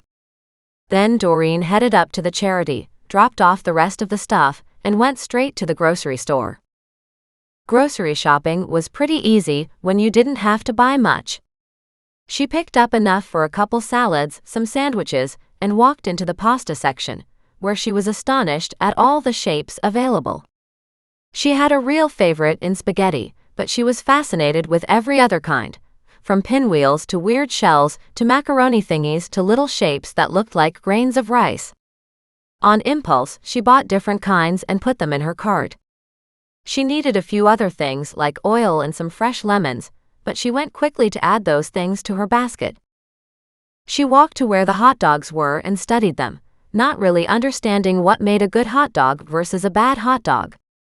One package on sale looked interesting, but some ingredients in it she couldn't pronounce, so she figured maybe these hot dogs weren't real food. She hemmed and hawed until a familiar voice spoke to her. "Those aren't the best." She looked up to see Mac and smiled. "These things listed I wouldn't know how to say, so I figured it wasn't healthy." He laughed. "You can knock off 90% of the packaged stuff in this store if you don't buy anything with names you can't pronounce. You'll be healthier by far." She frowned. "But I was trying to eat healthy." "And you can eat healthy," he said, "but maybe look at other packages of meat to compare." She kept looking through a couple more packages, then he led her over to the fresh counter and found some nice-looking sausages. "Those are bratwurst," he said, pointing to one row. "I was thinking of those next week." "Oh, I like that idea. How many do we need?" "They're fair-sized," he said, "so I'll need only 2. She nodded and ordered 4, then studied them when they came wrapped in paper. "I really like the look of this." "The paper or the sausages inside?" Mac asked in a dry tone. Doreen shook her head. "Laugh at me all you want, but I've never bought meat from a butcher before. And rarely have I bought prepackaged meat, so this is a treat." "I'm not sure you would call this from a true butcher," he said, "but yes, it's definitely a fun way to buy meat." She put the package in her cart and looked over at Mac's cart, stuffed full. "How can you eat so much?" she asked. She recognized potatoes and onions and lettuce, but some bigger vegetables she didn't know. "What's that yellow thing?" "A yellow zucchini." "They come in yellow?" "Yep, they do." "Okay," she said, "and can you make bread out of them too?" "If you're talking about zucchini bread, yes." Then he stared at her in surprise. "How come you didn't bring out the zucchini bread today?" "Because I forgot," she confessed. "I was there twice. I could have had zucchini bread." "You did that on purpose." "No, I did not," she said. "I promise." "Ha," he said. She pulled her cart away and headed toward the cashier, but felt someone staring at her. She turned to see Fred and nudged Mac. "That's the gardener from Rosemore." He looked over to see the portly older man raise his nose in the air, before turning his back on the two of them. "The gardener from Nan's home?" "Yes, you know. The brother to the one who made the ice pick that's missing half a set." "Interesting that you comment on the ice picks instead of the missing parents." "Missing parents and a missing sister." Just then, a strange voice came up behind her. "You keep your nose out of our business." She turned to look at a man who looked just enough like Fred to be frank. "Hey, you must be the guy who made all those tools," she said with a winning smile. He looked at her, and she could see his anger warred with his delight at being recognized. She held out a hand and said, "I read about some of the awards you won. Congratulations." He shook her hand and shuffled his feet. "Thanks." "Do you still do that kind of woodworking?" she asked curiously. He shook his head. "Not really. I tried to make a go of it as a business, but that didn't work out so well. No one wanted to pay for handmade quality." "I'm sorry about that," she said. "I went to your old shop and found it was now a knife sharpening place." He gave a snort of disgust. "Yeah, not exactly what I had envisioned. But sometimes life just hits you sideways and you can't keep it up." "I'm sorry. It looked like the work you were doing was great stuff." "Maybe," he said, but he sported a pleased smile. "I found one of your pieces too," Doreen said thoughtfully. She could feel Mac behind her stiffening. Frank looked at her and frowned. "What are you talking about?" "Well, my bird found 2 little silver plates with names and numbers on them, and then I found an ice pick. One of the plates looks like it fits into the ice pick. But I didn't find a second tool for the other one." "The ice picks?" "Yeah," she said, "but honestly I didn't know whose they were. I just found them down at the mouth of the river." He shuffled his feet again, almost like a little kid. I made quite a few ice picks, he said with a frown. Like dozens? He shook his head. No, not really. Maybe half a dozen. There was only one matched set. Don't suppose you remember the numbers, do you? She supplied both numbers off the top of her head, then she'd always been good with numbers. His eyebrows shot up and he swallowed hard. That is the matched set, he said. Ed Burns bought that off me. That's what I wondered, Doreen said. It's an interesting thing, but I found it along the Mission Greenway, at the mouth of the river. Weird, because you don't ice fish at the mouth of the river. As far as I know, he still had that set before he died. Well, she said, I don't know how it ended up down there, and I have no idea where the second one is either. If you ever want to get rid of it, I'll take it back. For money? She asked hopefully. He shook his head. No. Just so I can restore it. I imagine, if it's been lying out in the weather like that, it's probably in rough shape. She looked up at Mac. I'm thinking that's a good description. What do you think? Mac nodded. The tool itself, the head is all rusted, and the wood is dried out and looks like it's splitting. Frank winced. I'd definitely like to have it back then. It would be nice to keep it in decent shape. I put a lot of work into that handle. I understand that, she said. I'll keep looking for the second piece of the set. They were both with Mr. Burns, Frank said, so maybe talk to his son to see if he's still got the other piece. Great idea. I'll have to track him down. I saw him over at the gas station not 5 minutes ago. I would have stopped and asked him about it if I had known. What kind of car does he drive? Frank's voice dropped into a sneer. He's got a Porsche. You can't miss it. He drives like a crazy animal around town. And with that, Frank hurried on toward the checkout lanes. Doreen looked at Mac. Nothing suspicious or something suspicious? Nothing suspicious, he said firmly. I'm heading to the cashier. What about you? Me too, she said and looked at her meager groceries. Except I have to go to the bakery. She detoured across to the bakery, picked up a loaf of bread and a few fresh buns, and returned to the registers. As she studied the lines for the shortest, Frank caught her attention and pointed to somebody standing at the express lane, holding a bag of coffee. Doreen raised her eyebrows and asked, Burns? Frank nodded and she changed course for the express lane.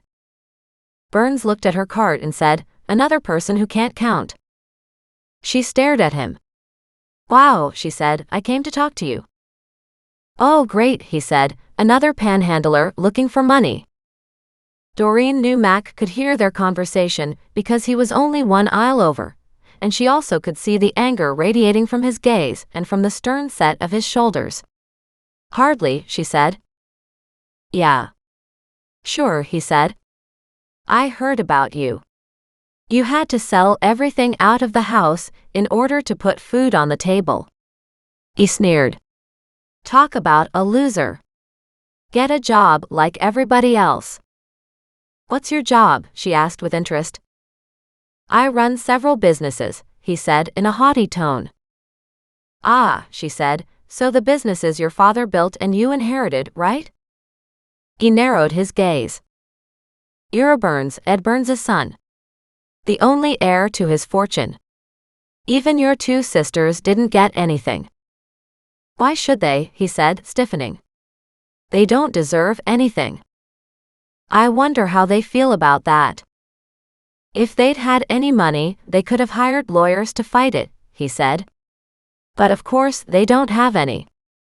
No, she said, because you're the only one who got any money from dear old Dad.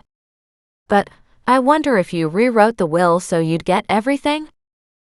By now, Doreen knew everybody nearby was listening to their conversation.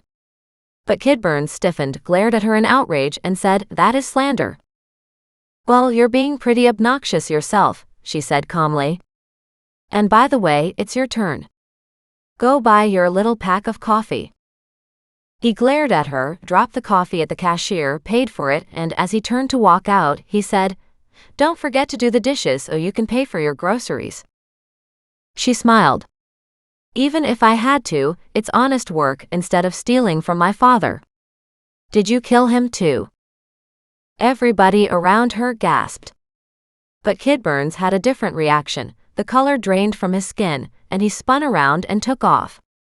She looked at Mac. Now that was an interesting reaction. Almost immediately, the crowd around them tightened up. "You're Doreen, aren't you? Where are your animals? Is this a new case? Did he actually kill his father?" Mac glared at her. "No," he said to the crowd. "We don't have any information that leads us to believe he had anything to do with his father's death." "Is it true he got everything and his sisters got nothing?" Doreen nodded. "Apparently."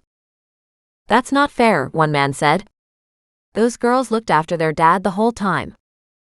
She smiled. "Seems to be the way of it." "Well, you should fix it," said one older lady in outrage. "You need a new case anyway. You should take on the plight of the poor Burns sisters. They looked after their father and took care of that house. And as soon as old man Burns was gone, the sisters moved out." "The question is, did they move out?" Doreen asked. "Or did they get moved out? If the bratty son inherited everything, you can bet he didn't let them stick around. No love lost there, huh?" Everybody around them shook their heads. The group of concerned citizens collected around Doreen and Mac. "We're surprised he got any of it. He hadn't been around for years but came back just in the last year before his father died."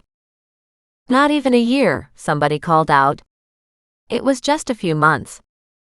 "Interesting," Doreen said, but she didn't want to get into a big public discussion in the grocery store. This was already covering more than she had wanted to discuss. "I'll take a look into it," she promised. At that, they started to cheer. "Might not be easy," she warned. "I might not find anything." "Nope," said one older lady with relish, "it definitely won't be. But we'd like to see him knocked down a step or two. Far too high and mighty if you ask me." "But if he didn't do anything criminally wrong, then he doesn't get knocked down," Doreen said, not wanting everybody going crazy, but it was apparently too late. "Do what you can do," said one old lady with badly dyed hair. "Those two sisters, they need help." Doreen frowned. "Why?" "Because they don't have any money. They're doing all they can to keep a roof over their heads. They're probably eating dog food." Doreen stared at the old woman in horror. "I hope you're joking."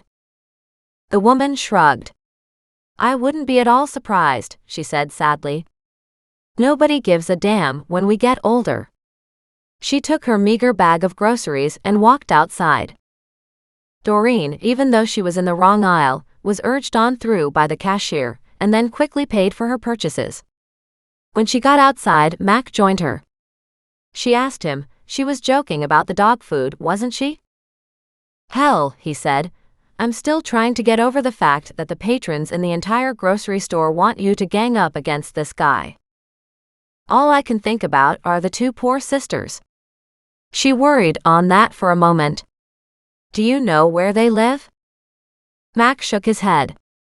"No, and just because everybody thinks they're in tough shape doesn't mean they're as bad as the gossip says." "No," she said, "but sadly it could mean they're even worse off." "True." Doreen loaded her groceries and then got inside her vehicle and smiled up at Mac as he stood outside her door. "You know what? If you were to come by now, I would give you some zucchini bread this time." He laughed. "I'm heading over to Mom's. Some of these groceries are for her. I'm sure she'll have something for me. You go ahead and eat it, even if just to make sure you don't end up like the sisters." "Too late," she said. "Remember, I already did end up that way. Maybe that's why learning about them hurt so much." You can't fix everything, he warned. No, she said, I can't. But maybe I can fix this at least. Chapter 19. Saturday lunchtime. Back home, Doreen unloaded the groceries, put on coffee, and led all the animals outside. She took her laptop with her, sat down on the grass, and leaned up against the post of the little set of existing steps, even though they were dirty. She had no lawn chairs, something she hoped to rectify soon. She proceeded to look up Ed Burns's daughters. According to the articles she found, the Burnses were a religious family, and the girls had done their duty to their father well. But somewhere along the line, he hadn't done his duty to them. Even though he was a multimillionaire, he had left them nothing. Everything had gone to his vagabond son. Immediately, of course, there had been an outcry from the townsfolk, but, with the girls not having any money to legally fight their brother in court, and the brother not being of a generous mind set to help them out, he'd taken everything, and had stepped into his father's role. Doreen smiled at that. You know something, you little egotistical sad excuse for a brother? We just might have to check into this. The fact that a set of special tools came from your father's collection makes me deeply suspicious about you and all that you may have been up to. Her gaze caught on the corner of the ice pick. She walked over and took a look at it again. Then she texted Mac. Any chance this ice pick has bloodstains on it, not just rust? She didn't get an answer right away, but could see the pick was so coated and so rusted that she didn't know what the process would be to find blood on it. A lot of stains were evident here, but whether that was just rust or other chemicals degrading over the years, she didn't know. When her phone rang, she picked it up. Yes, Mac, it was just a question. You really think it's involved in something? It's definitely dirty and covered in stains, but I have no idea what they are. Who are you thinking about? I was thinking of Ed Burns, she said. There was silence on the other end. He's dead now.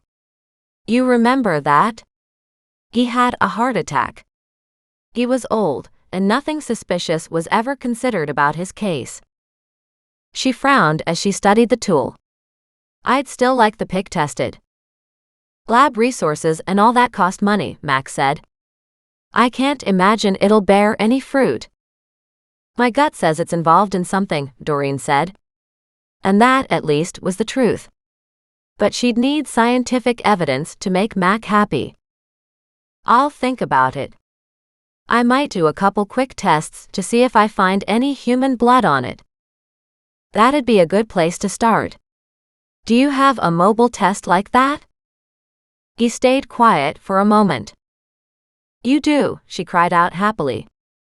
It doesn't take a whole lot, he said. I'll talk to somebody and get back to you. She put her phone down on the step beside her, then returned to her research on the Burns family. Ed Burns had made his money in orchards, and the girls had worked beside him the whole time. According to the articles, they'd been a very close family. One of the sisters had married and had a son, but he had died young, and her husband had died not too long afterward. That's a terrible grief-stricken life, she murmured. Then to realize what happened to the sisters later, that made her very sad.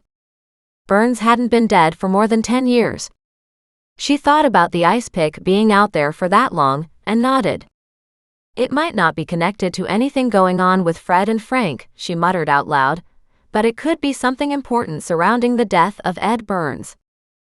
About 20 minutes later, she heard Mac's truck pull up outside her house. She bolted to her feet and went to the front door. This is becoming quite the habit. You better have zucchini bread this time, he threatened as he hopped out of his truck with a small kit in his hand. She looked at it with interest. What's that? He motioned for her to go back inside, so she walked into the kitchen and waited for him to join her. She was curious about the small kit he'd brought, but he walked past her and headed out to the deck where the ice pick still lay. He opened his kit, took out a little spray bottle, and asked, "Coffee?" She glared at him. "Do you get coffee anywhere else, or just here?" I have to get something for making all these damn trips, he muttered. She sighed and went back inside to put on coffee. As she returned, he asked, "Zucchini bread?" She crossed her arms over her chest and said, "Get on with it. You're not getting zucchini bread until the coffee's ready." He nodded and sprayed part of the ice pick where the wood met metal and the sharp edges in 2 spots. There was also some inset wood piece too, which he sprayed as well. After a moment, he took out 3 Q-tips and wiped off the residue at all 3 locations. He used a different Q-tip for each of the different places. "I thought you were supposed to do it in reverse," she said. He held up the Q-tips and waited. Sure enough, they turned color. She gasped and stepped forward. "What does it mean?" His tone grim, he said, "Human blood. On all 3 spots." Chapter 20. Saturday, early afternoon. "You'll take it away from me now, won't you?" Doreen asked. Mac nodded. "I found it. It doesn't mean it was used in a murder. It also doesn't mean there was a criminal act. No, but I'll give it to forensics and we'll see if we can match the blood." "Oh," she said. Then she nodded. "That makes sense. It would be a horrible way to die." "Yes, but if this tool retained much blood, I highly doubt the person survived for long." "Unless it was a foot or something," she muttered. She walked back inside, found her coffee cup, and pulled out a second one, placing them on the counter. When the coffee was done dripping, she poured it, but her mind was in turmoil. Something about seeing that test had cemented her gut feeling. As she brought the coffee out, she sat down beside Mac and said, "And of course, we don't know who the victim could be, or do we?" "No, we don't," he said. "And I may not have any DNA in my database that we can match it to." He looked at the coffee and then over at her face and said, "It really upsets you, doesn't it? It means you're right, though." "Not quite," she said. "Like we just said, it doesn't mean it was a murder." She groaned. "But really, how do I find this stuff? Did Thaddeus know? I mean, I joke about the 4 of us a lot, but—" "I don't know," Max said. "After this, you'll have to show me where you found it."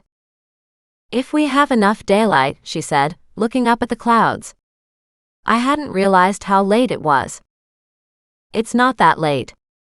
Besides, if you're not eating dinner, you'd better be at least sharing the zucchini bread." She went inside, pulled out the zucchini bread, grabbed a knife and a cutting board and carried them outside. She then cut several slices. "Here you go," she said. She looked down at it, her appetite slowly returning. "We still don't know what any of this means," Max said. He looked at the ice pick and frowned. "I'd like to know where the matching piece is." "Now you can go ask that snotty Burns kid," she said with a triumphant smile. "Rattle his cage a bit." "I'm afraid you've rattled his cage enough," he said. "You know what you did back there." "I don't know that I've done anything," she said. He was pretty upset in the grocery store. The crowd didn't help. "You saw the color drain from his face too, didn't you?" "I did." "He didn't like your implication." "We'll just have to see how that pans out," Doreen said. She reached for a second piece of bread and motioned at him. "It's good, isn't it?" He snagged up 2 more pieces and said, "Very good." They enjoyed coffee and zucchini bread and silence. Finally she said, "It's really bad that he won't share with his sisters." "People are people," Max said. "Just because we want them to behave better doesn't mean they do. People should be nicer to each other." Mac nodded. But then he added, "Even better is if they would be kind. We're running amok in a world full of lies and criminal behavior. People need to find a way to be kind to the person beside them. I guess there's a world of difference between nice and kind, isn't there?" "There is, and I vote for kind." She smiled at him. "That's because you're a nice person." His eyebrows shot up. I don't know what to do with this quiet, reflective person who's being nice to me, he joked. She frowned. Am I always so mean? Not always, he said. Just then, Goliath hopped up into Mac's lap and batted him in the chin with his paw. Ouch, Mac said, teasing, reaching up to rub his chin. You pack quite a punch there, buddy. But he obligingly scratched Goliath's head. At the same time, Muggs was determined not to be left alone, and he came over and jumped up so his front paws were on the chair where Doreen sat. She gently stroked his long ears. You're doing just fine, Muggs. He's only getting a little bit of a cuddle. A cuddle. A cuddle. And Thaddeus hopped up on the cafe table. He gave her the eye, and then turned his head and gave the other eye to Mac. Thaddeus is here. Thaddeus is here. I can see that, big guy, Doreen said affectionately. As she went to pet him, he bent his head and snagged up a big piece of zucchini bread off her plate and backed up out of her reach. You could at least ask, you know, she protested, but he was done with communicating because he was already eating the zucchini bread. He lifted his head, bobbed it a couple more times, and said, a cuddle. A cuddle. No, this is bread, she said, and it's got sugar in it. You really shouldn't eat it. She tried to pull a little bit off the side from the piece in her hand and give it to him, but instead of going for the piece offered, he went after the bigger piece she still held in her hand. And he broke off a large portion of it and moved off to the side again. At that, a huge woof erupted beside her. She glared down at Muggs. You shouldn't have zucchini bread either, she said, but Goliath was already batting Mac's hand for some too. She glanced over at Mac. What is wrong with him? Your Nan didn't put anything funny in this, did she? He asked suspiciously, inspecting the piece in his hand. What? Like catnip or something? She asked, laughing. Just so long as there isn't any green stuff. There's zucchini.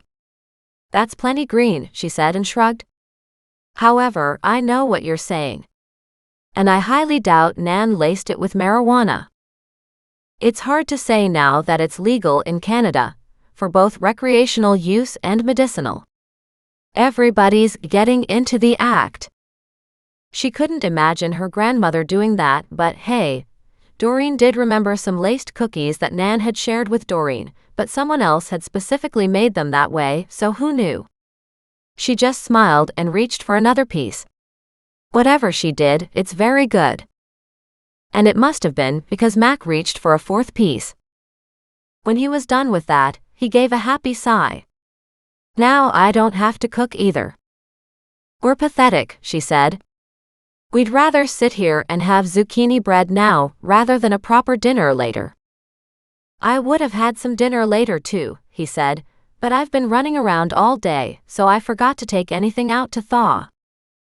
I can't eat any more now anyway, she said. Plus my mind is focused on how to help the sisters. The sisters may not need your help, Mac warned. Just because you see them in a sad, broken light, doesn't mean that's who they are.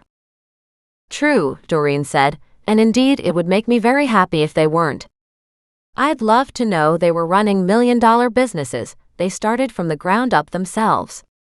That would be the best scenario, because I think the best revenge is doing well. Just like you did with your ex-husband. Maybe, she said. Although I'm hardly a success.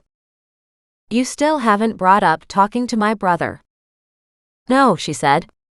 See? I keep pushing it off. Why would you do that? He asked. Well, one, he's a lawyer, she countered with a smirk. The other, I don't want to go back to that nightmare. She could feel her mood sinking. I don't like to speak about my ex. That's part of my reticence in speaking with your brother about my biased divorce attorney. I understand, he said quietly. But it might also help you get some resolution and some money to pay for your deck edition. That's a low blow. Even if I did get a little money, I wouldn't see it for months. Everybody's just dangling money out in the future that I don't ever get into my present-day bank account. Well, think about it, Max said, and we'll need to at least sit down and talk with my brother soon. She nodded. I get it, but give me a couple days, will you? Only if you firm up a date, he said. Like next weekend? She glared at him when he shook his head. No, I want a specific date. Fine, she said, next weekend it is. Here. She sighed. Okay, everybody else has come to this place, why not a lawyer too? He just laughed. My brother's a good guy. I bet you didn't think so growing up, she said. Nope, I sure didn't. We were siblings. At moments we hated each other, but underneath it all we still loved each other. Then you were lucky. I didn't have any siblings, so I don't know what that relationship looks like. That's okay too, he said, because you can still have relationships with people without them having to be siblings. I haven't really met any friends here, she said sadly. You of course, but no female friends, I mean. Well, that's because you keep jailing them, he said in a joking manner. I was thinking that, she said, wrinkling her face up. Why am I getting close to people who have behaved so badly? I think we all basically project our inner thoughts onto others. So where you are good-hearted, you see the world as filled with good-hearted people. Like that Hottie Burns kid was calling you out for wanting money from him, where he's the money-grubbing one. I feel so stupid being taken in by these people. Don't, Max said. The alternative is to think everyone is out to get you. Maybe so, Doreen said. What about Crystal's mom? Could you ever be friends with her? She shook her head. It would be really hard for me to be friends with somebody who abused a child. I understand. He left soon afterward, getting a work call and grabbing her ice pick and leaving, this time for his last visit of the day. Chapter 21. Sunday morning. When Doreen woke up Sunday morning, it was to peace and quiet. Not a phone call, not an animal barking, no intruders. Peace and quiet. Perfect. She lay on the mattress on the floor and stared up at her ceiling. A bed frame would be nice, she announced. If it'll have to wait until I get paid for the antiques, fine, she muttered to Muggs. His response was to roll onto his back and wave his stubby feet in the air, but she was pretty sure he was still asleep. Maybe he was having a nightmare because he made an odd little woofing sound, and then his feet started to move.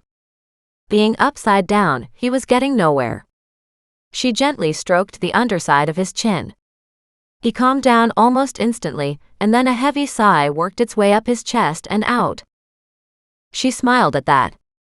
You'll be just fine, buddy. She hopped up, had a quick shower, got dressed, then decided it was time for laundry. Especially the linens. She stripped down the bed, disturbing poor Muggs in the process, and carried that and her week's worth of laundry downstairs to the washer and dryer. She put on the laundry, fed her animals, and then started some coffee for her. With that, she disarmed the alarm, unlocked the back door, propped it open, and stepped out into the early morning sunshine. It was early, but not so early that the world wasn't awake with her. She checked her cell phone to see it was 8. But on a Sunday, that was pretty early for this town. She sniffed the air because although the sunlight competed with a few clouds out there, she felt almost an electricity, a sense of waiting, like a storm was about to blow through. And the smell of fresh rain on the grass reached her nose, moving into her area.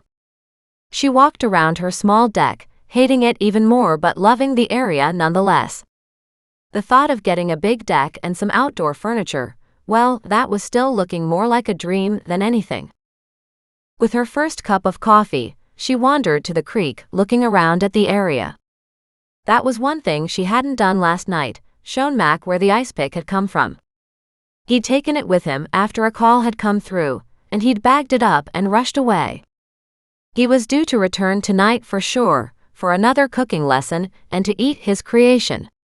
He might come by earlier today as well, so she could show him where she'd found the ice pick buried. Not wanting to be caught looking like a fool, and maybe overlooking the second ice pick, she called the animals to her and headed downriver on the other side. As soon as she came to the large ivy patch, she stopped to get her bearings. First things first. She took several photographs of the really nice houses in this area, as well as the path along the river toward the lake.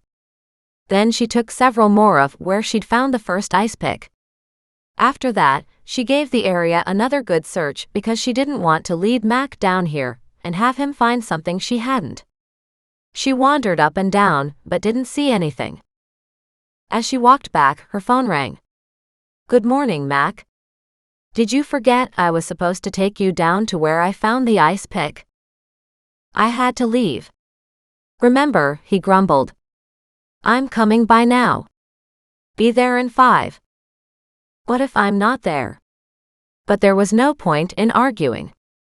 She meandered her way back and was on the bridge when she heard a shout. She looked out to see Mac walking through her rear kitchen door. She lifted a hand. He headed her way, and she noticed he had a coffee in his hand too. "Where were you?" "Down at the area where I found the ice pick," she said. "You didn't give me a chance to tell you that on the phone. And to thank you for fixing my little bridge." She smiled as she pointed to it. "No problem." He shrugged, but his teasing smirk emerged. "I could smell the coffee from where I was."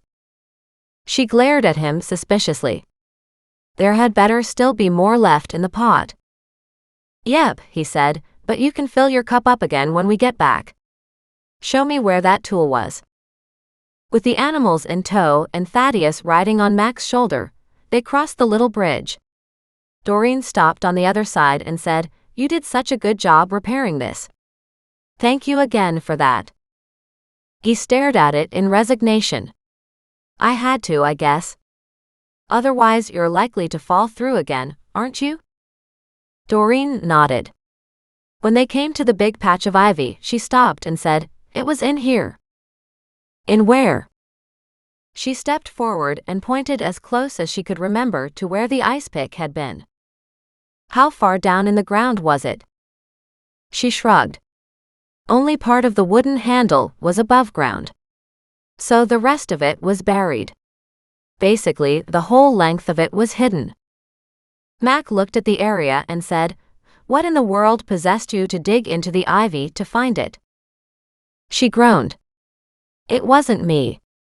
It was the animals." She quickly explained how she came to be here. "I had to dig around in the rocks a bit to lift up the tool, but once I got it loosened, it came right out." Mac stepped forward, moved the ivy around, found the hollow, and said, "This is the spot all right, but it looks like it's been lying here for a long time." "We do have somewhat of a date," Doreen said, "because it was only created about, what, 20 years ago?" "Interesting," he said. "What kind of interesting?" she asked, stepping closer and peering down at what he was looking at. "Nothing in particular." He looked over at the fence and took a lot of photographs. "Do you see the second one?" "I did look," she said, "but I couldn't find it." "No, I don't see it, but depending on what forensics finds on that first ice pick, we may have to come back and look deeper." "Right," she said, "that makes sense." "Only to you," he said with a heavy sigh. She chuckled. "You would have found it eventually." "I never would have found it," he said. "I'm too busy taking care of all the rest of the things needing to be taken care of." "Me too," Doreen said. "Just think. I'm here, having an innocent little walk, and my animals go and find this ice pick. I wouldn't even know what it was if it wasn't for you. I also wouldn't have known what images to look up." He looked at her in surprise. "You had to look up images?" "Sure," she said. "I wouldn't just believe you blindly, would I?" His jaw dropped. "I've never lied to you," he roared. "Maybe, but you could have been delusional," she said with a big fat smile. Mac rolled his eyes. "Come on. Let's get back. The first person there gets the rest of the coffee." That's not fair, Doreen said as he raced ahead, his long strides eating up the path.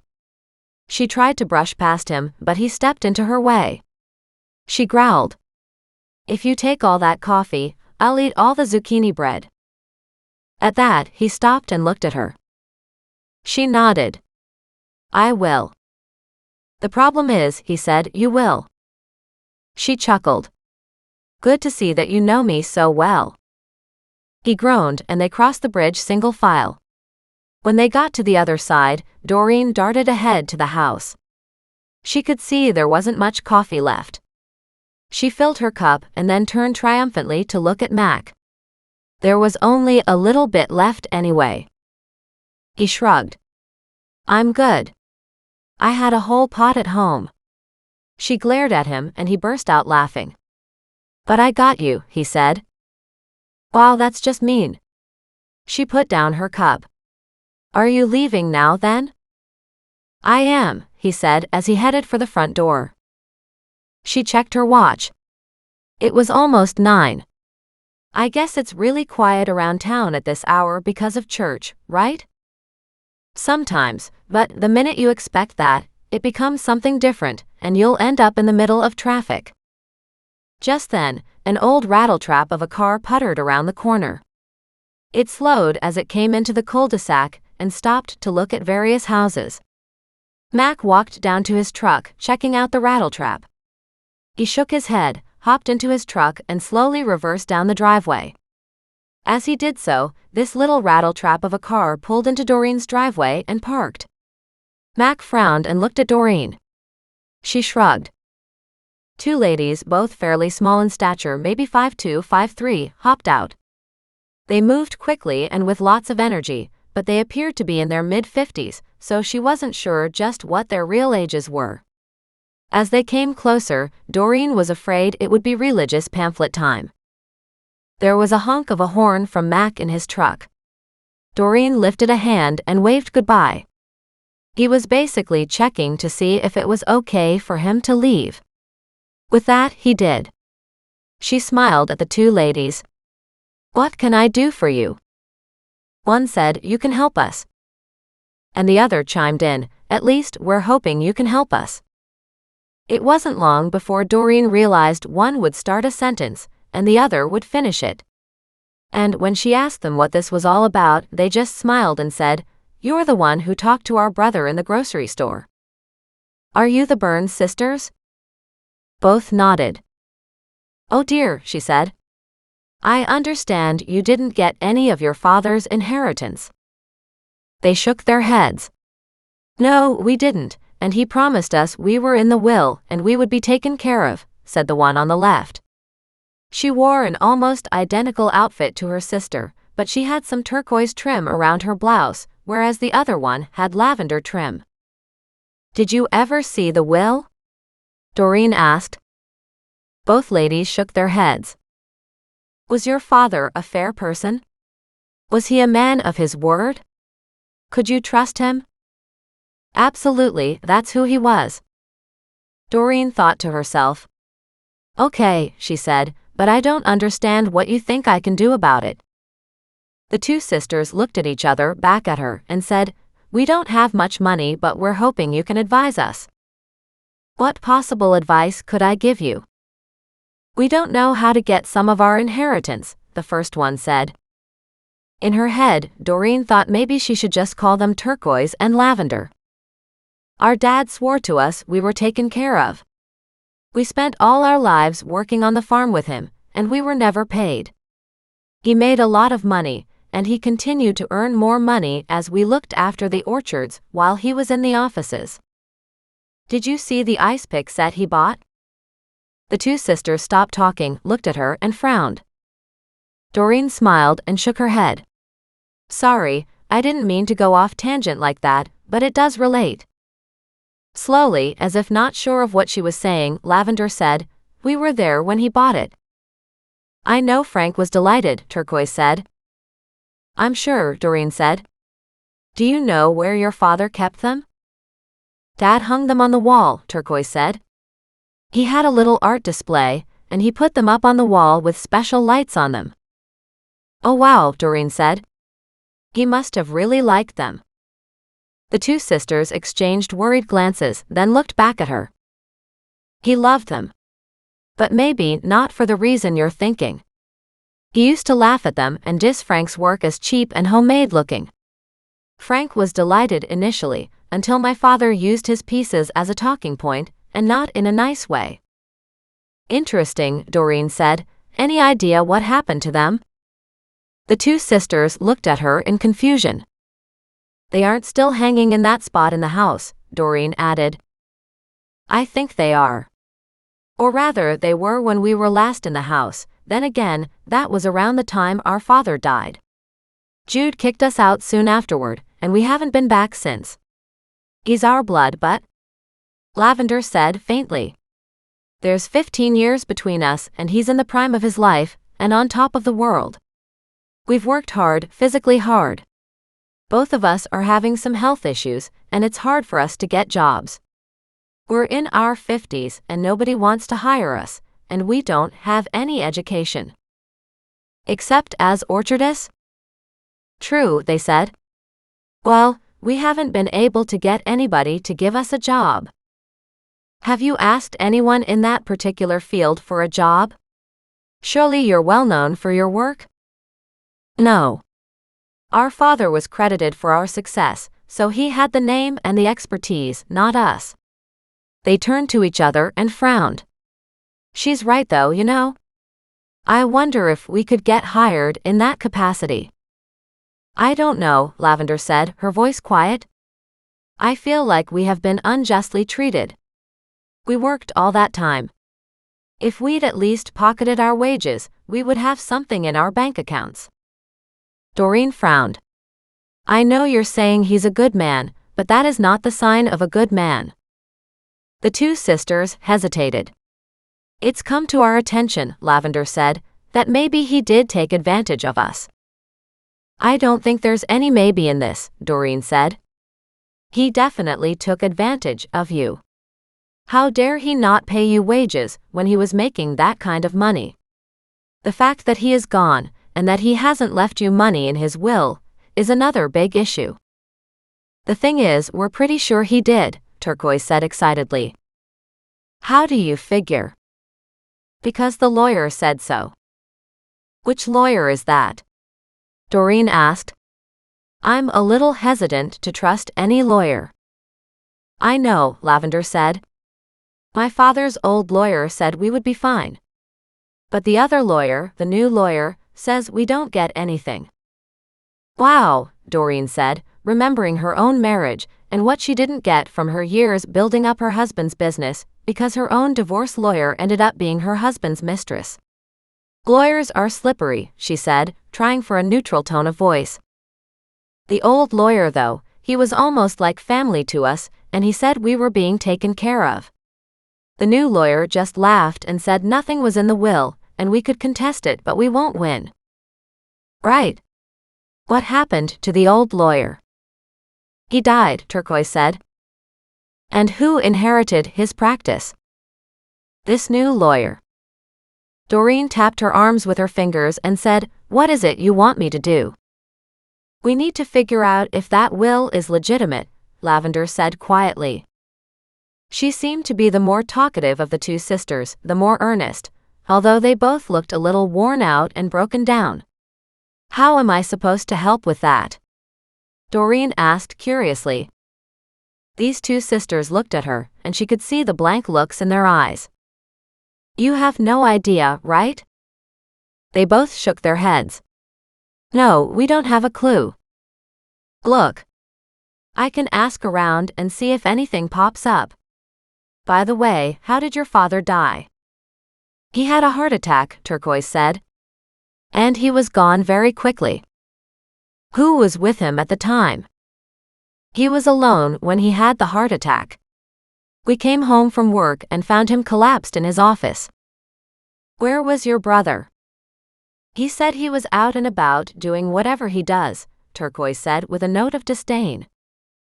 How's the relationship between you guys?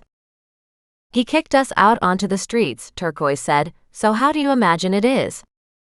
But have you done anything to aggravate issues or in any way to harm him? Both sisters shook their heads. No, that's something we couldn't do. Did your father have any other children? The two sisters shook their heads.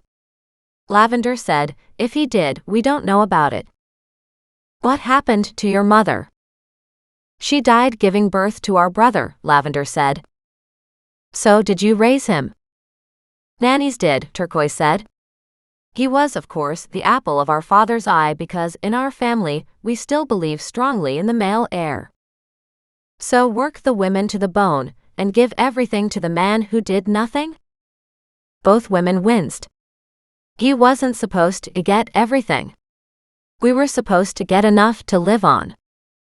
Which would be normal, Doreen said. What do you have for me to go on? Not much, Lavender admitted. Just our father's and the old lawyer's words. Do you have any investments or any money? Lavender shook her head. No, we handled the household accounts, and as we needed individual money for our own personal needs, we took it and marked it down as part of the accounts. But once father died, we didn't even have access to that. Where are you staying now? We share a room at a friend's house. And we do work around the house and look after their child. They were the only ones to offer us a place after Jude said we had to leave. So we've stayed with them ever since. And you get paid for that, right? Both women just looked at her mutely. Oh boy, she said, we're so going to have a talk with this supposed friend of yours. But they have given us a home where nobody else has. We're all entitled to a day's pay for honest labor, Doreen said. To even consider working for years like this without pay is not acceptable. She pulled out her cell phone. Who is it you are staying with and working for? I can't have you ruining our lives, Lavender said in alarm. Don't you understand we have no place to go? I hear you, but this isn't a friend of yours. They're taking just as much advantage of you as your father did. We know that, Turquoise said quietly, which is another reason why we're trying to get money from the estate. And if you got money, what would you do? We'd leave, she said. I still need to know who is doing this, Doreen said, because that's very much against the law. The two women started to fret, shuffling their feet, their hands clenching and unclenching as they looked at each other. Look. I won't rock the boat until I can figure out what's happening with your brother and the estate, but that family owes you big time. Something about us people take advantage of. For one, Doreen said, you need to grow a spine. Like I had to. Both women looked at her in horror. She nodded. And I know I'm hardly one to talk, but since I've been on my own, you can bet I'm not the same person. I was the one who was taken advantage of. Once you start being taken advantage of, you almost think you deserve it and think that's all you're worth. And that's not true. You ran your father's businesses for decades. And yes, you're both in this house, and I presume they don't need both of you to look after the one child and to look after the house. But they owe you wages regardless. But they said then they'd have to take away expenses for the other person, so therefore we were back to zero. Doreen just muttered, people will be people. She remembered everything Mac had told her recently about people. Let me check into this, she said, and was about to enter their contact information into her phone. I presume you have a phone. They both shook their heads. Jesus, what do you have? Nothing. Anyway, whose vehicle is that? It's ours, Lavender said. It's the only thing we were allowed from the estate. Do you get any cash to put gas into it? She nodded. $50 a month is our allowance. For what? Everything, she said. They can't pay us more. Like I believe that, Doreen said. They better be driving beaters themselves and not live in a gorgeous home, and not both have good jobs before I listen to anybody saying that. But she understood all too well how the women had slid into this abusive situation. In this mental state, well, they didn't think they were entitled to more. Of course they were desperate and thinking maybe they could get more, but they didn't have the attitude that said they deserved more and that the world needed to watch out because they were getting some backbone. As the women drove away, Doreen stared after them. What the heck was she supposed to do with this? She went back into the house and walked out to the kitchen deck. Her phone rang. Who was that? Mac asked. You won't believe it, Doreen groaned. It was Jude's sisters. Ed Burns's daughters. And you really won't believe what they told me. Chapter 22. Sunday late afternoon. By the time Doreen finished explaining it all to Mac, he was livid. You can't just get involved in every sob story in town. I know that, but are you seriously upset about the sisters' arrangement? I'm seriously upset about this. That is highly illegal. They are deserving of full wages. What about the fact they're having to pay for the expenses of each other? That between them, they only do the work of one, so they need to cover the cost of the second one? She smiled, knowing he was hurt by what was happening to the sisters. That's an excuse, he said. I'll have a talk with this family. I didn't get a name. I just have their phone number, and it's not even a cell phone. He snorted at that. Which means the sisters probably don't have any privacy to talk. But I'll trace that number and have my own private conversation with that couple, taking advantage of the sisters. And I'll make sure they don't fire them on the spot. Does that $50 a month even cover car insurance, not to mention medical care? No, he said. This is basically part of the domestic slave trade, and that is an issue. We need to check into this asshole of a brother, too. It's possible the courts would take another look at the will. The sisters obviously don't have any money for a lawyer, Doreen protested. Sometimes in a case like this they don't need one, he said. Again, I'll have to look into it. And I have to cancel our cooking lesson tonight. When he hung up, she had more questions than answers, but at least she felt a sense of somebody helping Lavender and Turquoise. She created a sandwich for her dinner, and then sat outside, mulling over the sisters' problem. Doreen had come a long way, and solving these mysteries had given her a purpose and a sense of identity that she hadn't had before. It gave her a sense of self. And that was what both sisters were missing. It was painful to look at the sisters and see parts of herself in there. She had heard the phrase that the people in front of you were mirrors, and although she understood it in theory, she didn't like it one bit. Again, she remembered that whole thing about projection, like Mac had told her just the other day. But it wasn't her job to help the sisters find out what they wanted from this life. It was more a case of making sure that from here on out, they were at least independent and looking after themselves as much as they could. Sitting down, Doreen looked up the name of the old lawyer. Everything she read held him in good standing. Look at that.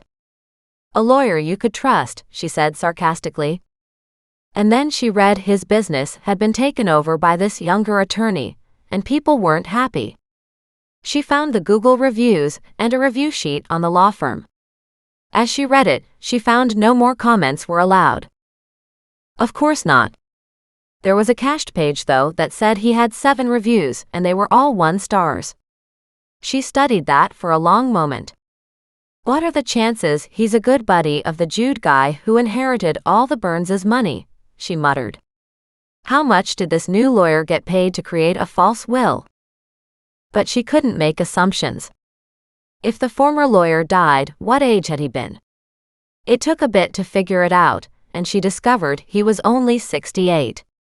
Would Nan know him? She picked up her phone and texted Nan. Instead of texting back, Nan called her. My, what are you asking about Ranford? Was he a good lawyer? The very best, Nan said. I'm sorry he's gone then, Doreen said. I'd like to have met an honest lawyer. At that, Nan laughed. Do you know Ed Burns's daughters? I'm sure I've seen them around, Nan said. They are wallflowers though, aren't they? Yes, but then again, they've not had an easy time. Maybe not. They have to make changes. Otherwise they'll keep making the same mistakes. I'm pretty sure, Doreen said, they already are. And she explained about their current living situation. That's terrible, Nan cried out. I wonder what family that is, she said thoughtfully. I don't know, but Mac vowed to have a talk with them. Still, this whole thing puts me very much on edge. Time for a bath to relax, Nan said. You don't have to solve everybody else's problems, you know? Some people will have to solve them for themselves. And some people can't, Doreen said sadly. Not everybody has somebody like you, who was thinking of her granddaughter. No, but you might be surprised. The sisters have each other, and for that they should be grateful. I think they are, Doreen said, but it's still hard. If I do hear anything, I'll let you know. What about the other people I mentioned? Well, Ed Burns, he was a bit of a cheapskate, Nan said. The lawyer Ranford was lovely. But I'm not sure there's anything suspicious about his death. They both had heart attacks, I think. That's interesting. I wish I knew where the will came from and how to find the original. It would have been filed with the BC government, Nan said, but another will could be around. As long as it's signed properly, it would be legal. Well, that's the problem with legal wills, right? Who declared it legal? Nan went on. Oh, now I remember something about that. What about it? The old lawyer was still on the case when Ed Burns died. I remember some kerfuffle in the news about it. About everything going to the son, you mean? Yes, about there being a different will, as the one that was final was not the one the original lawyer had dealt with. Wouldn't he have been forced to do an investigation? I think he died pretty soon after that, Nan said thoughtfully. And that's just way too convenient, Doreen said. Sometimes things are just as they are, Nan said. You can't necessarily pin a crime on everyone. Maybe not, but maybe I'll check with the lawyer's family and see if they have any information on it. You do that, Nan said. His wife, Sarah, is a lovely lady. I just have to track her down, Doreen said. That's easy. She owns the little flower shop down at the corner of Pandosy and KLO Road. Oh, well, maybe I need to walk in and take a look. You should go buy yourself some flowers, Nan said, chuckling. No, I don't have any money for that.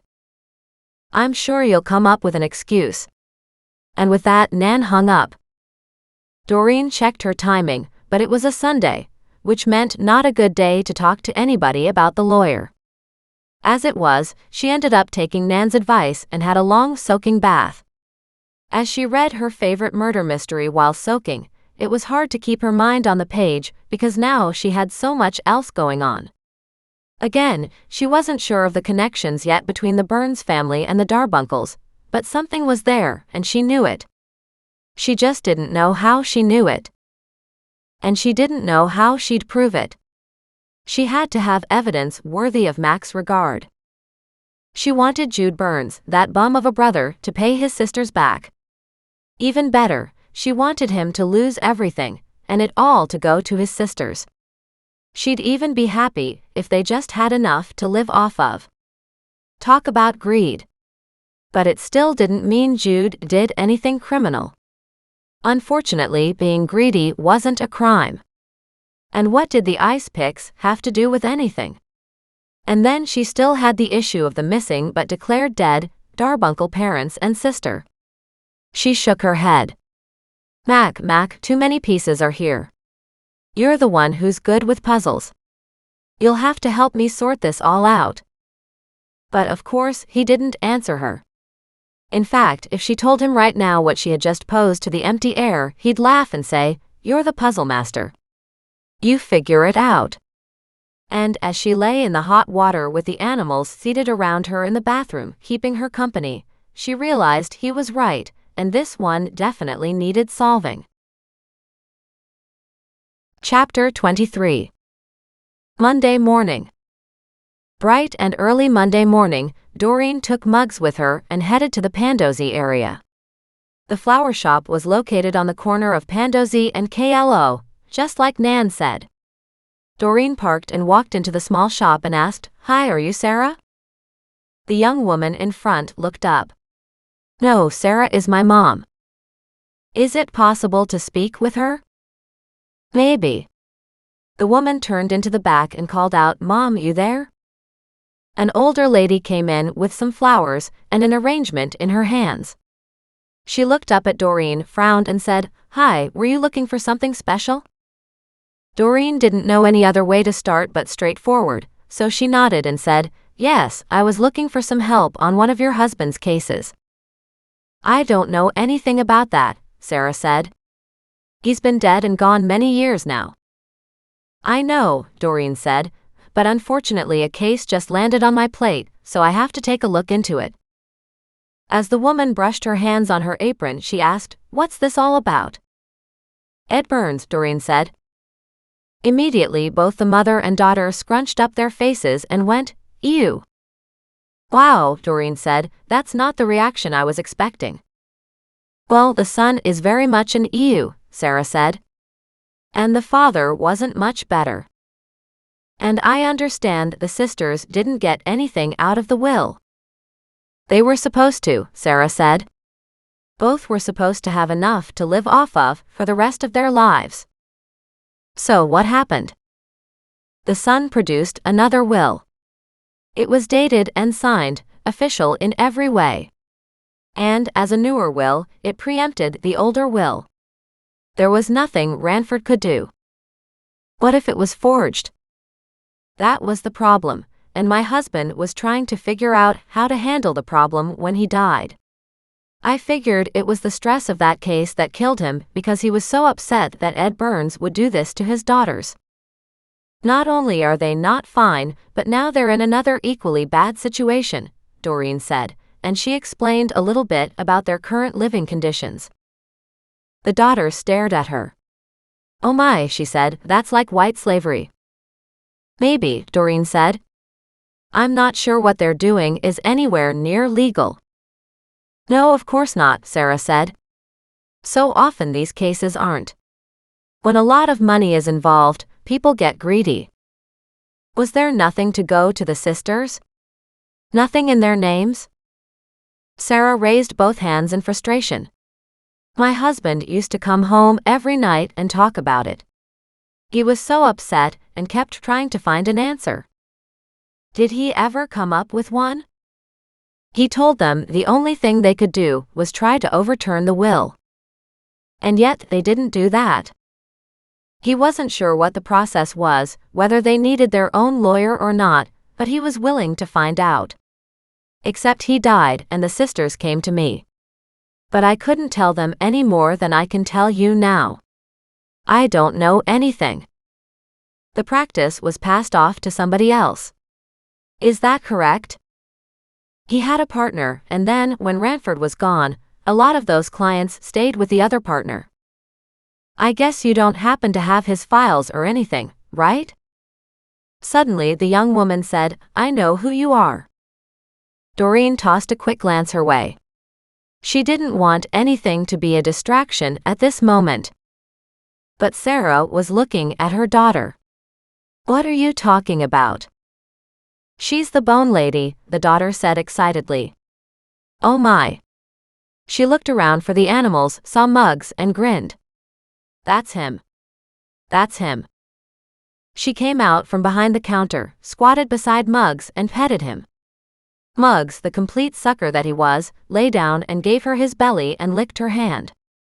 The daughter fell in love with him, oohing and aahing about what a beautiful dog he was. After a bit, she looked up at Doreen and said, "Do you have the other two with you?" Doreen shook her head. "No, not at the moment. They're both at home." "Wow, I got to meet you." Doreen could see from Sarah's face that she didn't have a clue what her daughter was talking about. Her daughter straightened up and said, remember? I told you about the case with the little boy, Polly Shore, who was washed away in the river with the handyman, Henry Huberts." The confusion on the woman's face cleared. "Yes, of course." She turned to Doreen. "You're the one who figured out where they were, aren't you?" Doreen shrugged and said, "Yes, I guess so." "And she figured out about those poor women buried on that sneaky guy's property, and a whole pile of others. You're really famous." Doreen stared at the daughter in horror. "I hope not," she said. "That's the last thing I want to be." The young woman smiled and said, "Fame is good. It'll make you rich." "Well, I'm not rich," Doreen said. "And right now, I'd like to see the Burns sisters get some justice." "What about the old guy?" the young girl said. "Was he murdered?" "Not that we can see at the moment," Doreen said. She turned toward the mother, who was staring at her daughter in fascination. Doreen pivoted, but she kept both women in her sights while addressing the daughter. "Did your father leave any files or information on the sisters' case?" Sarah's face tried to shut down, but the daughter wasn't having anything to do with that. "Mom, you know you do. If anybody can help, it'll be Doreen." "I don't know," Sarah said. "I don't think your father would appreciate me handing off files to a complete stranger." "She's not a stranger," the daughter said. "She's famous. She'll fix this." "Well, I wouldn't go that far," Doreen said cautiously.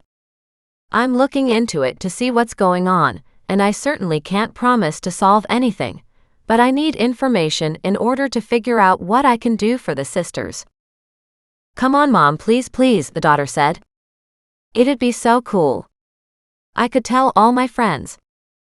"I really wish you wouldn't until I get to the bottom of this," Doreen said quietly. "It would mess things up if you say I'm looking into it." Of course, I'll wait," she said, and she laughed. "Mom, come on. You've been hanging on to that bloody envelope since forever." "Sure," Sarah said. "I didn't know what to do with it."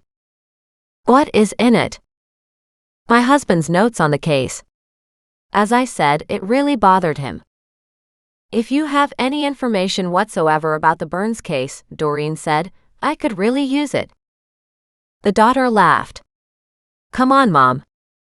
"Fine," she said, "but I don't have it." "What do you mean, you don't have it?" Doreen asked. "I don't have it right here," she said. "It's at home." "Right," the daughter said. "I'll run home and get it." Sarah looked on helplessly as her daughter dashed out the front door and disappeared. She's such a trial and such a joy. A late arrival after we'd resigned ourselves to being childless. Then I did marry a man who was 12 years older than I was. She shook her head as if confounded at the way life turned out and smiled at Doreen. "She won't be but a moment or two." "Do you live that close?" Doreen asked. "Sometimes it's too close," Sarah said sadly. "It's been a very tough decade without him. He was well loved, and he was a great father."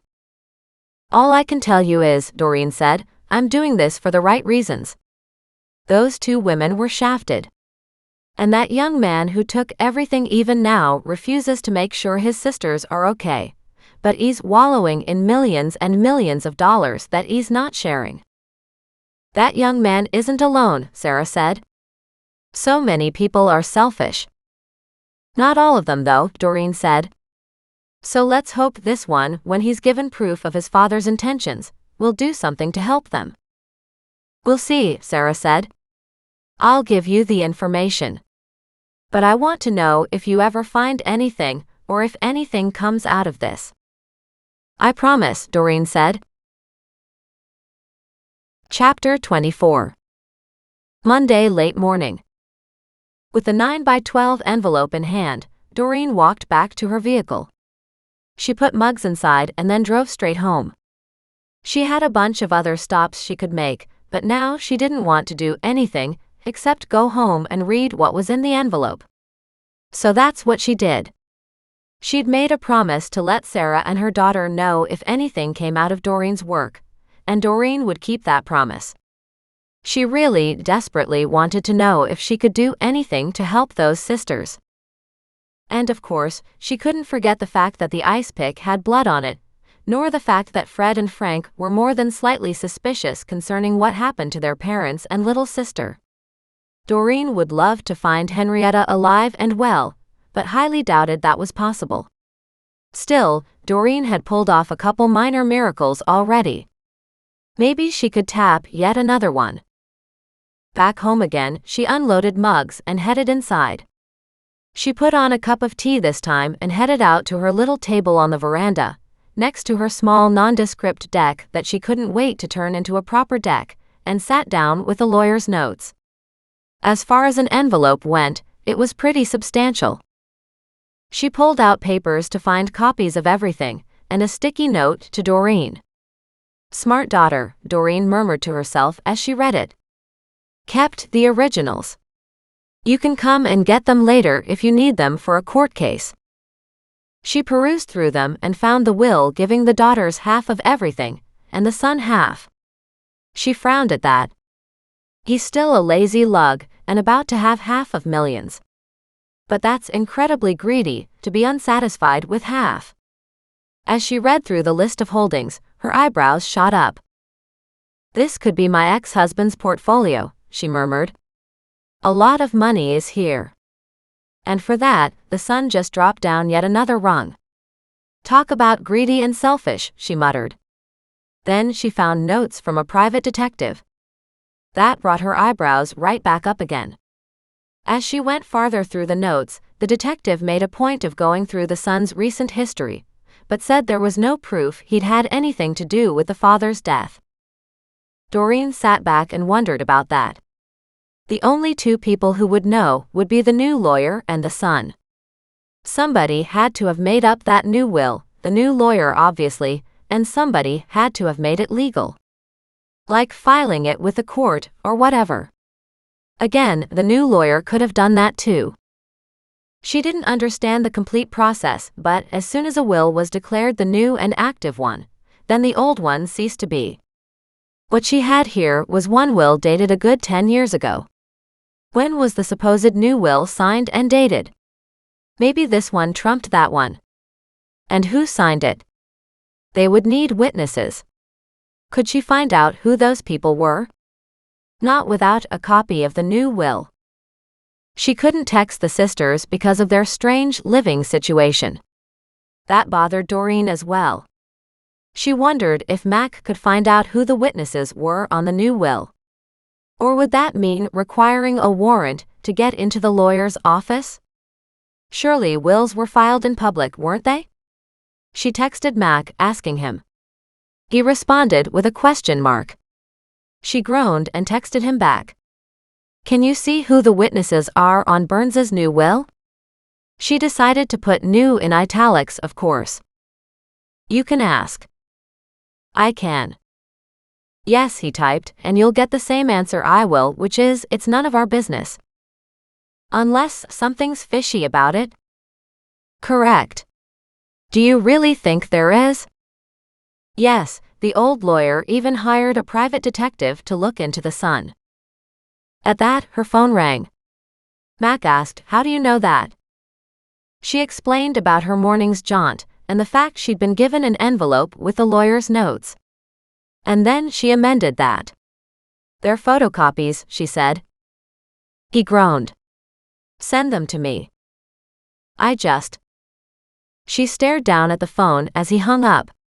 She snapped, sure, no problem, don't mind helping you out. But she did get up and took the entire stack of paperwork and walked over to her scanner. It wasn't a bad idea to have a digital copy, given everything else she currently had.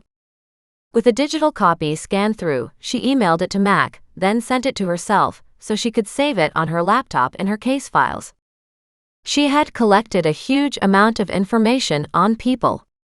Even she was getting confused. She went back to the folders Bridgman Solomon had gifted her and searched in his boxes for a file on Ed Burns.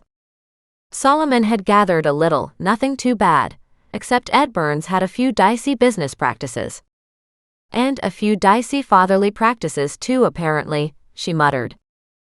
She could only do so much research online. Sometimes she had to do her research among the living. She walked back to the paperwork, took a look at the private detective's name, researched his name and office info, and picked up her phone. He answered, "Corey Jr. Agency, how can I help you?" "I'm looking into Ed Burns's will," Doreen said clearly. "I understand you were hired by his lawyer to look into Burns's son, Jude." There was a hesitation on the other end. "Unless it is something that you're being paid to keep quiet about now that Ranford is dead?" Corey snorted at that. "Like that'll happen," he said, "but how the hell do you know I was hired by the lawyer? And what do you know about Jude Burns?" "I spoke with Sarah this morning, and she and her daughter gave me copies of Ranford's notes. And I know nothing about Jude. That's why I'm calling you." "And who are you?" Now she hesitated. "I'm Doreen." "Doreen," he said suspiciously. "Doreen who?" "Doreen Montgomery, but I doubt you know me." He laughed. "Are you kidding? I think everybody in town knows who you are by now." She frowned at the phone. "All good things, I hope." But she knew it wouldn't be. "If I could have the advertising you've managed to get yourself," he said, "I'd be doing really well business-wise. I mean, I do okay, but it's not as if the town knows who I am, the way they know who you are." "I didn't go after the notoriety," she said glumly. "It seems to have found me instead." At that, he laughed again. "I'm not upset because if you can do something to right this wrong, I'd be a happy camper. I dug and dug, and that little weasel is just really slimy. He's never worked a day in his life. Women supported him in his adult life until his dear old dad kicked the bucket, and then he inherited everything. He'll run it all into the ground in no time, and he'll be back looking for some rich woman to support him again. Multiple millions are shown here. Surely he can't be that bad. The estate might survive him," the private detective admitted, "but I wouldn't count on it. I don't think he has a head for business." Now the sisters, on the other hand, they're solid people. They worked their butts off, and they've been really good at pulling forward and doing what they need to do. "Right," she said. "I talked to them too. But I'm not sure you understand how dire their situation is. What's been done to them is a travesty." He nodded. "I've got a few additional notes for you," he said. "I didn't hand over everything. The things Sarah has are just my rough stuff. But you'll have to come to my office." "Fine," Doreen agreed. "I'll be at your office in 15. And she hung up. She left the two animals at home, taking only Muggs, and dashed to her car and down to his office. It was in the Pandosy area too. One of the small offices on a side street. When she walked into his office, she saw a madcap mid-40s man with a mop of hair hanging long past his ears and a baseball cap turned sideways on his head. "I'm Doreen," she announced. He looked at her in surprise, then his face split into a big grin that only widened as he spied Muggs at her feet. He shook her hand and said, "I'm Corey. Nice to meet you. And now that we have that over with." He walked over to his filing cabinet, pulled out a file, and said, "I've been paid once. I don't want any money for it. If there's anything I can do to help nail this little runt, I'll be happy to do it." Doreen was delighted with his attitude. "That guy's making friends all over the place, isn't he?" "He's so not," Corey said with a big beaming smile. He took his files and said, "Let me take a quick look. If it's of any value, I'll scan it for you." "Thanks," she said. "I'll read it and add it to my notes. I would love a chance to get this guy. Did you happen to get a copy of the death certificate?" He replied, "I got the death certificate. I spoke to the coroner. There didn't appear to be anything odd about Ranford's heart attack." Any unexplained deaths in Jude's other relationships? She asked, watching as Corey fed things through the scanner. At that, he stopped, turned, and looked at her. You really do have a dark turn of mind, don't you? She smiled. Is that a yes or a no? It's a yes, he said, and I tried to nail that on him too, but I never got that far. Nail what? His ex-girlfriend. She was older with a heart condition already, and she had a heart attack that killed her. Oh, interesting. I don't like that. Why is that? That's 3 heart attacks, bang bang bang. Burns' lawyer, now Jude's girlfriend. Way too convenient. Did he inherit anything from the girlfriend? She was supposed to write him into her will, but whether she never got around to it or just told him that to keep him on the string, I don't know, but he never did get anything from her. She snickered. Good, she said. However, did the girlfriend die first? Then Jude's dad? Yeah, Corey said, a frown on his face. Because depending on when she died in relation to when his father died, my concern is the fact that maybe his own father died because of her not leaving Jude something. That since he was left with nothing, he found another way to get what he needed. Corey stared out the window as he fed paper through the scanner. Meaning that if she had left him enough to live on comfortably, he might not have been too bothered about killing his own father. That's what I'm wondering, because she died of a heart attack, his father died of a heart attack. And his father's lawyer died of a heart attack. All in that order. Doesn't that sound like too many related heart attacks? Yes, he admitted. It's not like we have any proof though. Nope, she said. We don't, but if it's there, you can bet I'll do my best to find it. He gave her a big grin. I like your attitude, and I gather because of who you are that people tend to give you things that maybe I don't have access to. I don't know about that, but it does seem like people have been very helpful. She nodded at his files. Case in point. A journalist was on Ed's case for a while. Bridgman Solomon, Doreen said triumphantly. Corey stared at her in astonishment. For someone who just arrived in town a couple months ago, you seem to know a lot. Bridgman is a friend of my grandmother's. He's in hospice care. Wow, he said. That's too bad. That guy is great. He's been a huge icon in town. That's what I figured. Don't suppose he gave you any insight into it, did he? Doreen nodded. I have a copy of his file too. He stopped feeding the scanner and asked, anything valuable? She shook her head. Nothing concrete, nothing I can take to the police, nothing that can get any warrants or injunctions. Nothing. Damn. He shot her a sideways look and a bit of a sly smile. I hear you have an in at the police department too. She gave him a bland stare. You mean, besides the fact that I keep pissing them off and making them work overtime? He chuckled at that. I imagine they're doing a lot of overtime. You've brought a ton of cases to light. And solved a large portion of them, she said. I think I've found more evidence on 6 or 7 cold cases. Maybe more. I don't know. You should keep track of it, he said. Build yourself a little file and put check marks beside them, so you know which ones you've solved.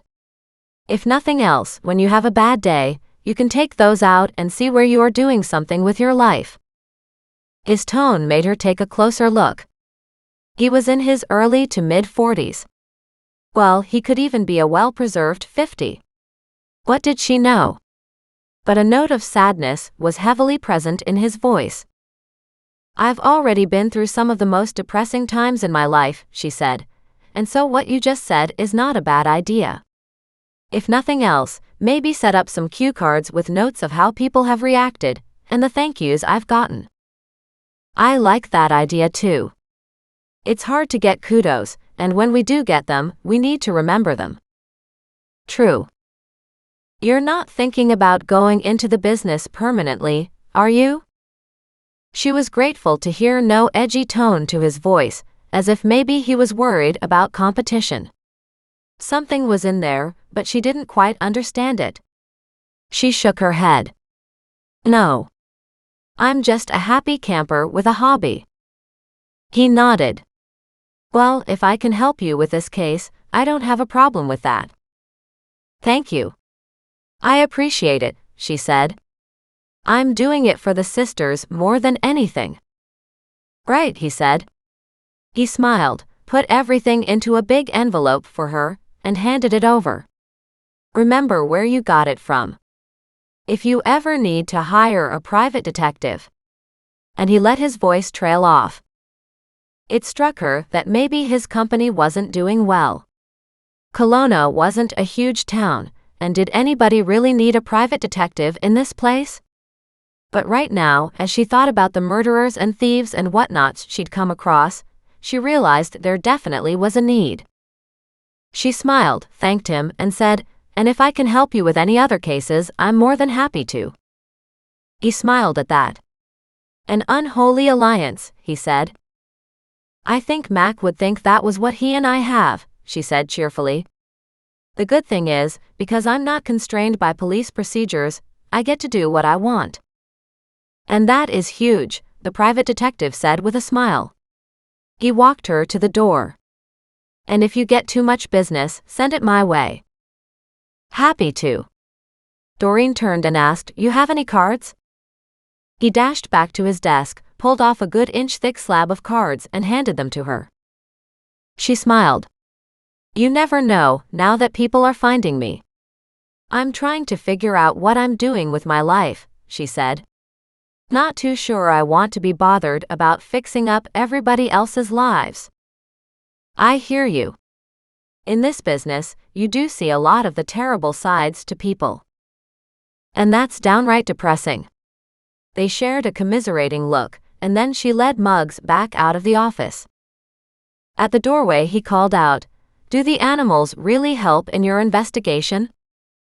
She looked up, smiled, and said, Not only do they help, they've saved my life many times by now. His eyebrows shot up at that, and she nodded. You have no idea. I've been attacked multiple times, usually by people trying to avoid jail time for their crimes, and my animals have saved me each and every time. Corey looked down at Muggs and said, You know that he doesn't look like anything fierce, right? She said in a dry tone, You know he's a pedigree show dog, right? He laughed at that. But I bet he prefers digging in the garden. Not only that, she said, so do I. Are you saying you were a pedigree show bitch too? His grin was infectious, so no insult had been intended. I was, she said, when I was married. But now, like the dog, I much prefer the garden. And both of them laughed. She walked out and took Muggs back to her vehicle. Now that was a very interesting visit. Chapter 25. Monday late morning. Back home, Doreen found and scanned in the information herself. I should have asked him to send me a digital copy, but whatever. She forwarded it to Mac as well. When he called a little later, he asked, What are you doing now? I visited the private detective the lawyer Ranford had hired to look into Jude Burns. Silence. What did he have to say? Pretty much the same as everybody, that he'd like to do anything he could to help nail this little guy. Max snorted at that. Just love helpful citizens, he said. I got the impression his pie business wasn't all that great, and that some of the cases were pretty depressing, and that he was taking another look at his life and maybe not seeing anything he enjoyed the view of. Doreen heard a frown in Mac's voice when he asked, So who is this guy? The owner of Corey Jr. Agency, she said. He's Corey according to his cards. She pulled one from her pocket. I've heard of him, Mac said, but I've never met the guy. Well, he knew a lot about me, she said, maybe a little too much. What do you mean by that? Just that he knew my name and about the cases I had worked on. Also the fact that I knew you, he called it an in with the police. Of course, I told him it was more like an unholy alliance. At that, Mac laughed. That's the problem with solving all these cases, he said. You've become famous. Notorious, she said. Please, famous is for the Hollywood jet set. That's not me. That's where you came from, he said in all seriousness. The glittery outside costume does not match the free spirit inside, she said. I get that it has taken me a long time to figure that out, but I'm slowly working my way into it. Fascinating, he said. You really are a very interesting woman. I'm just me, she said simply. And the thing is, for the first time, I'm figuring out what just me is. A very generous, kind-hearted, hard-working woman in transition. Don't expect yourself to be anything yet. How about you just be you for now? She laughed. You know what? That's a pretty darn good way to be. I sent you a copy of the Pies file. I see that, he said. So, now I've got all these emails about a case we don't have a case for. A copy of the death certificate is there too, she said. Right. Ed Burns died of a heart attack. Yes, she said, but do you realize Jude's previous girlfriend also died of a heart attack? Silence. She grinned triumphantly. I get this was never a case for you guys, so you never investigated. Why would you? It wasn't something brought to your attention. But I am now bringing it to your attention. Thank you, he said in a dry tone. It's not like I don't have a million files sitting here already, which you've brought to my attention. You're welcome, she said cheerily. The thing is, 3 heart attacks makes me suspicious. Maybe Jude likes to date the geriatric set, he said in a low voice. Plus, as a gardener, I happen to know that digitalis in our gardens can bring on a heart attack, or can help soothe a heart in distress. Just saying. And you remember what I always say about assumptions. Remember that thing called proof and evidence? She countered. Because the thing is, if you don't look at the Pies file, we can't possibly know if there is any further evidence or not. He groaned.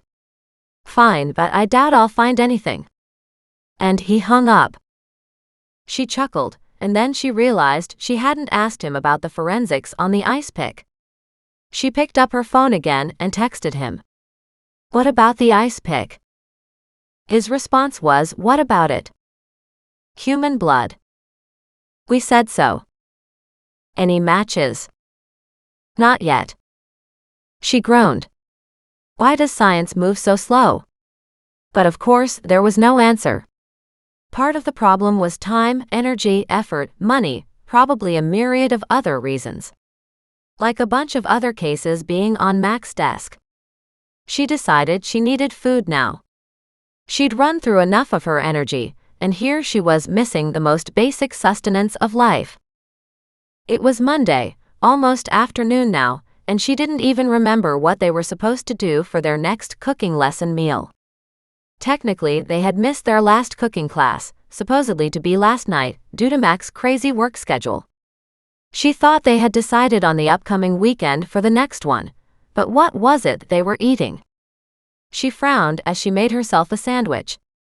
As she stared at it, she murmured, "It's a good thing I still love you." At that, Thaddeus hopped up and tried to steal a piece of lettuce from her sandwich. Goliath jumped up onto the chair next to hers and then on his back legs, his front paws on the tabletop. His nose was almost against her cheese. Doreen shuffled her plate over and said, "Oh no you don't. Guys, this is mine." She went to the cupboard, carrying her plate with her, and got out a few treats for each of them, which she placed in front of them. Instantly they gobbled them up, and just as fast, they were right back to staring at her sandwich. She shook her head and tried to mumble around a mouthful of food, but they ignored her, staring with their soulful eyes on her sandwich and then glancing up at her and then back at the sandwich. She rolled her eyes at them, and from her last bite, she carefully separated a piece of cheese, a piece of lettuce, and a little bit of ham, one for each of her critters, and then popped the very last bite of bread into her mouth. The pieces disappeared. She grinned. You're welcome, she said. She got up and put away the food, but she was restless. There was just so much more she wanted to see and to do, and to solve. She figured another confrontation with that idiot of a son would be necessary, but she didn't want to get herself into trouble with the police. And if Jude started to feel threatened by her, he was just as likely to say she was causing trouble and get an injunction against her. Not that that would be fair, but she couldn't exactly see him going any other way, because being an obnoxious and overbearing bully was just who he was. She had looked up where Ed Burns's big house had been and found it easily enough, a huge famous old house on Abbott Street. Just that location alone meant the price tag on the taxes went up by triple what Doreen's were, but the property value itself was easily 10 times what her property would sell for. It was a perfect time to take the animals for a walk. The Burns estate was a good 10-minute drive away, but that was okay. She planned to drive there and then to walk the neighborhood. Monday afternoon found a few cars driving on the streets, and it was a beautiful avenue for walking. She loved the huge trees that overlooked the sidewalks on both sides, plus it led to a walkway under the main bridge into the downtown core. So with all 3 of her animals in her vehicle, she piled in, took her notepad, just in case she had observations to put down, and she had her app to record on her phone now too. It was a gorgeous day, not too hot, not too cold, sitting around the 27°C mark, with the sun, blue sky, and enough clouds to take down the heat of the sun beating on her back by a couple notches. With Muggs on a leash, Goliath loose, and Thaddeus on her shoulder, she walked toward the address she had on her phone. It couldn't be too far away. She walked down the sidewalk, smiling at others walking with animals, most remarking at her odd trio. So many people were on bikes and rollerblades, and out enjoying life. The foot traffic was surprisingly heavy for a Monday. She thought for sure people would be at work. Maybe that was the difference here in this residential neighborhood. These people may have retired or may be working from home. The street traffic itself wasn't terribly busy, as it meandered more than going on a straight thoroughfare. The houses were fascinating. Some had massive gardens. She stopped in front of one in awe. A woman was bent down in the middle of a huge echinacea patch. She lifted her head and smiled, and Doreen exclaimed, "Wow, this is gorgeous." A flush of pleasure washed over the other woman's face, but Doreen meant it. She appreciated the selection and just the vibrancy. "This is truly beautiful." The woman smiled and said, "Thank you so much. I have to tell you. It was chosen to be on one of the garden tours." "I am not surprised," Doreen said. "It's stupendous." After a few more minutes of talking, she wandered on, beaming a big smile at her critters. "You guys were so good back there, letting me talk without causing a fuss. Thank you guys." The next interesting place, about 3 houses down, had a mossy front lawn, but it was done in such a way that the lime green moss and the dark green moss were almost like a patchwork around a flagstone sidewalk. It was also fascinating, completely no maintenance, and that had stopped Doreen in her tracks. She stared at it for a long moment and shook her head. "Wow, I never even considered something like this." A couple walking behind her smiled and said, "Isn't it great? We love walking this street to see so many beautiful gardens." "Never thought I'd see anything quite like this," Doreen said. She waved at the moss. "And talk about no maintenance." "Exactly," the husband said. "We've been talking about turning our front lawn into something similar. I presume some local business can get these kinds of mosses, and I can't imagine how many years it would take to have them grow into each other like this." "I think it took 2 or 3 years," the woman said. "We've been walking past it for at least 5, and I remember it used to be a green grassy lawn, but always involved all the irrigation and mowing. Then they took it all out, scraped it flat, came back with topsoil and planted all the mosses. It was a little sketchy at the beginning. Brown spots were showing up," she said with a smile. "But now it's just stunning." Doreen was amazed. "Do you think they'd mind if I took a picture of it?" Not from here, she said with a laugh. People come just to take pictures of these properties all the time. I didn't even know this area existed, Doreen said, looking around. If you're not a multimillionaire, you wouldn't be living here, so you'd have to find it another way. I don't fit that rich category, Doreen said with a smile, but I could certainly do something like this at home. If you have a lawn that's costing you water bills, and you need to do something that'll take back the maintenance, this is a great idea. They gave her animals each a quick pet and said a happy, "Have a good day," and walked away. Doreen pulled out her phone and took several photographs of the lawn, and then walked back to the woman in her echinacea garden and asked, "Would you mind if I took some photos of your beautiful garden?" The woman beamed. "Of course not. Have a go at it. I've been working on this garden for 20+ years. And it shows," Doreen said with joy. "Some of these plants have to be at least that old." "Lots of them are, yes," she said. Doreen smiled to see huge hollyhocks along the corner of the house against the neighbors. "I haven't seen hollyhocks in a long time. My grandmother planted those," she said. "They do ramble over time though." "I don't mind a little ramble," Doreen said. "It adds that natural touch to a garden, so it's not quite so cultivated looking." "I agree. Some people place their flagstones at perfect right angles to each other and cut their grass exactly 1 inch above," she said with a shake of her head. "Not me. I enjoy my garden. I don't want it to be something I have to be militant about." "Good point," Doreen said, and for the second time she waved goodbye and walked on. Chapter 26. Monday noon. Doreen and her crew still hadn't reached the house she'd been looking for. Several houses later, she came to one with a huge imposing brick wall and a massive steel gate in front. Of course, this was the Burns house she was looking for. She stopped in front, her trio sitting right beside her feet, while she stared at the old brick that gave the house an estate-looking appeal. She loved it. The mammoth wrought iron gates connecting in the center had a big intercom on the side. Top of the line for everything, isn't it? She wondered if the sisters had lived here right up until their father's death. She thought so. It did appear a secondary house was on the property as well, and no reason Jude couldn't let his sisters have that place. She shook her head at that and studied the big imposing place in front of her. It was seriously stunning. But it was also old, with ivy crawling all over it, giving it a bit of a creepy vibe. Just brightening up the windows would help a lot. She walked to the edge of the property, guiding her animals over with her, where big cedars were lined up, giving the yard and house complete privacy.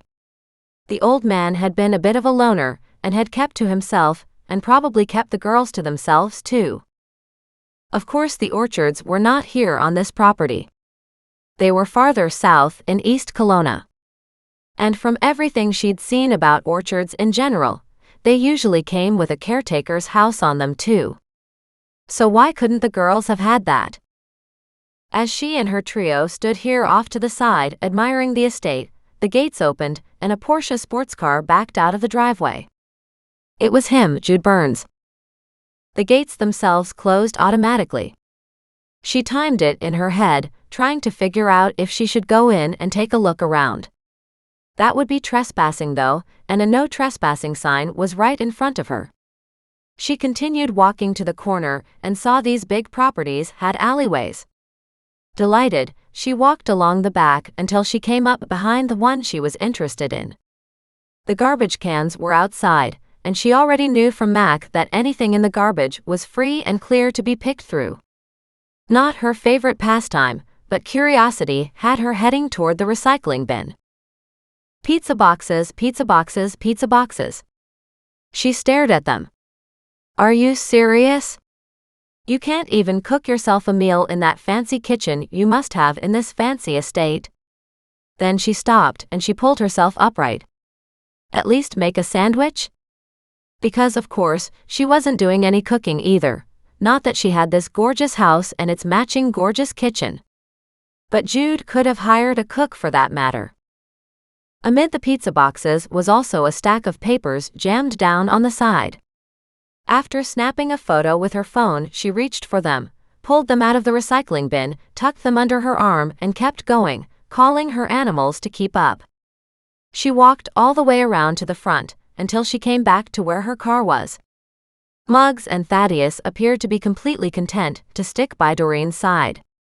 Goliath, on the other hand, stalked every bird and squirrel as he came to them. She groaned and for the umpteenth time called to Goliath, "Come on, buddy. Let's go." He just glared at her. She shrugged and said, "We do need to go home." It had been about 15 minutes since Jude's vehicle had left, and just as she got Muggs into the front seat and Goliath into the back, the Porsche returned. It went past her, stopped, and his driver's side window rolled down. She'd already put her purse and the paperwork inside by the time Jude asked, "What are you doing here?" She looked at him in astonishment. "What do you mean? You don't live here." "No, I don't," she said, "but I love walking down here. It's beautiful." He sniffed. "Lazy, no-good riffraff," he said, "that's all you are." "A murdering, lying cheat is all you are too," she said cheerfully, throwing the insults right back at him. He glared at her. "You are not allowed to say things like that to me. I'll get my lawyers after you." "Oh yeah? The same one who put in the fake will for you?" At that, his eyes turned beady dark and his face blanched white. She smiled and nodded. "Oh yeah, we know," she said. "You can expect some visits from law enforcement any day." "You're bluffing," he said, glaring at her. "Yeah, and what about your ex-girlfriend? Did you kill her too, expecting to be part of that inheritance? Too bad you didn't get a chance to change her will for you to inherit that estate as well, huh?" He hit the gas and tore into his property. She shouldn't have let him get to her, but just seeing that smug, supercilious look on his face had her own ire rising. She knew she would have to confess to Mac, but not right now. Besides, he didn't need to know if it was not important. As far as she was concerned, this guy was not important. She hopped inside her car and drove home. By the time she got there, Mac and his truck both were in her driveway. He leaned against the side of his vehicle, his arms crossed over his chest as he glared at her. She groaned. "What did I do wrong now? Apparently you threatened our little son?" He was basically telling me that I wasn't allowed to walk on the streets down there, because I was. He did say something about being lazy, no-good riffraff, or something like that.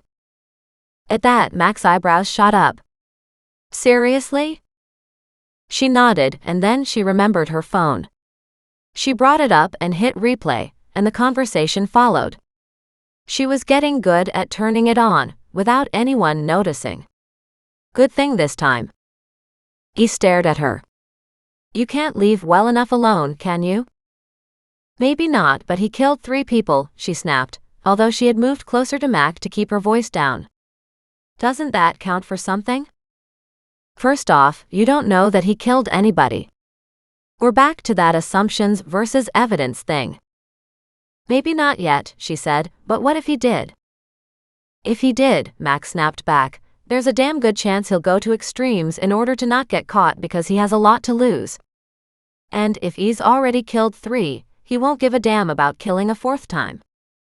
"I won't be quite so easy to kill by heart attack now," she snapped again. "And that's why I'm here," Mac said, looking around to see if any nosy neighbors were eavesdropping. "I talked to the captain about Ed's death certificate, and I eventually went down and talked to the coroner. He stands by his report, but, because it was transferred to another area, another autopsy was done, and the case was moved over to the Kamloops district, so our coroner said it never came to any of our attention." "And why was that?" Doreen dropped her voice like Mac had his. "The coroner is not at all happy with the heart attack determination. He said Ed did die of a heart attack, but there was no reason for it. There was no heart disease. There were no high cholesterol counts. Ed Burns had a very clean, almost suspiciously clean health record. What do you mean by suspiciously clean? Mac shrugged. Just the fact that he didn't have anything wrong with him. He should have lived a lot longer. But he didn't. And can't sudden heart attacks like that come along normally, without any outside help? Sure, with extreme stress or for all kinds of reasons. But the second coroner did a drug analysis and didn't come up with anything. So Jude found a perfect murder weapon. Because that first coroner put suspicious on his finding and refused to put down a heart attack as a cause of death, Jude Burns requested and paid for another autopsy, where that doctor flat out said it was due to a heart attack and did not give a damn about why. Money does allow people to say all kinds of things.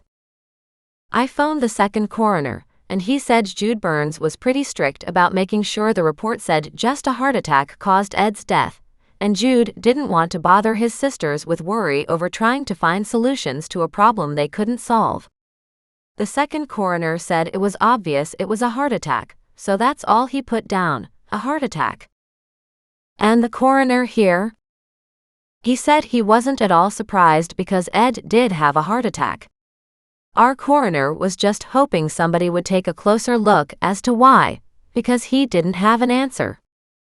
Interesting. How can we figure it out? We can't, Mac said. If Ed was given something, it was something untraceable. I would love for Jude to be responsible here. But let me come at this differently. I'll play devil's advocate for a moment. Is it possible that an untraceable drug brought on the heart attack? Yes. But any sudden stress could have brought it on too, right? Yes.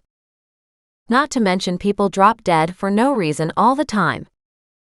Mac nodded slowly. I did ask our coroner all that and he said, absolutely. And he named a couple things I haven't had a chance to research. So, it's possible Ed did have a heart attack, and it could have been brought on by something given to him. It's possible. Did you look into the death of the lawyer? Mac just glared at her. I know, she said, raising her hands palms up. You know how to do your job. I do know how to do my job, he said, and I did talk to the coroner who looked into the lawyer's death. She said it was a heart attack, clean and simple. Did Ranford have a history of heart problems? He shook his head. No. That's what Sarah said. Sarah? Yes, she said. The lawyer Ranford's wife. He had a few health issues, but it had never been his ticker. Apparently it was clean. So you're thinking the lawyer wouldn't accept this new will as valid, and so he had to die. If you've got a will and it's a new one, and the lawyer won't listen to you, you need to get a new lawyer, Doreen said. And if the old lawyer finds anything suspicious about that, then of course, he'll send up alarms, won't he? Yes, Mac said. We did look into the girlfriend, too. Doreen beamed at him. I love it when you're so thorough. He gave her an eye roll. You love getting information. Yes, she said. So, what about the girlfriend? Heart attack, he said. And yes, she did have a heart murmur, but that was about it. She stopped and said, What? A murmur?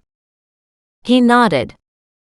I'll have to double-check with Corey, she said slowly, because his report said she had a history of heart issues. I just wonder who and what gave him that impression. Right, she said. Come on. I want to take a look at the file and confirm that. They walked inside, the animals more than happy to get inside instead of lying around outside. He looked at the critters and said, You took them all with you? She nodded. Some beautiful gardens are down there, Mac. I took a bunch of photos, but wow. Like seriously. Wow. I know, he said, that area is fairly well known for it. It's a majorly upscale neighborhood, and the residents have money for gardeners and landscapers and maintenance crews. Obviously, she said, and some of them are stunning. He just smiled. Doreen picked up the envelope she had from the investigator, pulled out its contents, and reread his notes. He says there's a history of a heart condition. Sure, but a heart murmur only, that's it. She read farther. From birth. He nodded. She had a hole in her heart when she was born. But not an issue. She thrummed her fingers on the table and then pulled out the investigator's card and called him. Corey, it's Doreen. Hi, Doreen, he said. Questions already? You've got a history of heart conditions, so the heart attack wasn't unexpected, right? Whoa, who are we talking about? Oh, sorry, she said. The ex-girlfriend. Yes, he said. Where did you get that information from? From the autopsy report, for one. And her sister, I believe. Doreen flipped through the paperwork and saw the notation there. Right, the sister. Who inherited? The sister did, he said, then stopped and went on. You're thinking it wasn't a heart attack? Oh, it was a heart attack, she said. I'm sure of that. I was just trying to figure out why the coroner thought it was not unexpected. Because of the heart conditions everybody was talking about. It was just a murmur, she said. From all my various research, yes, of validated scientific studies, I've read that with a murmur, no one should have any reason to expect a heart attack would have taken her. She was pretty young. 42, he said, but unfortunately a lot of people are having heart attacks earlier and earlier. Quite true there, she said. Anyway, thank you. Before he could ask anything else, she hung up. Chapter 27. Monday, early afternoon. Mac was already looking at the file in Doreen's hand when she put down her phone. So now you're thinking Jude might have had something to do with the girlfriend's heart attack? Well, the girlfriend's sister is the one who apparently convinced Corey that her sister did have a heart condition, and of course the autopsy report confirmed she did die of a heart attack. But I'd like to see his cause and effect there. What caused her to have her heart attack? Doreen asked. I also wonder if Jude really believed his girlfriend had changed her will to include him. Maybe the girlfriend wanted her sister and Jude to share her inheritance. And we all know how Jude feels about sharing. So before she had a chance to change it, he killed her, only to find out the sister is the one who inherited it all. So now what will you do? He asked, crossing his arms over his chest again. I'm not forgetting about it, she said, but I was thinking that maybe I would give the sister a call. Interesting, he said. Why? That's what I would do too. Good, she said. I just have to come up with contact information. She looked through Corey's notes and smiled. I do like somebody who is thorough, she repeated. So this Corey guy is thorough too. So thorough, she said, because here's the sister's number. She dialed and realized it was long distance and had to redial. Of course it'll cost me, she grumbled, but she didn't hang up either. One day she could afford a better cell phone plan. But for the moment it was the cheapest she could find. You've got money coming, he said. I do, but not exactly quickly. Hello, said the voice at the other end. Hi, my name is Doreen Montgomery, and I'm calling from Kelowna. It's regarding your ex-boyfriend Jude Burns, she said.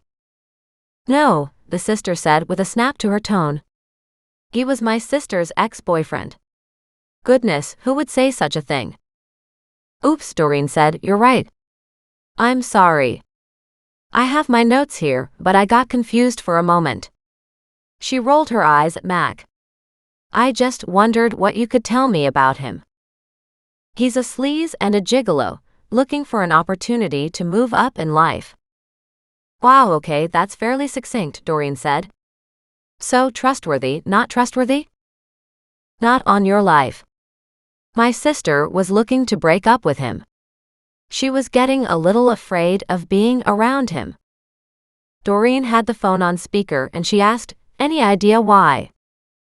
The last few months before her death, she said it felt like he was always watching her. But isn't that normal in a relationship? No, she said, not the same way, in a creepy way. It's hard to explain. But she got really nervous. Plus she told him that she was changing her will to include him, and then it seemed like, after that, their relationship changed. Did she change her will? No. I talked her out of it, the sister said. And I didn't know I would be the one she gave everything to, but it makes sense because there are only the two of us, and she was the recipient of everything in my will too. How did you feel about her saying she would leave him something in her will? He was one of many, she said snidely. Why he should think he was that special, I don't know. Was there anything suspicious about your sister's death? She asked. I thought about it for a long time, she said, but honestly the answer is no. I don't believe so. Okay, Doreen said. I just wondered. As much as I would like to think that little bugger had something to do with it, I don't think he did. He wasn't around? He wasn't there when she died? No, not really. He was there the day before and that evening. But I was with her the next morning, or rather, I found her the next morning. He had already gone off to do whatever. So, he could have been there during the night? She was still alive when I found her, she said. We rushed her to the hospital, and she died a short time later. And her boyfriend? Well, security showed him leaving the house at around midnight. So you think maybe the heart attack was brought on by an argument? Maybe her breaking up with him? That is exactly what I thought, the sister said. Back then, I didn't really have any reason to think anything different. She was hung up on him, but, like a lot of her relationships, it was a one-sided situation. I'm sorry, Doreen said. Me too. Is there anything else you want to know? I just was checking on him, she said. Did you know his father died, leaving him a massive fortune? The woman sucked in her breath and then said, so typical of a guy like him to end up smelling like roses. He's a user.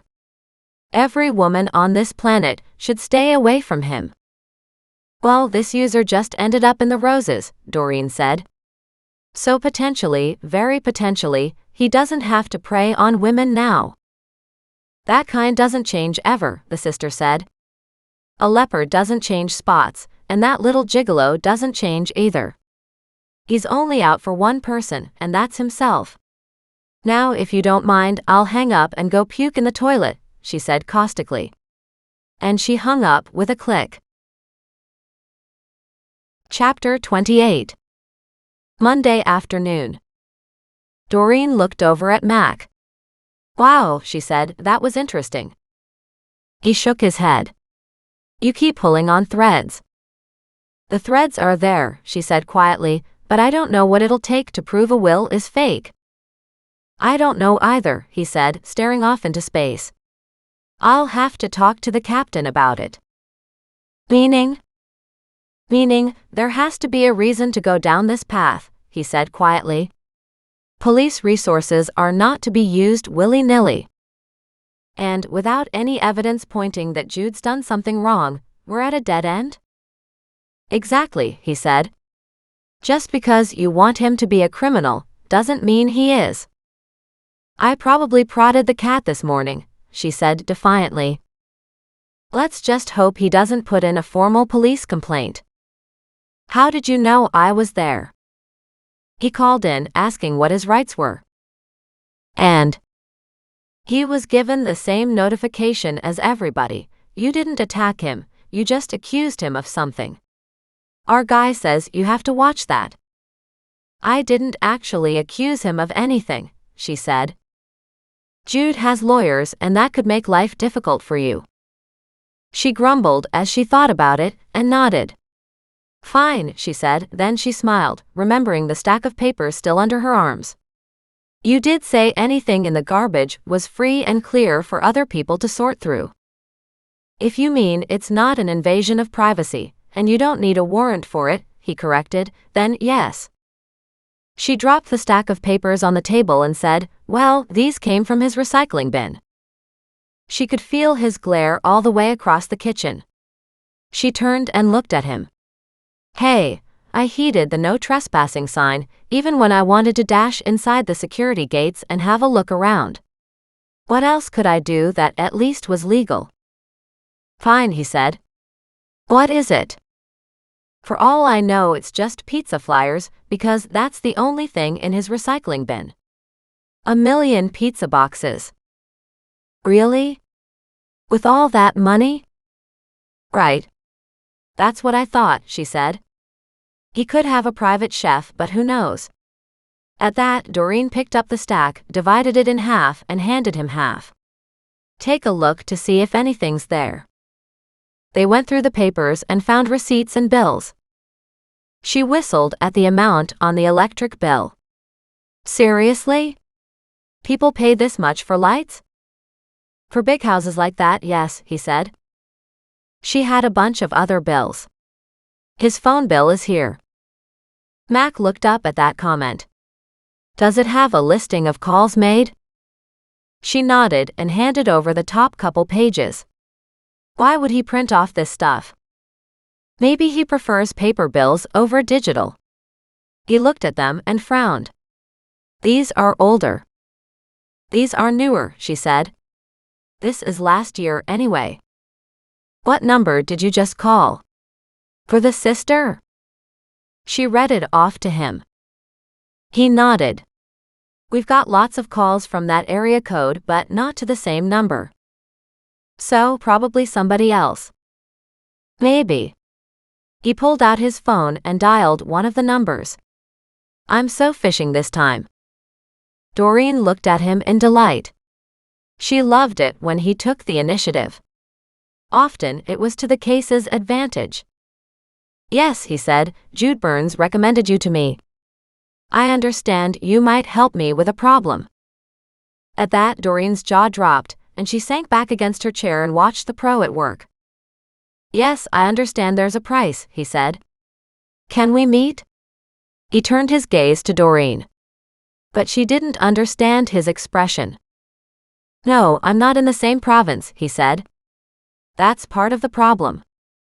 Doreen so wanted to hear what the guy was saying on the other end. Right, of course, you only work by reference. His eyebrows shot up as he listened further. I guess I'm wondering what the fee is. He nodded at whatever was said on the other end. For the same deal as Jude, yes. Doreen held her breath. It's hard to say. Right now there is a heart condition. Max stared at Doreen, his eyes going wide. Right, so we're talking 10,000 if there's already a heart condition. But it'll be what, 2 to 3 times that, if we don't have a heart condition? He nodded. Right. Okay, I can see that. And I guess you don't have a website or an email or anything like that? He stared at Doreen. Of course not. Just a phone number. Another moment of silence passed. Okay, let me know how I'll get back to you. He hung up. Jesus Christ. Did you just contact a murderer for hire? He raised his gaze to hers and said, yes. Not only that, basically I said Jude referred me to this guy, and that's the only way he works, by word of mouth. And to get the same deal as Jude was literally to have somebody declared dead by a heart attack, if they already had a heart condition. For $10,000? $10,000 with a heart condition, 3 times that if not. What do they do if not? Let's just say it's a whole lot more complicated, Max snapped. But, she said, staring at him. It looks to me like you have a killer out there charging fees, and Jude might have paid him. Based on what I just heard, he said, Jude definitely paid him. I don't know if it was for his ex-girlfriend, his father, or the lawyer. Well, if I get to add my opinion in the matter, she said stoutly, it'll be all 3. Mac looked at her and nodded. I'm afraid you're right. I need to talk to the captain. And like that, he booked it. Chapter 29. Tuesday morning. Doreen waited for the rest of the evening to hear back from Mac, but nothing. Tuesday morning, she woke up a little groggy. Just something about the ultimate lack of humanity in a person who makes a phone call that orders the death of somebody for 10 grand. Could do that to a person. At least to a good person. The fact of the matter was, she and Mac now had that phone number, and had contacted the person on the other end of the line. But she was the one who had taken the material from the recycling bin. She also worried she would have to go to court over a lot of this stuff, which was definitely not what she wanted to do. A room full of lawyers did not make her feel warm and fuzzy. She frowned as she thought about all the issues going forward, and then just shrugged. It will be what it will be. To keep her mind otherwise occupied, she opted to dig in her garden in the backyard. Nothing was quite as good as pulling weeds on a mild sunny day to keep a person happy and sane. She looked down at the animals sprawled out on the grass around her. She was still working her way back from the creek toward the house, taking out weeds, fixing the beds. The compost bins were well past full, so she was just making a big separate pile for when the compost bin got picked up and emptied. Then she'd refill the bins. She could do only so much every week because she was filling them so fast. She could ask Mac to do a dump run or pay for somebody to come and get it, but that wasn't what she wanted to spend her money on. Money wasn't that fluid for her. In fact, it was a whole lot less than fluid. When she needed to take a break from digging, she made a huge pitcher of lemon water and sat outside drinking it. She kept studying the area of her future deck, wondering if anybody from Mac's department had said anything to Mac regarding extra building supplies they might have. She also needed to clean the house. Just because her house was mostly empty didn't stop the dust from collecting. Determined to at least accomplish something else today, and it all stopped her from worrying too much, she turned on the vacuum and swept the living room and then wiped down the inside of the big windows here. As she stood in front of them, watching the weekday traffic, another vehicle drove slowly into the cul-de-sac and around. Jude's Porsche. She stared at him, her hands on her hips, wondering if he knew she lived here. But when he parked right in front of her house and just sat there, she figured he must know. She pulled out her phone, stepped out onto her front porch and took a picture of him. Immediately the Porsche engine roared to life, and he took off. She smiled. Yeah, run away, you little coward. She went back to doing her windows. When she was almost done, another vehicle pulled up, an old rattletrap truck, and backed into her driveway. She frowned, stepped out onto the porch, and thought she recognized the guy. Sure enough, it was old Arnold, the grizzled cop she'd met her first day here. She smiled at him. Hey, what's up? He just gave a HMMPH. He walked to the back of his truck and put down his tailgate, allowing her to see a whole pile of beams. Oh, she said in delight, are those for my deck? I guess, he said. They've been sitting in my yard for at least 6 months. No sense in them sitting there any longer. She thought back 6 months and figured it was before Christmas. What were you building? We did an extra set of railings and widened a small deck. I don't need these 3. Mac said you could use them. He lifted one over his shoulder and said, where do you want it? She raced around to the side of the house, saying, over here, please. Over here. He made 3 trips and she saw they were the same length as the others. She clapped her hands. Thank you, she said. I really appreciate it. He just looked at her, scratched his head, and said, well, you'll need a whole lot more yet. I know, but every penny I don't have to spend on a piece of wood somebody else doesn't need can pay another bill, she admitted. I'll check around, he said. I don't know if you need 2x4s. I got some of them hanging around that I don't want either. She remembered 2x4s were also on her supply list. Hang on a sec. Let me get my list. She raced back into the house, grabbed her diagram and her list, and came out with both. Arnold took a look. So wow, that would be good. Would give you a lot more entertaining space in the backyard, wouldn't it? Doreen nodded. I'd like a decent deck to enjoy. We're looking for, and she named off the list of things she needed. I got the 12 2x4s, Arnold said, tapping one of the lines.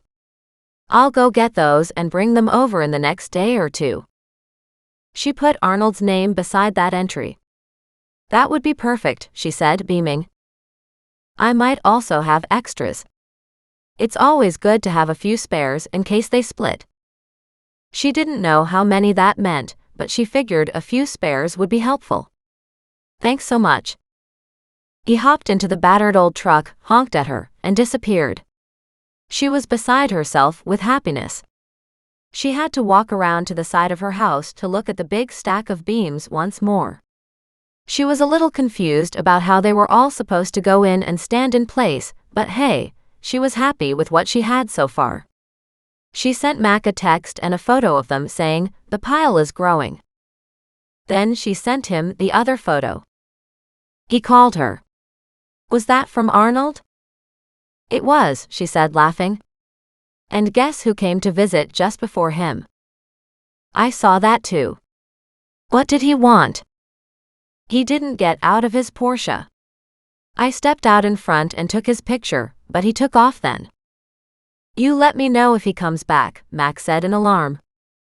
Why? She asked. Because it's possible his killer for hire called to confirm he'd given us a reference. But how would he know it was me? He wouldn't, Max said, unless he saw you in his backyard. I don't think so, Doreen said. He knew I was around the neighborhood, but he couldn't have known I was in his alley. It's impossible to see from the house. Besides, he drove away and only came back when I was leaving with the papers I took from his recycling bin. Maybe, but he might have realized what he'd thrown out, gone looking for it, saw it was gone, and thought it had to be you because who else would take it?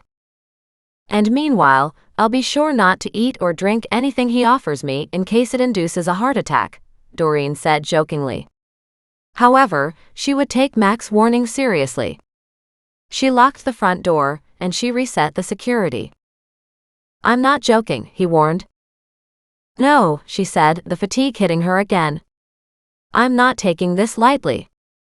Good, he said. We're on it on this end. Good, she said. Just get on it a little faster. No sooner had she hung up, her phone rang. Hello, she said as she walked back into the kitchen. Bitch, I'll get you, snapped the angry man on the other end. Oh hey Jude. How you doing? Doreen said in a totally bored tone of voice. You got nothing better to do than rag on another woman. What's the matter? You can't get your girlfriends to talk to you? Oh yeah, right, they're dead. She hung up on him. Probably not a good idea to poke the bear, she said to Muggs. He sat on the floor at her feet looking at her, a real hangdog look on his face. She crouched in front of him and he woofed. I know. I'll be careful. He shook his head, his big ears flipping and flopping in all directions. She scratched him. Let's go for a walk, she said. Someplace to cheer us up. Muggs raced for his leash, bringing it back, the red handle flying in the air as he dashed toward her. Doreen laughed. Okay, but if we just go down to the creek or something, you don't need a leash. Woof woof, he barked. She looked over to find Goliath, sitting in front of the rear kitchen door, with Thaddeus hopping back and forth on the table, flapping his wings. So, you all want to go out? Go to Nan's. Go to Nan's, Thaddeus repeated. She looked at him in surprise. That was a new phrase. Wow. Thaddeus, you are full of surprises. You know what? That's not a bad idea. We haven't seen her today. Not sure if we saw her yesterday either. Doreen pulled out her phone and sent Nan a text. Up for a visit? Absolutely. 10 minutes? Perfect. Okay guys. We're off to Nan's. Chapter 30. Tuesday late afternoon. It was late afternoon, heading toward dinner time, but if Doreen visited with Nan for a bit, she could eat when she got back. With the animals in tow, she walked down to the creek and stopped, amazed as it was even higher yet again. It wasn't dangerously high, it was just amazing to see the water rush by at a terrific rate. The sun shone and twinkled as it danced across the moving surface. Muggs got a little too close to the creek's edge for her comfort, and she tugged him back in fear. Goliath, on the other hand, was on the other side of the creek, a long way away from the bank. Thaddeus squawked and rushed toward her, trying to jump onto her shoulder. She gave him a palm, and he hopped up to her arm, then to her shoulder and to safety. Obviously, he didn't like the rush of water either. "Thaddeus is here," he crooned. "Thaddeus is here." Doreen rubbed her head gently against his and said, "I'm so glad to have you here." Together, the four trooped down toward Nan's place. Doreen wondered how long they could walk the path before the high water levels forced them to go another route. That would be sad indeed. If there was one thing she adored other than Nan and her animals, it was walking along the water. Something was so freeing and so special about it. As she walked, she remembered her conversation with Jude and wondered how bad this would get. Should she tell Mac? Then she decided she probably should. She took out her phone and called him. "Now what?" he growled into the phone. "Hi, Mac. How are you?" she asked in a sarcastic voice. "Are you home yet?" "Yes," he said. "Where are you?" "I'm on the way to Nan's." "Good. What's up?" "After I talked to you, he called me." Doreen relayed the call as they came up around the turn on the creek, after the last of the residential fencing. "Interesting," Mac said. "So he seems to have a vendetta against you, which is probably what you can expect after you attacked him publicly." "Whatever. Just checking in to let you know. I'm coming up to Nan's, so I'll talk to you later." She pocketed her phone again and smiled as Nan stood there, a teapot in her hand. She put the teapot down and bent over as Muggs tried to get away from Doreen so he could go see Nan. Doreen let go of the leash, and he raced across the flagstones and hopped into her little patio. Nan laughed. Fred stood on the other side of the lawn, glaring at Doreen and her animals. Doreen smiled and gave him a nice wave. "I saw some of your brother's work online," she said. "He seems like a really nice guy who does lovely woodwork."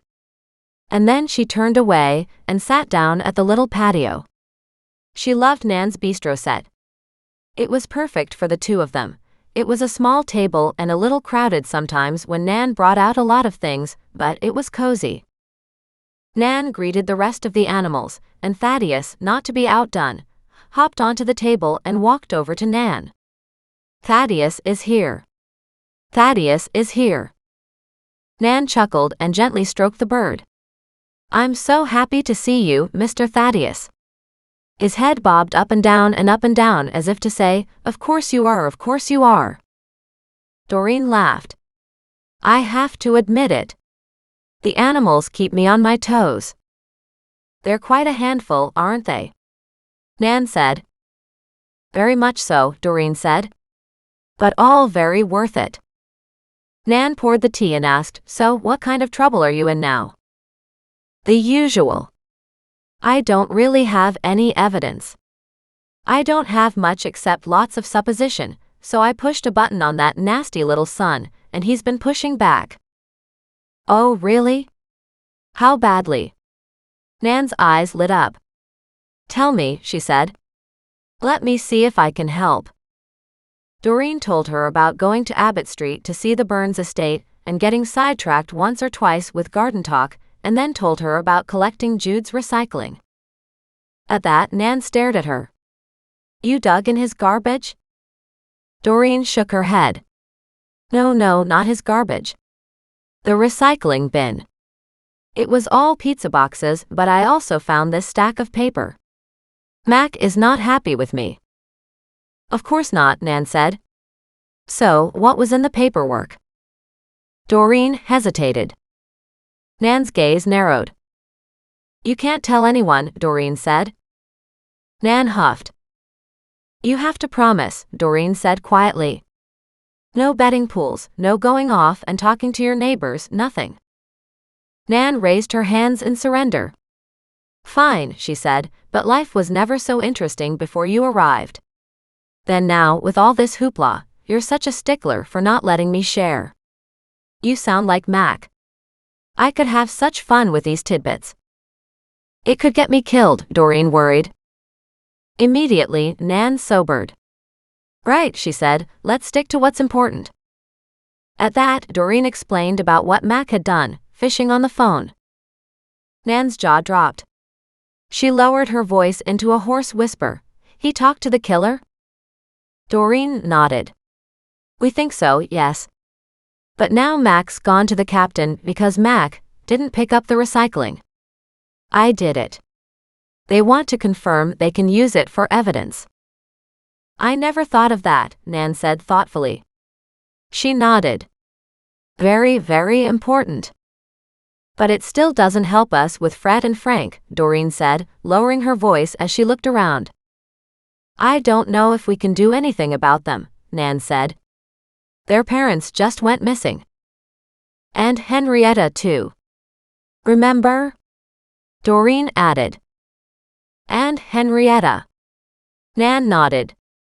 Everybody here thought they went back east. Except for the fact the parents and Henrietta were legally declared dead 7 years after they went missing, so they didn't just go back east. They might have originally gone back east, but then they went missing, never to be found again. Right. Nan nodded in a wise manner. Doreen just chuckled. See? Instead of just the one Darbuncle mystery, we now have the Burns mystery, so 2 mysteries at once. But it doesn't really mean it's a mystery, Nan said.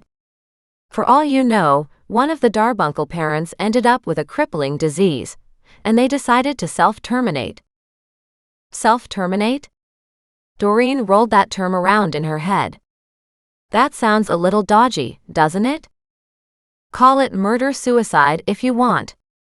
It's all dodgy, Nan said with a chuckle. She looked down at her tea. Too bad I don't have any more zucchini bread. I still have some at home, Doreen said, although not much because Mac had several slices. I ended up sharing another loaf around here too, Nan said. I saved myself 1 piece and I had that this morning. I'm fine without it, Doreen said. Do you need any more veggies? We keep getting baskets of it here. Nan hopped up, returning a few minutes later with more of the same fresh vegetables. They divvied up some for Doreen to take back. I'll make a big salad for dinner, Doreen said, maybe add a can of tuna or something. You do that, Nan said.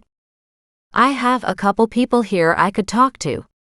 Let me get back to you on those mysteries of yours. Are we talking about Ed Burns, or are we talking about the Darbuncle parents? Both, Nan said thoughtfully. You never know who here might know something. True, Doreen said, but we have to keep it on the down low. Will do. As soon as they finished their tea, Doreen picked up her fresh veggies, gathered her crew, and headed back up the creek. She took her time, the sun was beautiful. As she got closer to her house, she thought she saw somebody in her backyard, and she raced around the corner, but no one was there. Instinctively, she headed to the front of the house, only to see a Porsche heading down around the cul-de-sac. So he's getting bolder, she said. Just how bold will he get? At her door, she found the security lock was still on. Grateful she'd set it, she opened the door, disarmed the security, and let everybody back into the house. She reset it afterward. It was past dinner time, so she made a big healthy green salad with lots of raw veggies and a can of tuna, and then sat back outside while she thought about all the happenings so far. She didn't know about a lot of the connections here. The big one was, who was this killer for hire, and how would Mac and the local cops go after him? After all, he seemed to live in another province, not exactly Mac's territory. And what would the cops do about Jude Burns, the little pissant of a greedy, murdering son? While she ate her salad, her phone rang. It was Nan. Doreen put it on speaker. "Hello, Nan. I'm having a salad right now, with all your fresh veggies. Thanks again. What are you up to?" "I talked to Sylvia," she said. "She was Ed Burns's cleaning lady." "Oh," Doreen said. "I never thought about that angle. Is she in Rosemore with you?" "She is. She's one of the younger residents. I know she's always worried about not having enough money to make it through.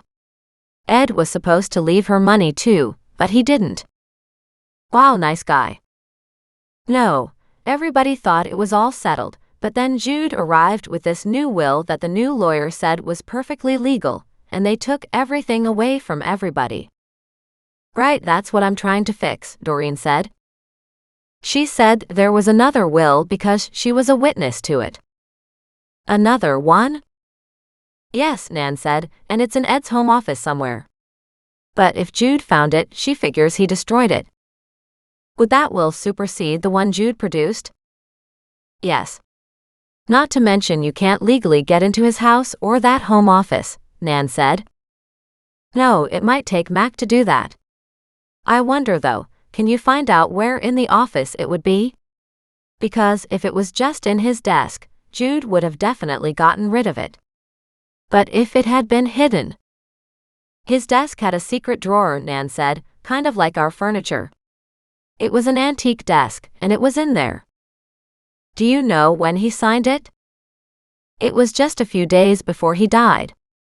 He was feeling angry with his son. Jude had only wanted to come back if something was in it for him to come back for. And he had no intention of waiting until his father died. His father was angry about the whole thing and called his lawyer to come over to his house and to draft a new will." "But wouldn't the lawyer have had a copy?" "There was some discussion about it, and he was supposed to do something with it, but then, as far as I understand, he died. The lawyer did pass away, but he didn't pass away until after Ed Burns did. Although it was soon afterward." After hanging up with Nan, Doreen sent Mac a text. Dingbat was here in the backyard. Her phone rang immediately. "Are you serious? I saw somebody come around the corner of the house as I came back from Nan's, so I went out front and saw the Porsche disappearing." There was silence on Mac's end of the call, but Doreen could hear his anger thrumming through the lines. "He didn't do anything," she said gently. "But he's getting bolder," Mac snapped. "Yeah, he is. Also," she said, "Nan had an interesting tidbit, and she told him about the cleaning lady." "I'll have a talk with her myself tonight," Mac said. "If she confirms this, I need to open an investigation." "Good," Doreen said. "You need to make it official. I wish I could go to Ed Burns's home office and take a look. I did learn a lot about antiques and their secret drawers." Mac hesitated. "I can come with you." "No," he said. "We can't do that without a warrant, and I need cause in order to have a warrant." "I hear you there," she said, "but..." "No," he said firmly. "I'll talk with the cleaning lady, and I might stop in and talk with Jude too." "Good," she said. "I'd like to see him pee in his pants. I really don't like being threatened by him." "Maybe you could just stay out of trouble for once," Mac said in exasperation. "Maybe," Doreen said cheerfully. "But maybe not." And she hung up. Chapter 31. Tuesday late afternoon. Doreen walked back to her computer and studied as many different angles on these cases as she could, but everything she did drew a blank. She needed Jude to either break or do something stupid like attack her, so they had a reason to go into his house, particularly Ed's home office, to search the desk for that later will. Which would be perfect, she said out loud. Or she needed to find a way to get in there without anybody knowing. She hemmed and hawed over the possibilities, but but no matter what she thought of, it would put her in the wrong light. And that she didn't want to do. She walked out front and sat on the porch steps, and it didn't take long for the Porsche to come around again. As soon as it came up to her driveway, it stopped. She watched as he got out, apparently not seeing her. She crouched down on the front step, so she peered around the bushes through the railing. She sent Mac a text. "He's here again." And indeed, he snuck up around the back of her driveway. As soon as he was out of sight, she snuck back into the house and raced to the kitchen door, which was propped open for the animals sprawled out in the backyard, enjoying the warm evening air. As she watched, he came around the side, crept up to the door and into the house. She was hiding in her kitchen area by her printer, and she started videotaping his entrance into her home. He swept through the kitchen and all of downstairs, and then she heard him go upstairs. She wondered what he was looking for, then she knew. He was after the papers she had taken from his recycling bin. She frowned and saw them under her laptop. Did she dare move them? She grabbed them and shoved them into her scanner. As it started working, Jude came back down the stairs and confronted her. She cried out in false alarm. "What are you doing in my house?" This guy had a lot of nerve. "You stupid bitch," he said, "you don't know what you're dealing with." "What are you talking about?" she said, advancing on him. "How dare you come into my house?" "I'll go wherever the hell I want," he said. "You stole from me." That stopped her in her tracks. "What are you talking about?" "I didn't steal anything." Muggs, hearing her raised voice, was suddenly in the doorway. And darn if Thaddeus wasn't riding on his back. Of Goliath there was no sign. And that made her even more suspicious. Jude paused for a moment. "You stole from my recycling bin." She laughed. "Seriously?" "I accidentally threw something away," he said, "and you're the only one who would have found and taken it." "What was it?" she asked. Just then, he looked behind her to see the last page on the scanner. He snatched the papers from the machine and held them up. "These," he said. "I'll have my lawyer after you for this." "You could," she said, "but I'm pretty sure the lawyer will be covering his own butt. Besides, I didn't steal those. Anything you throw into the garbage and into your trash bins off your property is for anybody to collect. It's not theft. You threw it away. I have full rights to take it." Jude stopped. She gave a crisp, clean nod. "You should learn the law before you start accusing people of breaking it. If you hadn't hired that jerk to kill your father and your girlfriend and your previous lawyer, you wouldn't be facing 3 murder charges." He stared at her, his jaw working. "Oh yeah, I know," she said. "I also know there's another will. But I won't tell you where it is." She smiled sweetly. "So, I highly suggest you come up with a decent story to get yourself off the hook on that one. You interfering no good, which?" He stepped toward her. But Muggs jumped behind him, barking ferociously, momentarily diverting his attention. Doreen sidestepped him and ran outside into the backyard.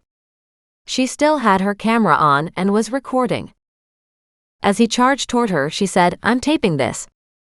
Go ahead and hit me. We'll add assault and battery to your charges."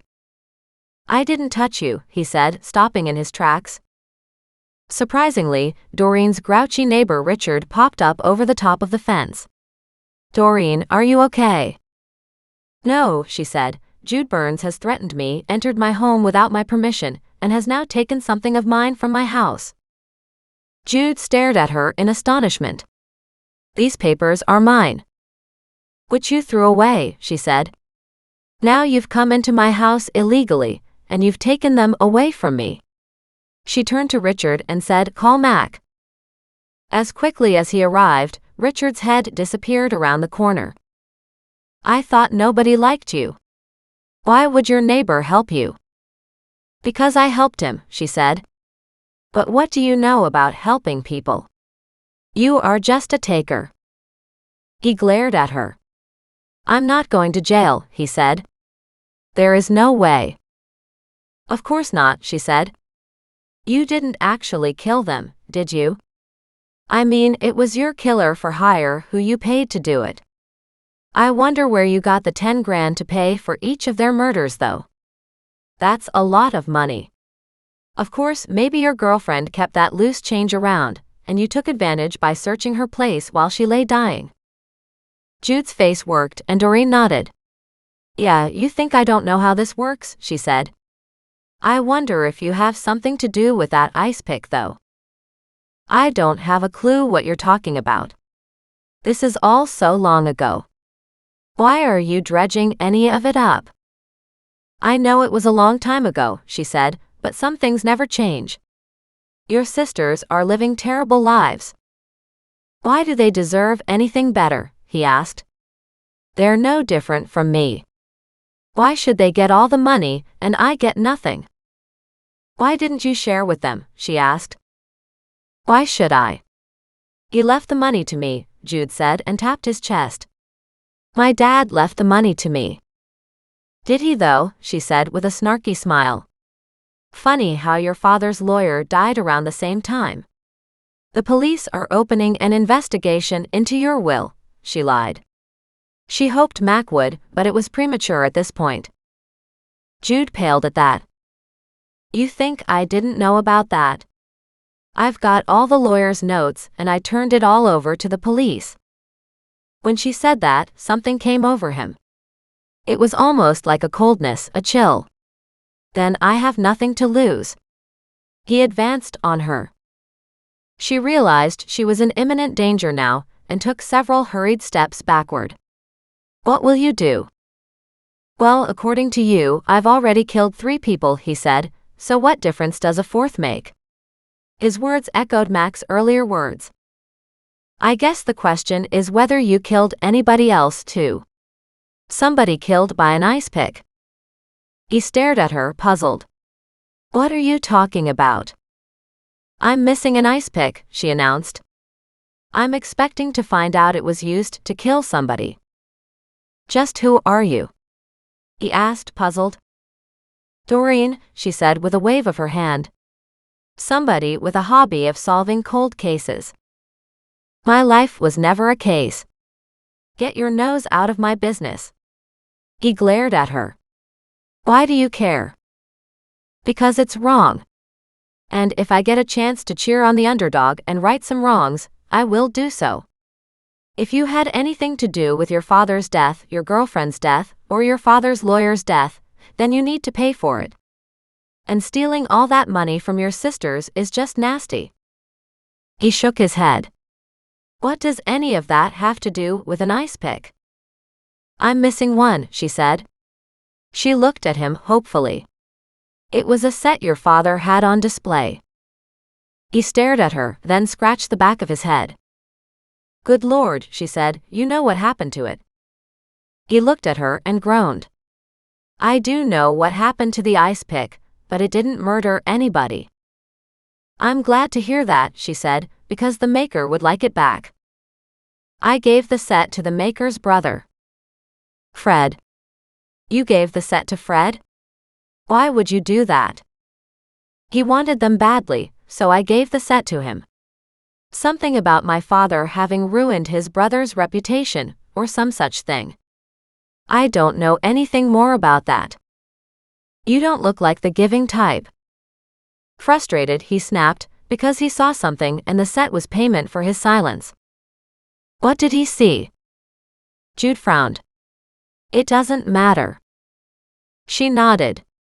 What were you doing that Fred saw? None of your business, he said. I'll call my lawyer about this. He pulled out his phone. Go ahead, she said. Contact the one cheesy illegal lawyer you've got. I'm sure that'll make for great courtroom drama. She stopped and said, It wasn't Frank you gave it to. It was Fred. I know that. I just said I gave it to the maker's brother. Don't you listen? He asked, dialing his phone again and then stopping, hesitating as if not sure what to do. You gave them back to Fred because Fred did the landscaping for Ed Burns, she said. I'm slow, but I do finally get there. He saw you kill your father. I didn't kill my father. He tried for outrage but failed miserably. Fred saw something, she said, letting a smirk show. Anything to rattle Jude more. Something ugly. Although I'm surprised that's all he wanted because they don't have much. Maybe, Jude said. But that's all I'll say on the matter. No, it's not. The only reason you'd buckle to that type of pressure is if Fred saw something really good. Although maybe Fred was too scared to ask for more. What did he see? He saw you kill your father? She was fishing and taking a chance on pissing off yet another potential killer, but something had to get him to talk. At least he seemed to have forgotten that she was recording this conversation. A pale, sickly look washed over his face. Aha. I was right. Why, you weaselly, greedy, lazy. Words failed her then. Why couldn't you have found another way? You didn't have to kill him. I'm not talking to you anymore. If you want information, I want a deal. He stiffened his back and stuck his nose in the air. Like she hadn't seen the best of the snobs do that. He couldn't even begin to pull off that maneuver. I can't give you a deal, and I doubt even the cops will give it to you. Why should they? You're just another no-good greedy killer who couldn't be bothered to get a real job. She gave him a big fat smile. That's okay. I think prison will give you a job, so you can finally work for a living. I'll give you the other killer, he cried out desperately. Then I can walk free. You just admitted to killing all these people. She shook her head. Why would you go free? I didn't admit to anything. I had nothing to do with any of this, but I know someone who's way worse than I am, he blustered. Why the hell couldn't you just go away and leave me alone? Why couldn't you have looked after your sisters, she countered, hating that it was all about money. Is money what this is all about? He asked, relaxing, as if seeing a way out of his corner. Fine, I'll give them some money. You realize they're both working as nannies. Unpaid but for their room and board. They can't even have a cell phone of their own, and they get only $50 for gas. That's it. He stared at her. Is that even legal? He asked in amusement. I knew they were losers, but to end up there. He just shook his head, pissing her off more. All you had to do was treat them like people, and they would have been happy. You even have that spare house on the property. They used to live there, he admitted. Why did you kick them out? I was afraid they'd figure it out, he snapped. If they are anything like me, they'd have stuck their nose into my business and found out what I was up to. I couldn't have that. I risked too much for this. And you'd throw another killer under the bus to keep it? Absolutely. Deal? He asked, looking at her hopefully. It's about Fred and Frank. They are the killers. Bingo, she whispered under her breath. Chapter 32. Tuesday evening. But then, like you said, you can't make that kind of a deal. Jude nodded, but he glanced about in the growing gloom as the sun sank around them, as if his mind spun with options. Maybe the cops will make you a deal though. Fred and Frank, huh? But he clammed up and shrugged his shoulders, an insolent look shifting across his features.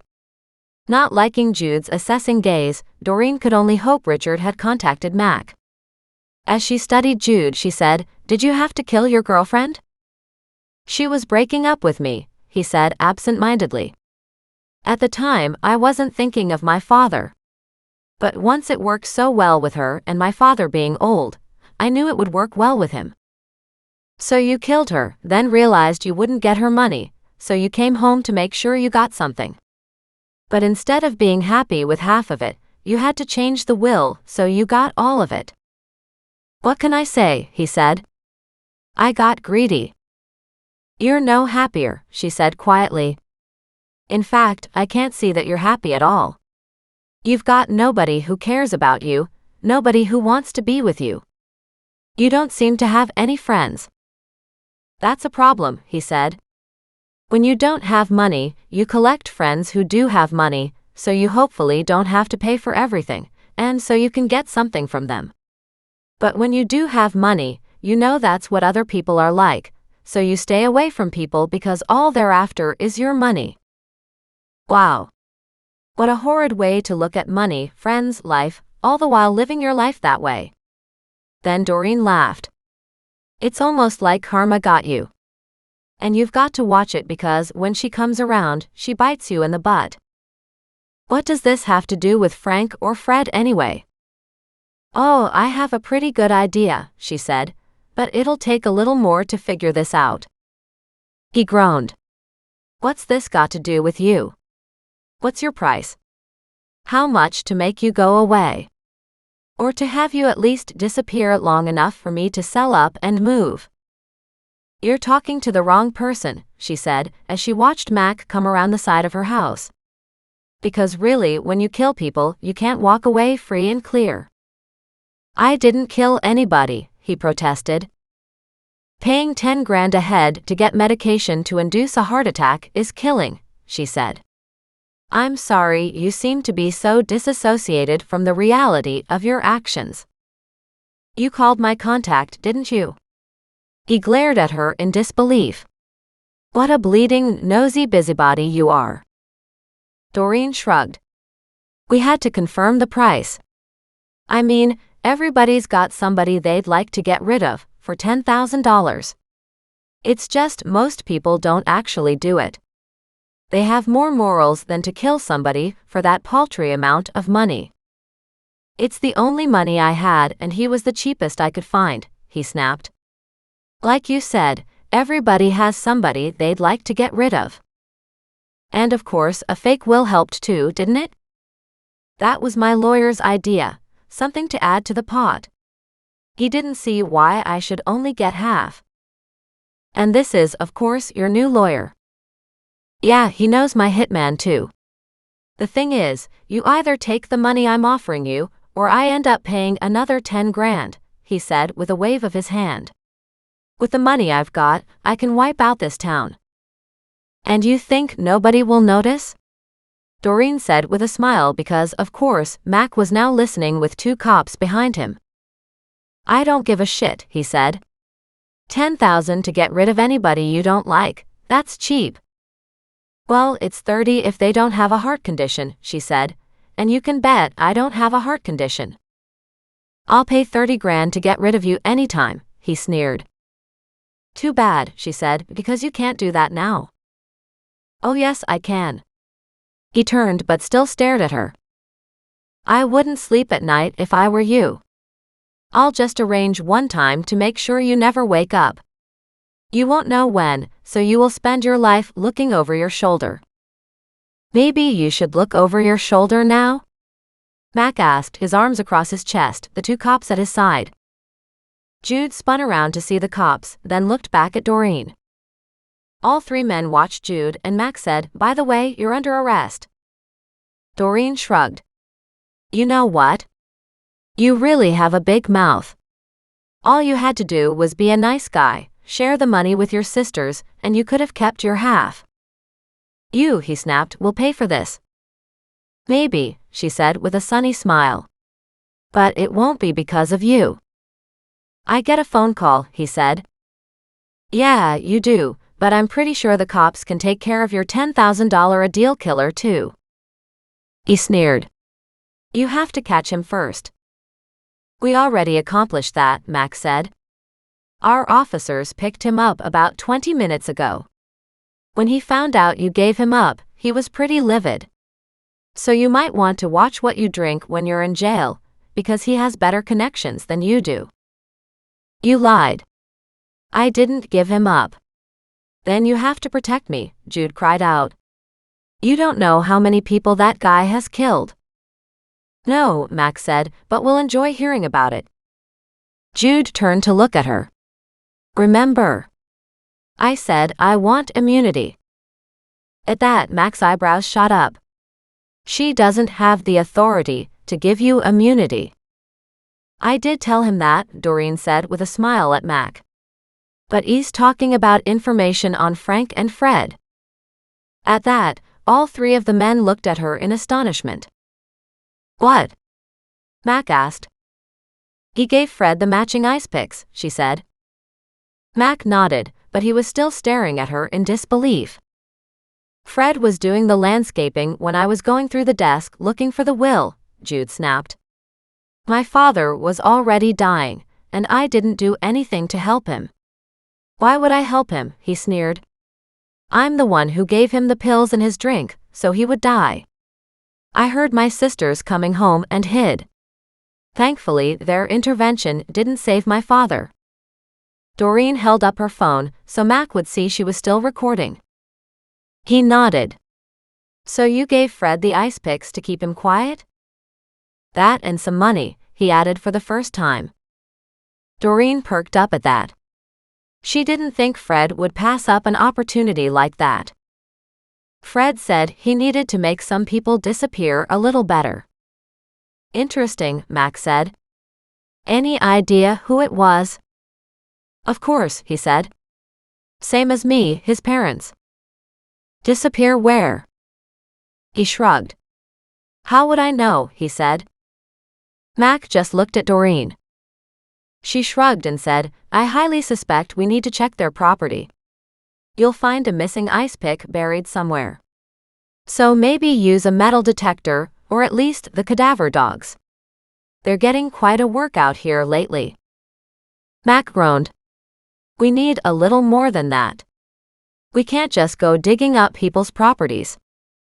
I don't think Frank had anything to do with it. He's the one who had his parents declared missing. If you check the paperwork, I bet Fred didn't say anything. You think Fred killed them? She nodded. Or paid to have them killed. I just don't know why, and neither do I know where Henrietta is. What? There's something you don't know, one of the cops beside her asked as he flicked a hand through his hair. Amazing. I guess if we give you another 10 minutes or maybe an hour, you'll figure this all out. She glared at him. You guys didn't even know Jude had 3 people killed, she said, or the fact that Fred might have killed his parents. Now, I don't know what happened to Henrietta. And that does concern me, but I'm pretty sure if you talk to both brothers now, you'll figure it out. At that moment, Jude bolted toward the creek.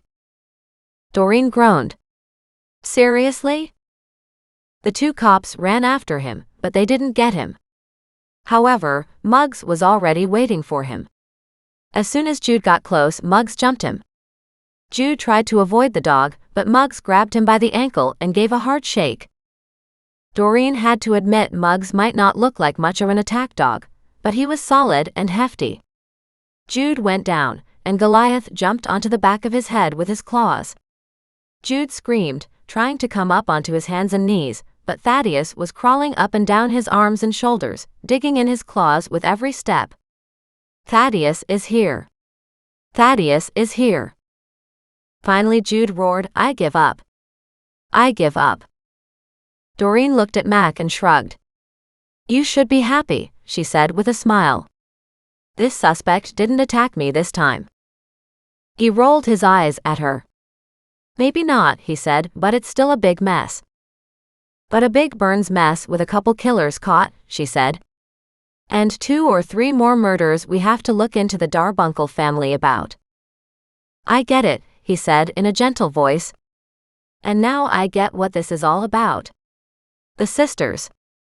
All 3 of them. Somebody's got to look after the women because, way too often, they just get taken advantage of. He gave her a soft smile. And since you were taken advantage of, you're trying to help those who can't help themselves?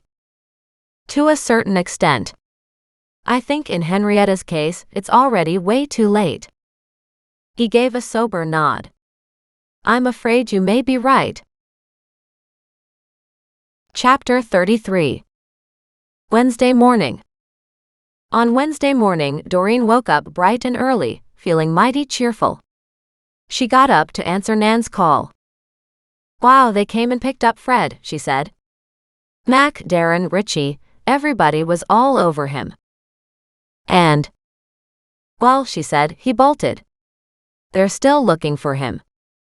"Great," Doreen said. "With my luck, he's coming here."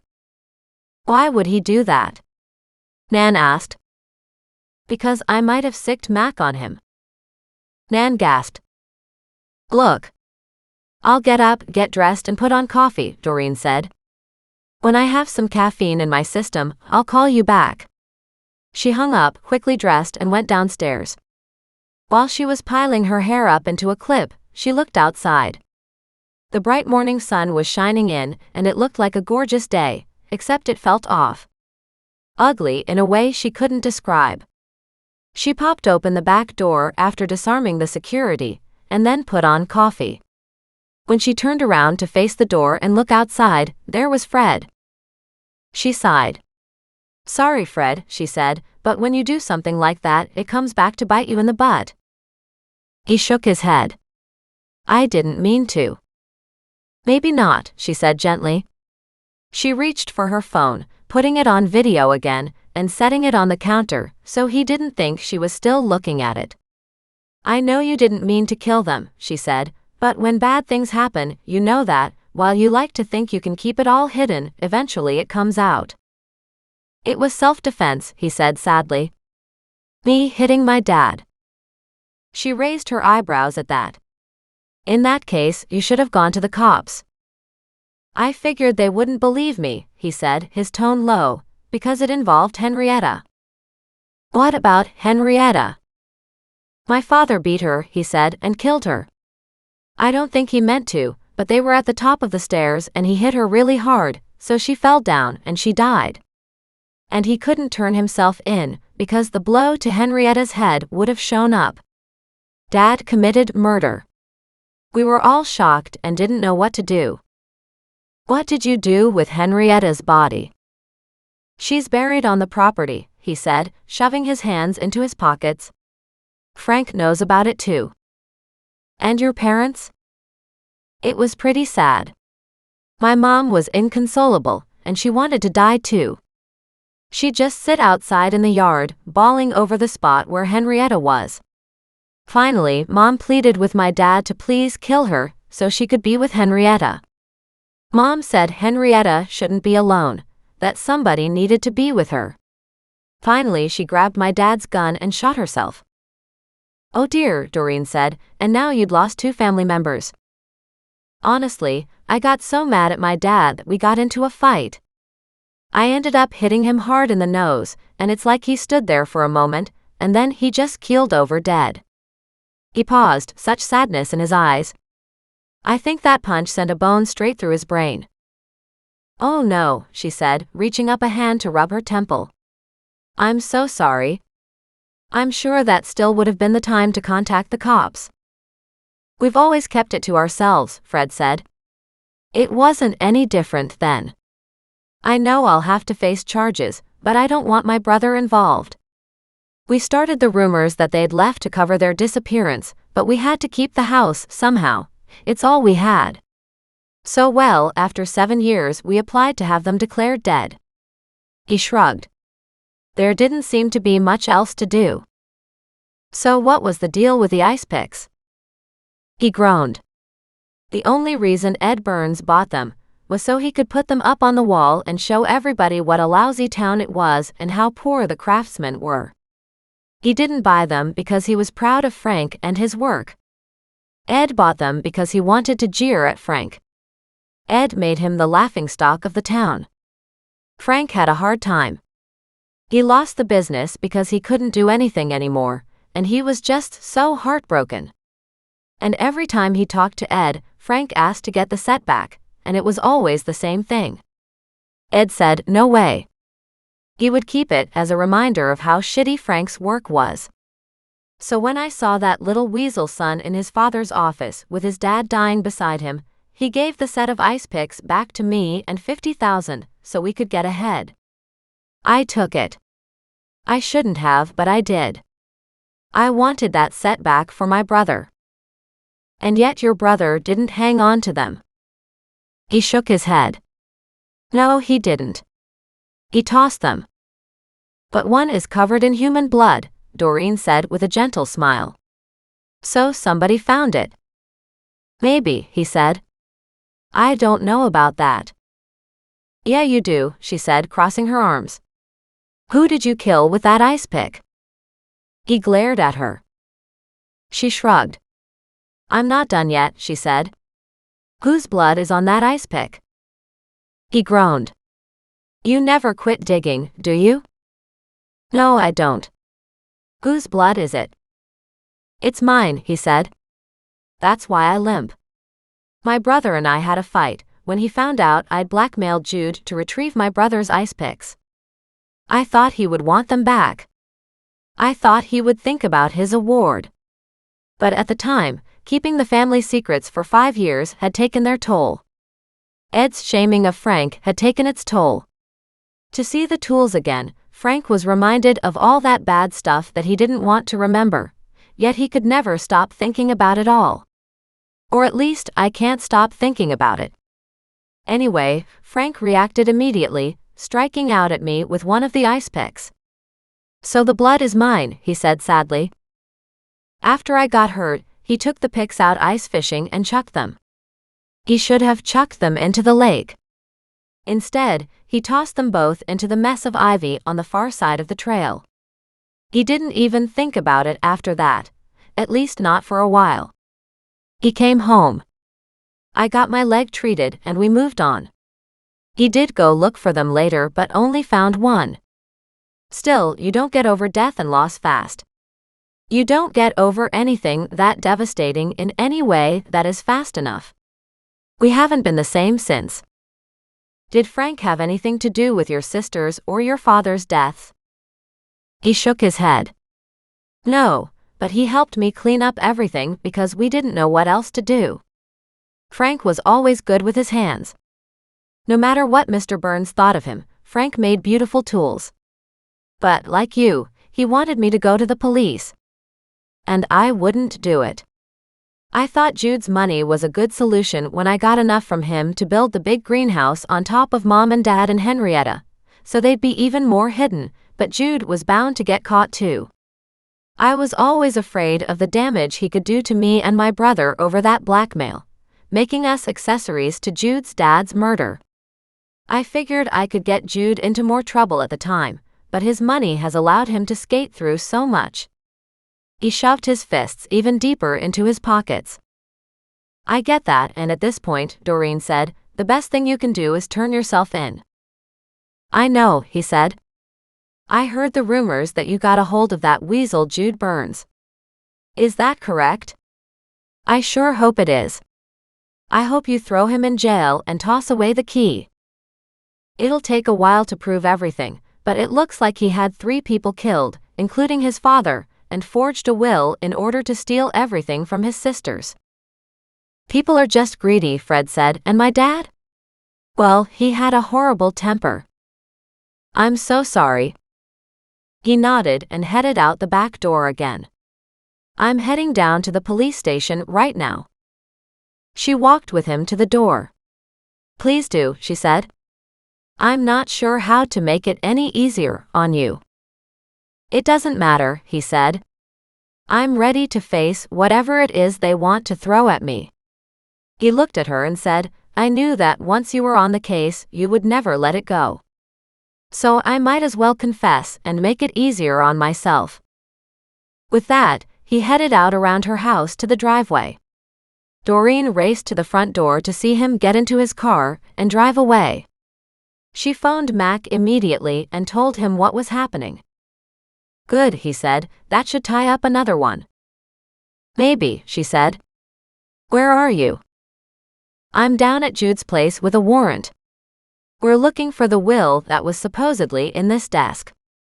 I talked to the cleaning lady too, and she says it's here, but I can't get the damn drawers open. Can I come? Doreen cried out. Please, please, please. Fine, Mac said, but you look at the desk to see if you can find the secret drawers and that's it. I'm on my way. Doreen loaded up her menagerie and headed to the beautiful house on Abbott. The gates were open and cops were all over the place. She walked up to the front steps and the guard cop looked at her, groaned, and said, "Really? You're animals too." She shrugged. "They're part of my think tank." And she walked into the home office, looked at the desk, and smiled. "You know something? I think I do know this one." "How would you know that?" Mac asked. "Just one of my many talks with Scott," she said, "but I better see first." She sat down at the desk, studied it for a long moment, and felt along the side where she thought the secret drawer might be. But instead, she found a tiny indent along the back. She pressed that and a drawer popped out. Mac dove for it and pulled out the will. He unrolled it while everyone crowded around him. It's dated 2 days before his death, all signed nice and legal. He looked at it and laughed. He changed it and left everything to his daughters. Doreen looked up at Mac and smiled. Justice is served. Epilogue. Friday morning. It had been 2 days since Doreen had been at Ed Burns's house. She'd kept her head low and had stayed out of sight since then. It was Friday morning, and she was back at Millicent's place. Millicent hadn't stopped talking since Doreen had arrived to weed, but that was okay. Doreen was more than happy to listen while Millicent reminisced about the Jude and Ed Burns family drama, and then about Frank and Fred Darbuncle. Who knew Fred would have gone down like that and talked to the cops? "I know they let him go back to his home to say goodbye to his brother," Millicent said. "And for that, I'm happy. But it makes you wonder just what kind of charges he'll face." "I don't know," Doreen said. "I'm sure they'll exhume all 3 bodies to corroborate his accounting of his family's deaths. After that, I don't know." "You, my dear, are an absolute marvel," Millicent said. "Not at all," Doreen said. "Who knew I would find out all this just from finding one ice pick in the ivy?" Millicent chuckled. "Did I ever tell you about the jewels I found?" Doreen sat back on her haunches. "Jewels? Where?" "They were in the juniper," Millicent said. "It was years and years ago. I never did find out who they belonged to." "Did you ask Mac to find out?" "Mac wasn't even an officer back then. Not sure I have mentioned them to him since he joined law enforcement, now that I think about it." She frowned. "You know what? I'll see if I can find them." "Especially if you want to find who they belong to," Doreen said. "It might take time to find the owners." Millicent looked at Doreen and smiled. "Not with you, my dear. You are so darn fast. I'll go take a look now because I want you to have the jewels, and I want you to find out who they belong to." "Oh, but..." Doreen started. However, it was too late. Millicent was gone. Doreen laughed. Apparently, she now had a new cold case. This concludes Book 9 of Lovely Lethal Gardens, Ice Pick in the Ivy. Now hear about Jewels in the Juniper, Lovely Lethal Gardens, Book 10. Lovely Lethal Gardens, Jewels in the Juniper, Book 10. A new cozy mystery series from USA Today best-selling author, Dale Mayer. Follow gardener and amateur sleuth Doreen Montgomery, and her amusing and mostly lovable cat, dog and parrot, as they catch murderers and solve crimes in lovely Kelowna, British Columbia. Riches to rags. Chaos is still present. Memories are fading, but not for everyone. The problem with notoriety is unfair expectations. When Mac's mother, Millicent Moreau, requests Doreen's help with a small problem she's kept hidden for decades, Doreen feels obligated to help. And what harm could it do after all? Worst case scenario? It'll annoy Mac, but that's something she does on a regular basis anyway. But when Millicent's small problem turns out to involve a failed marriage, a bag of jewels from a jewelry store that mysteriously burned down decades ago, possible insurance fraud, and maybe even a case of murder, Doreen will admit that she's in way over her head. With her trusty trio of furry and feathered cohorts, she brings an old case into the present, and finds it's more current than ever.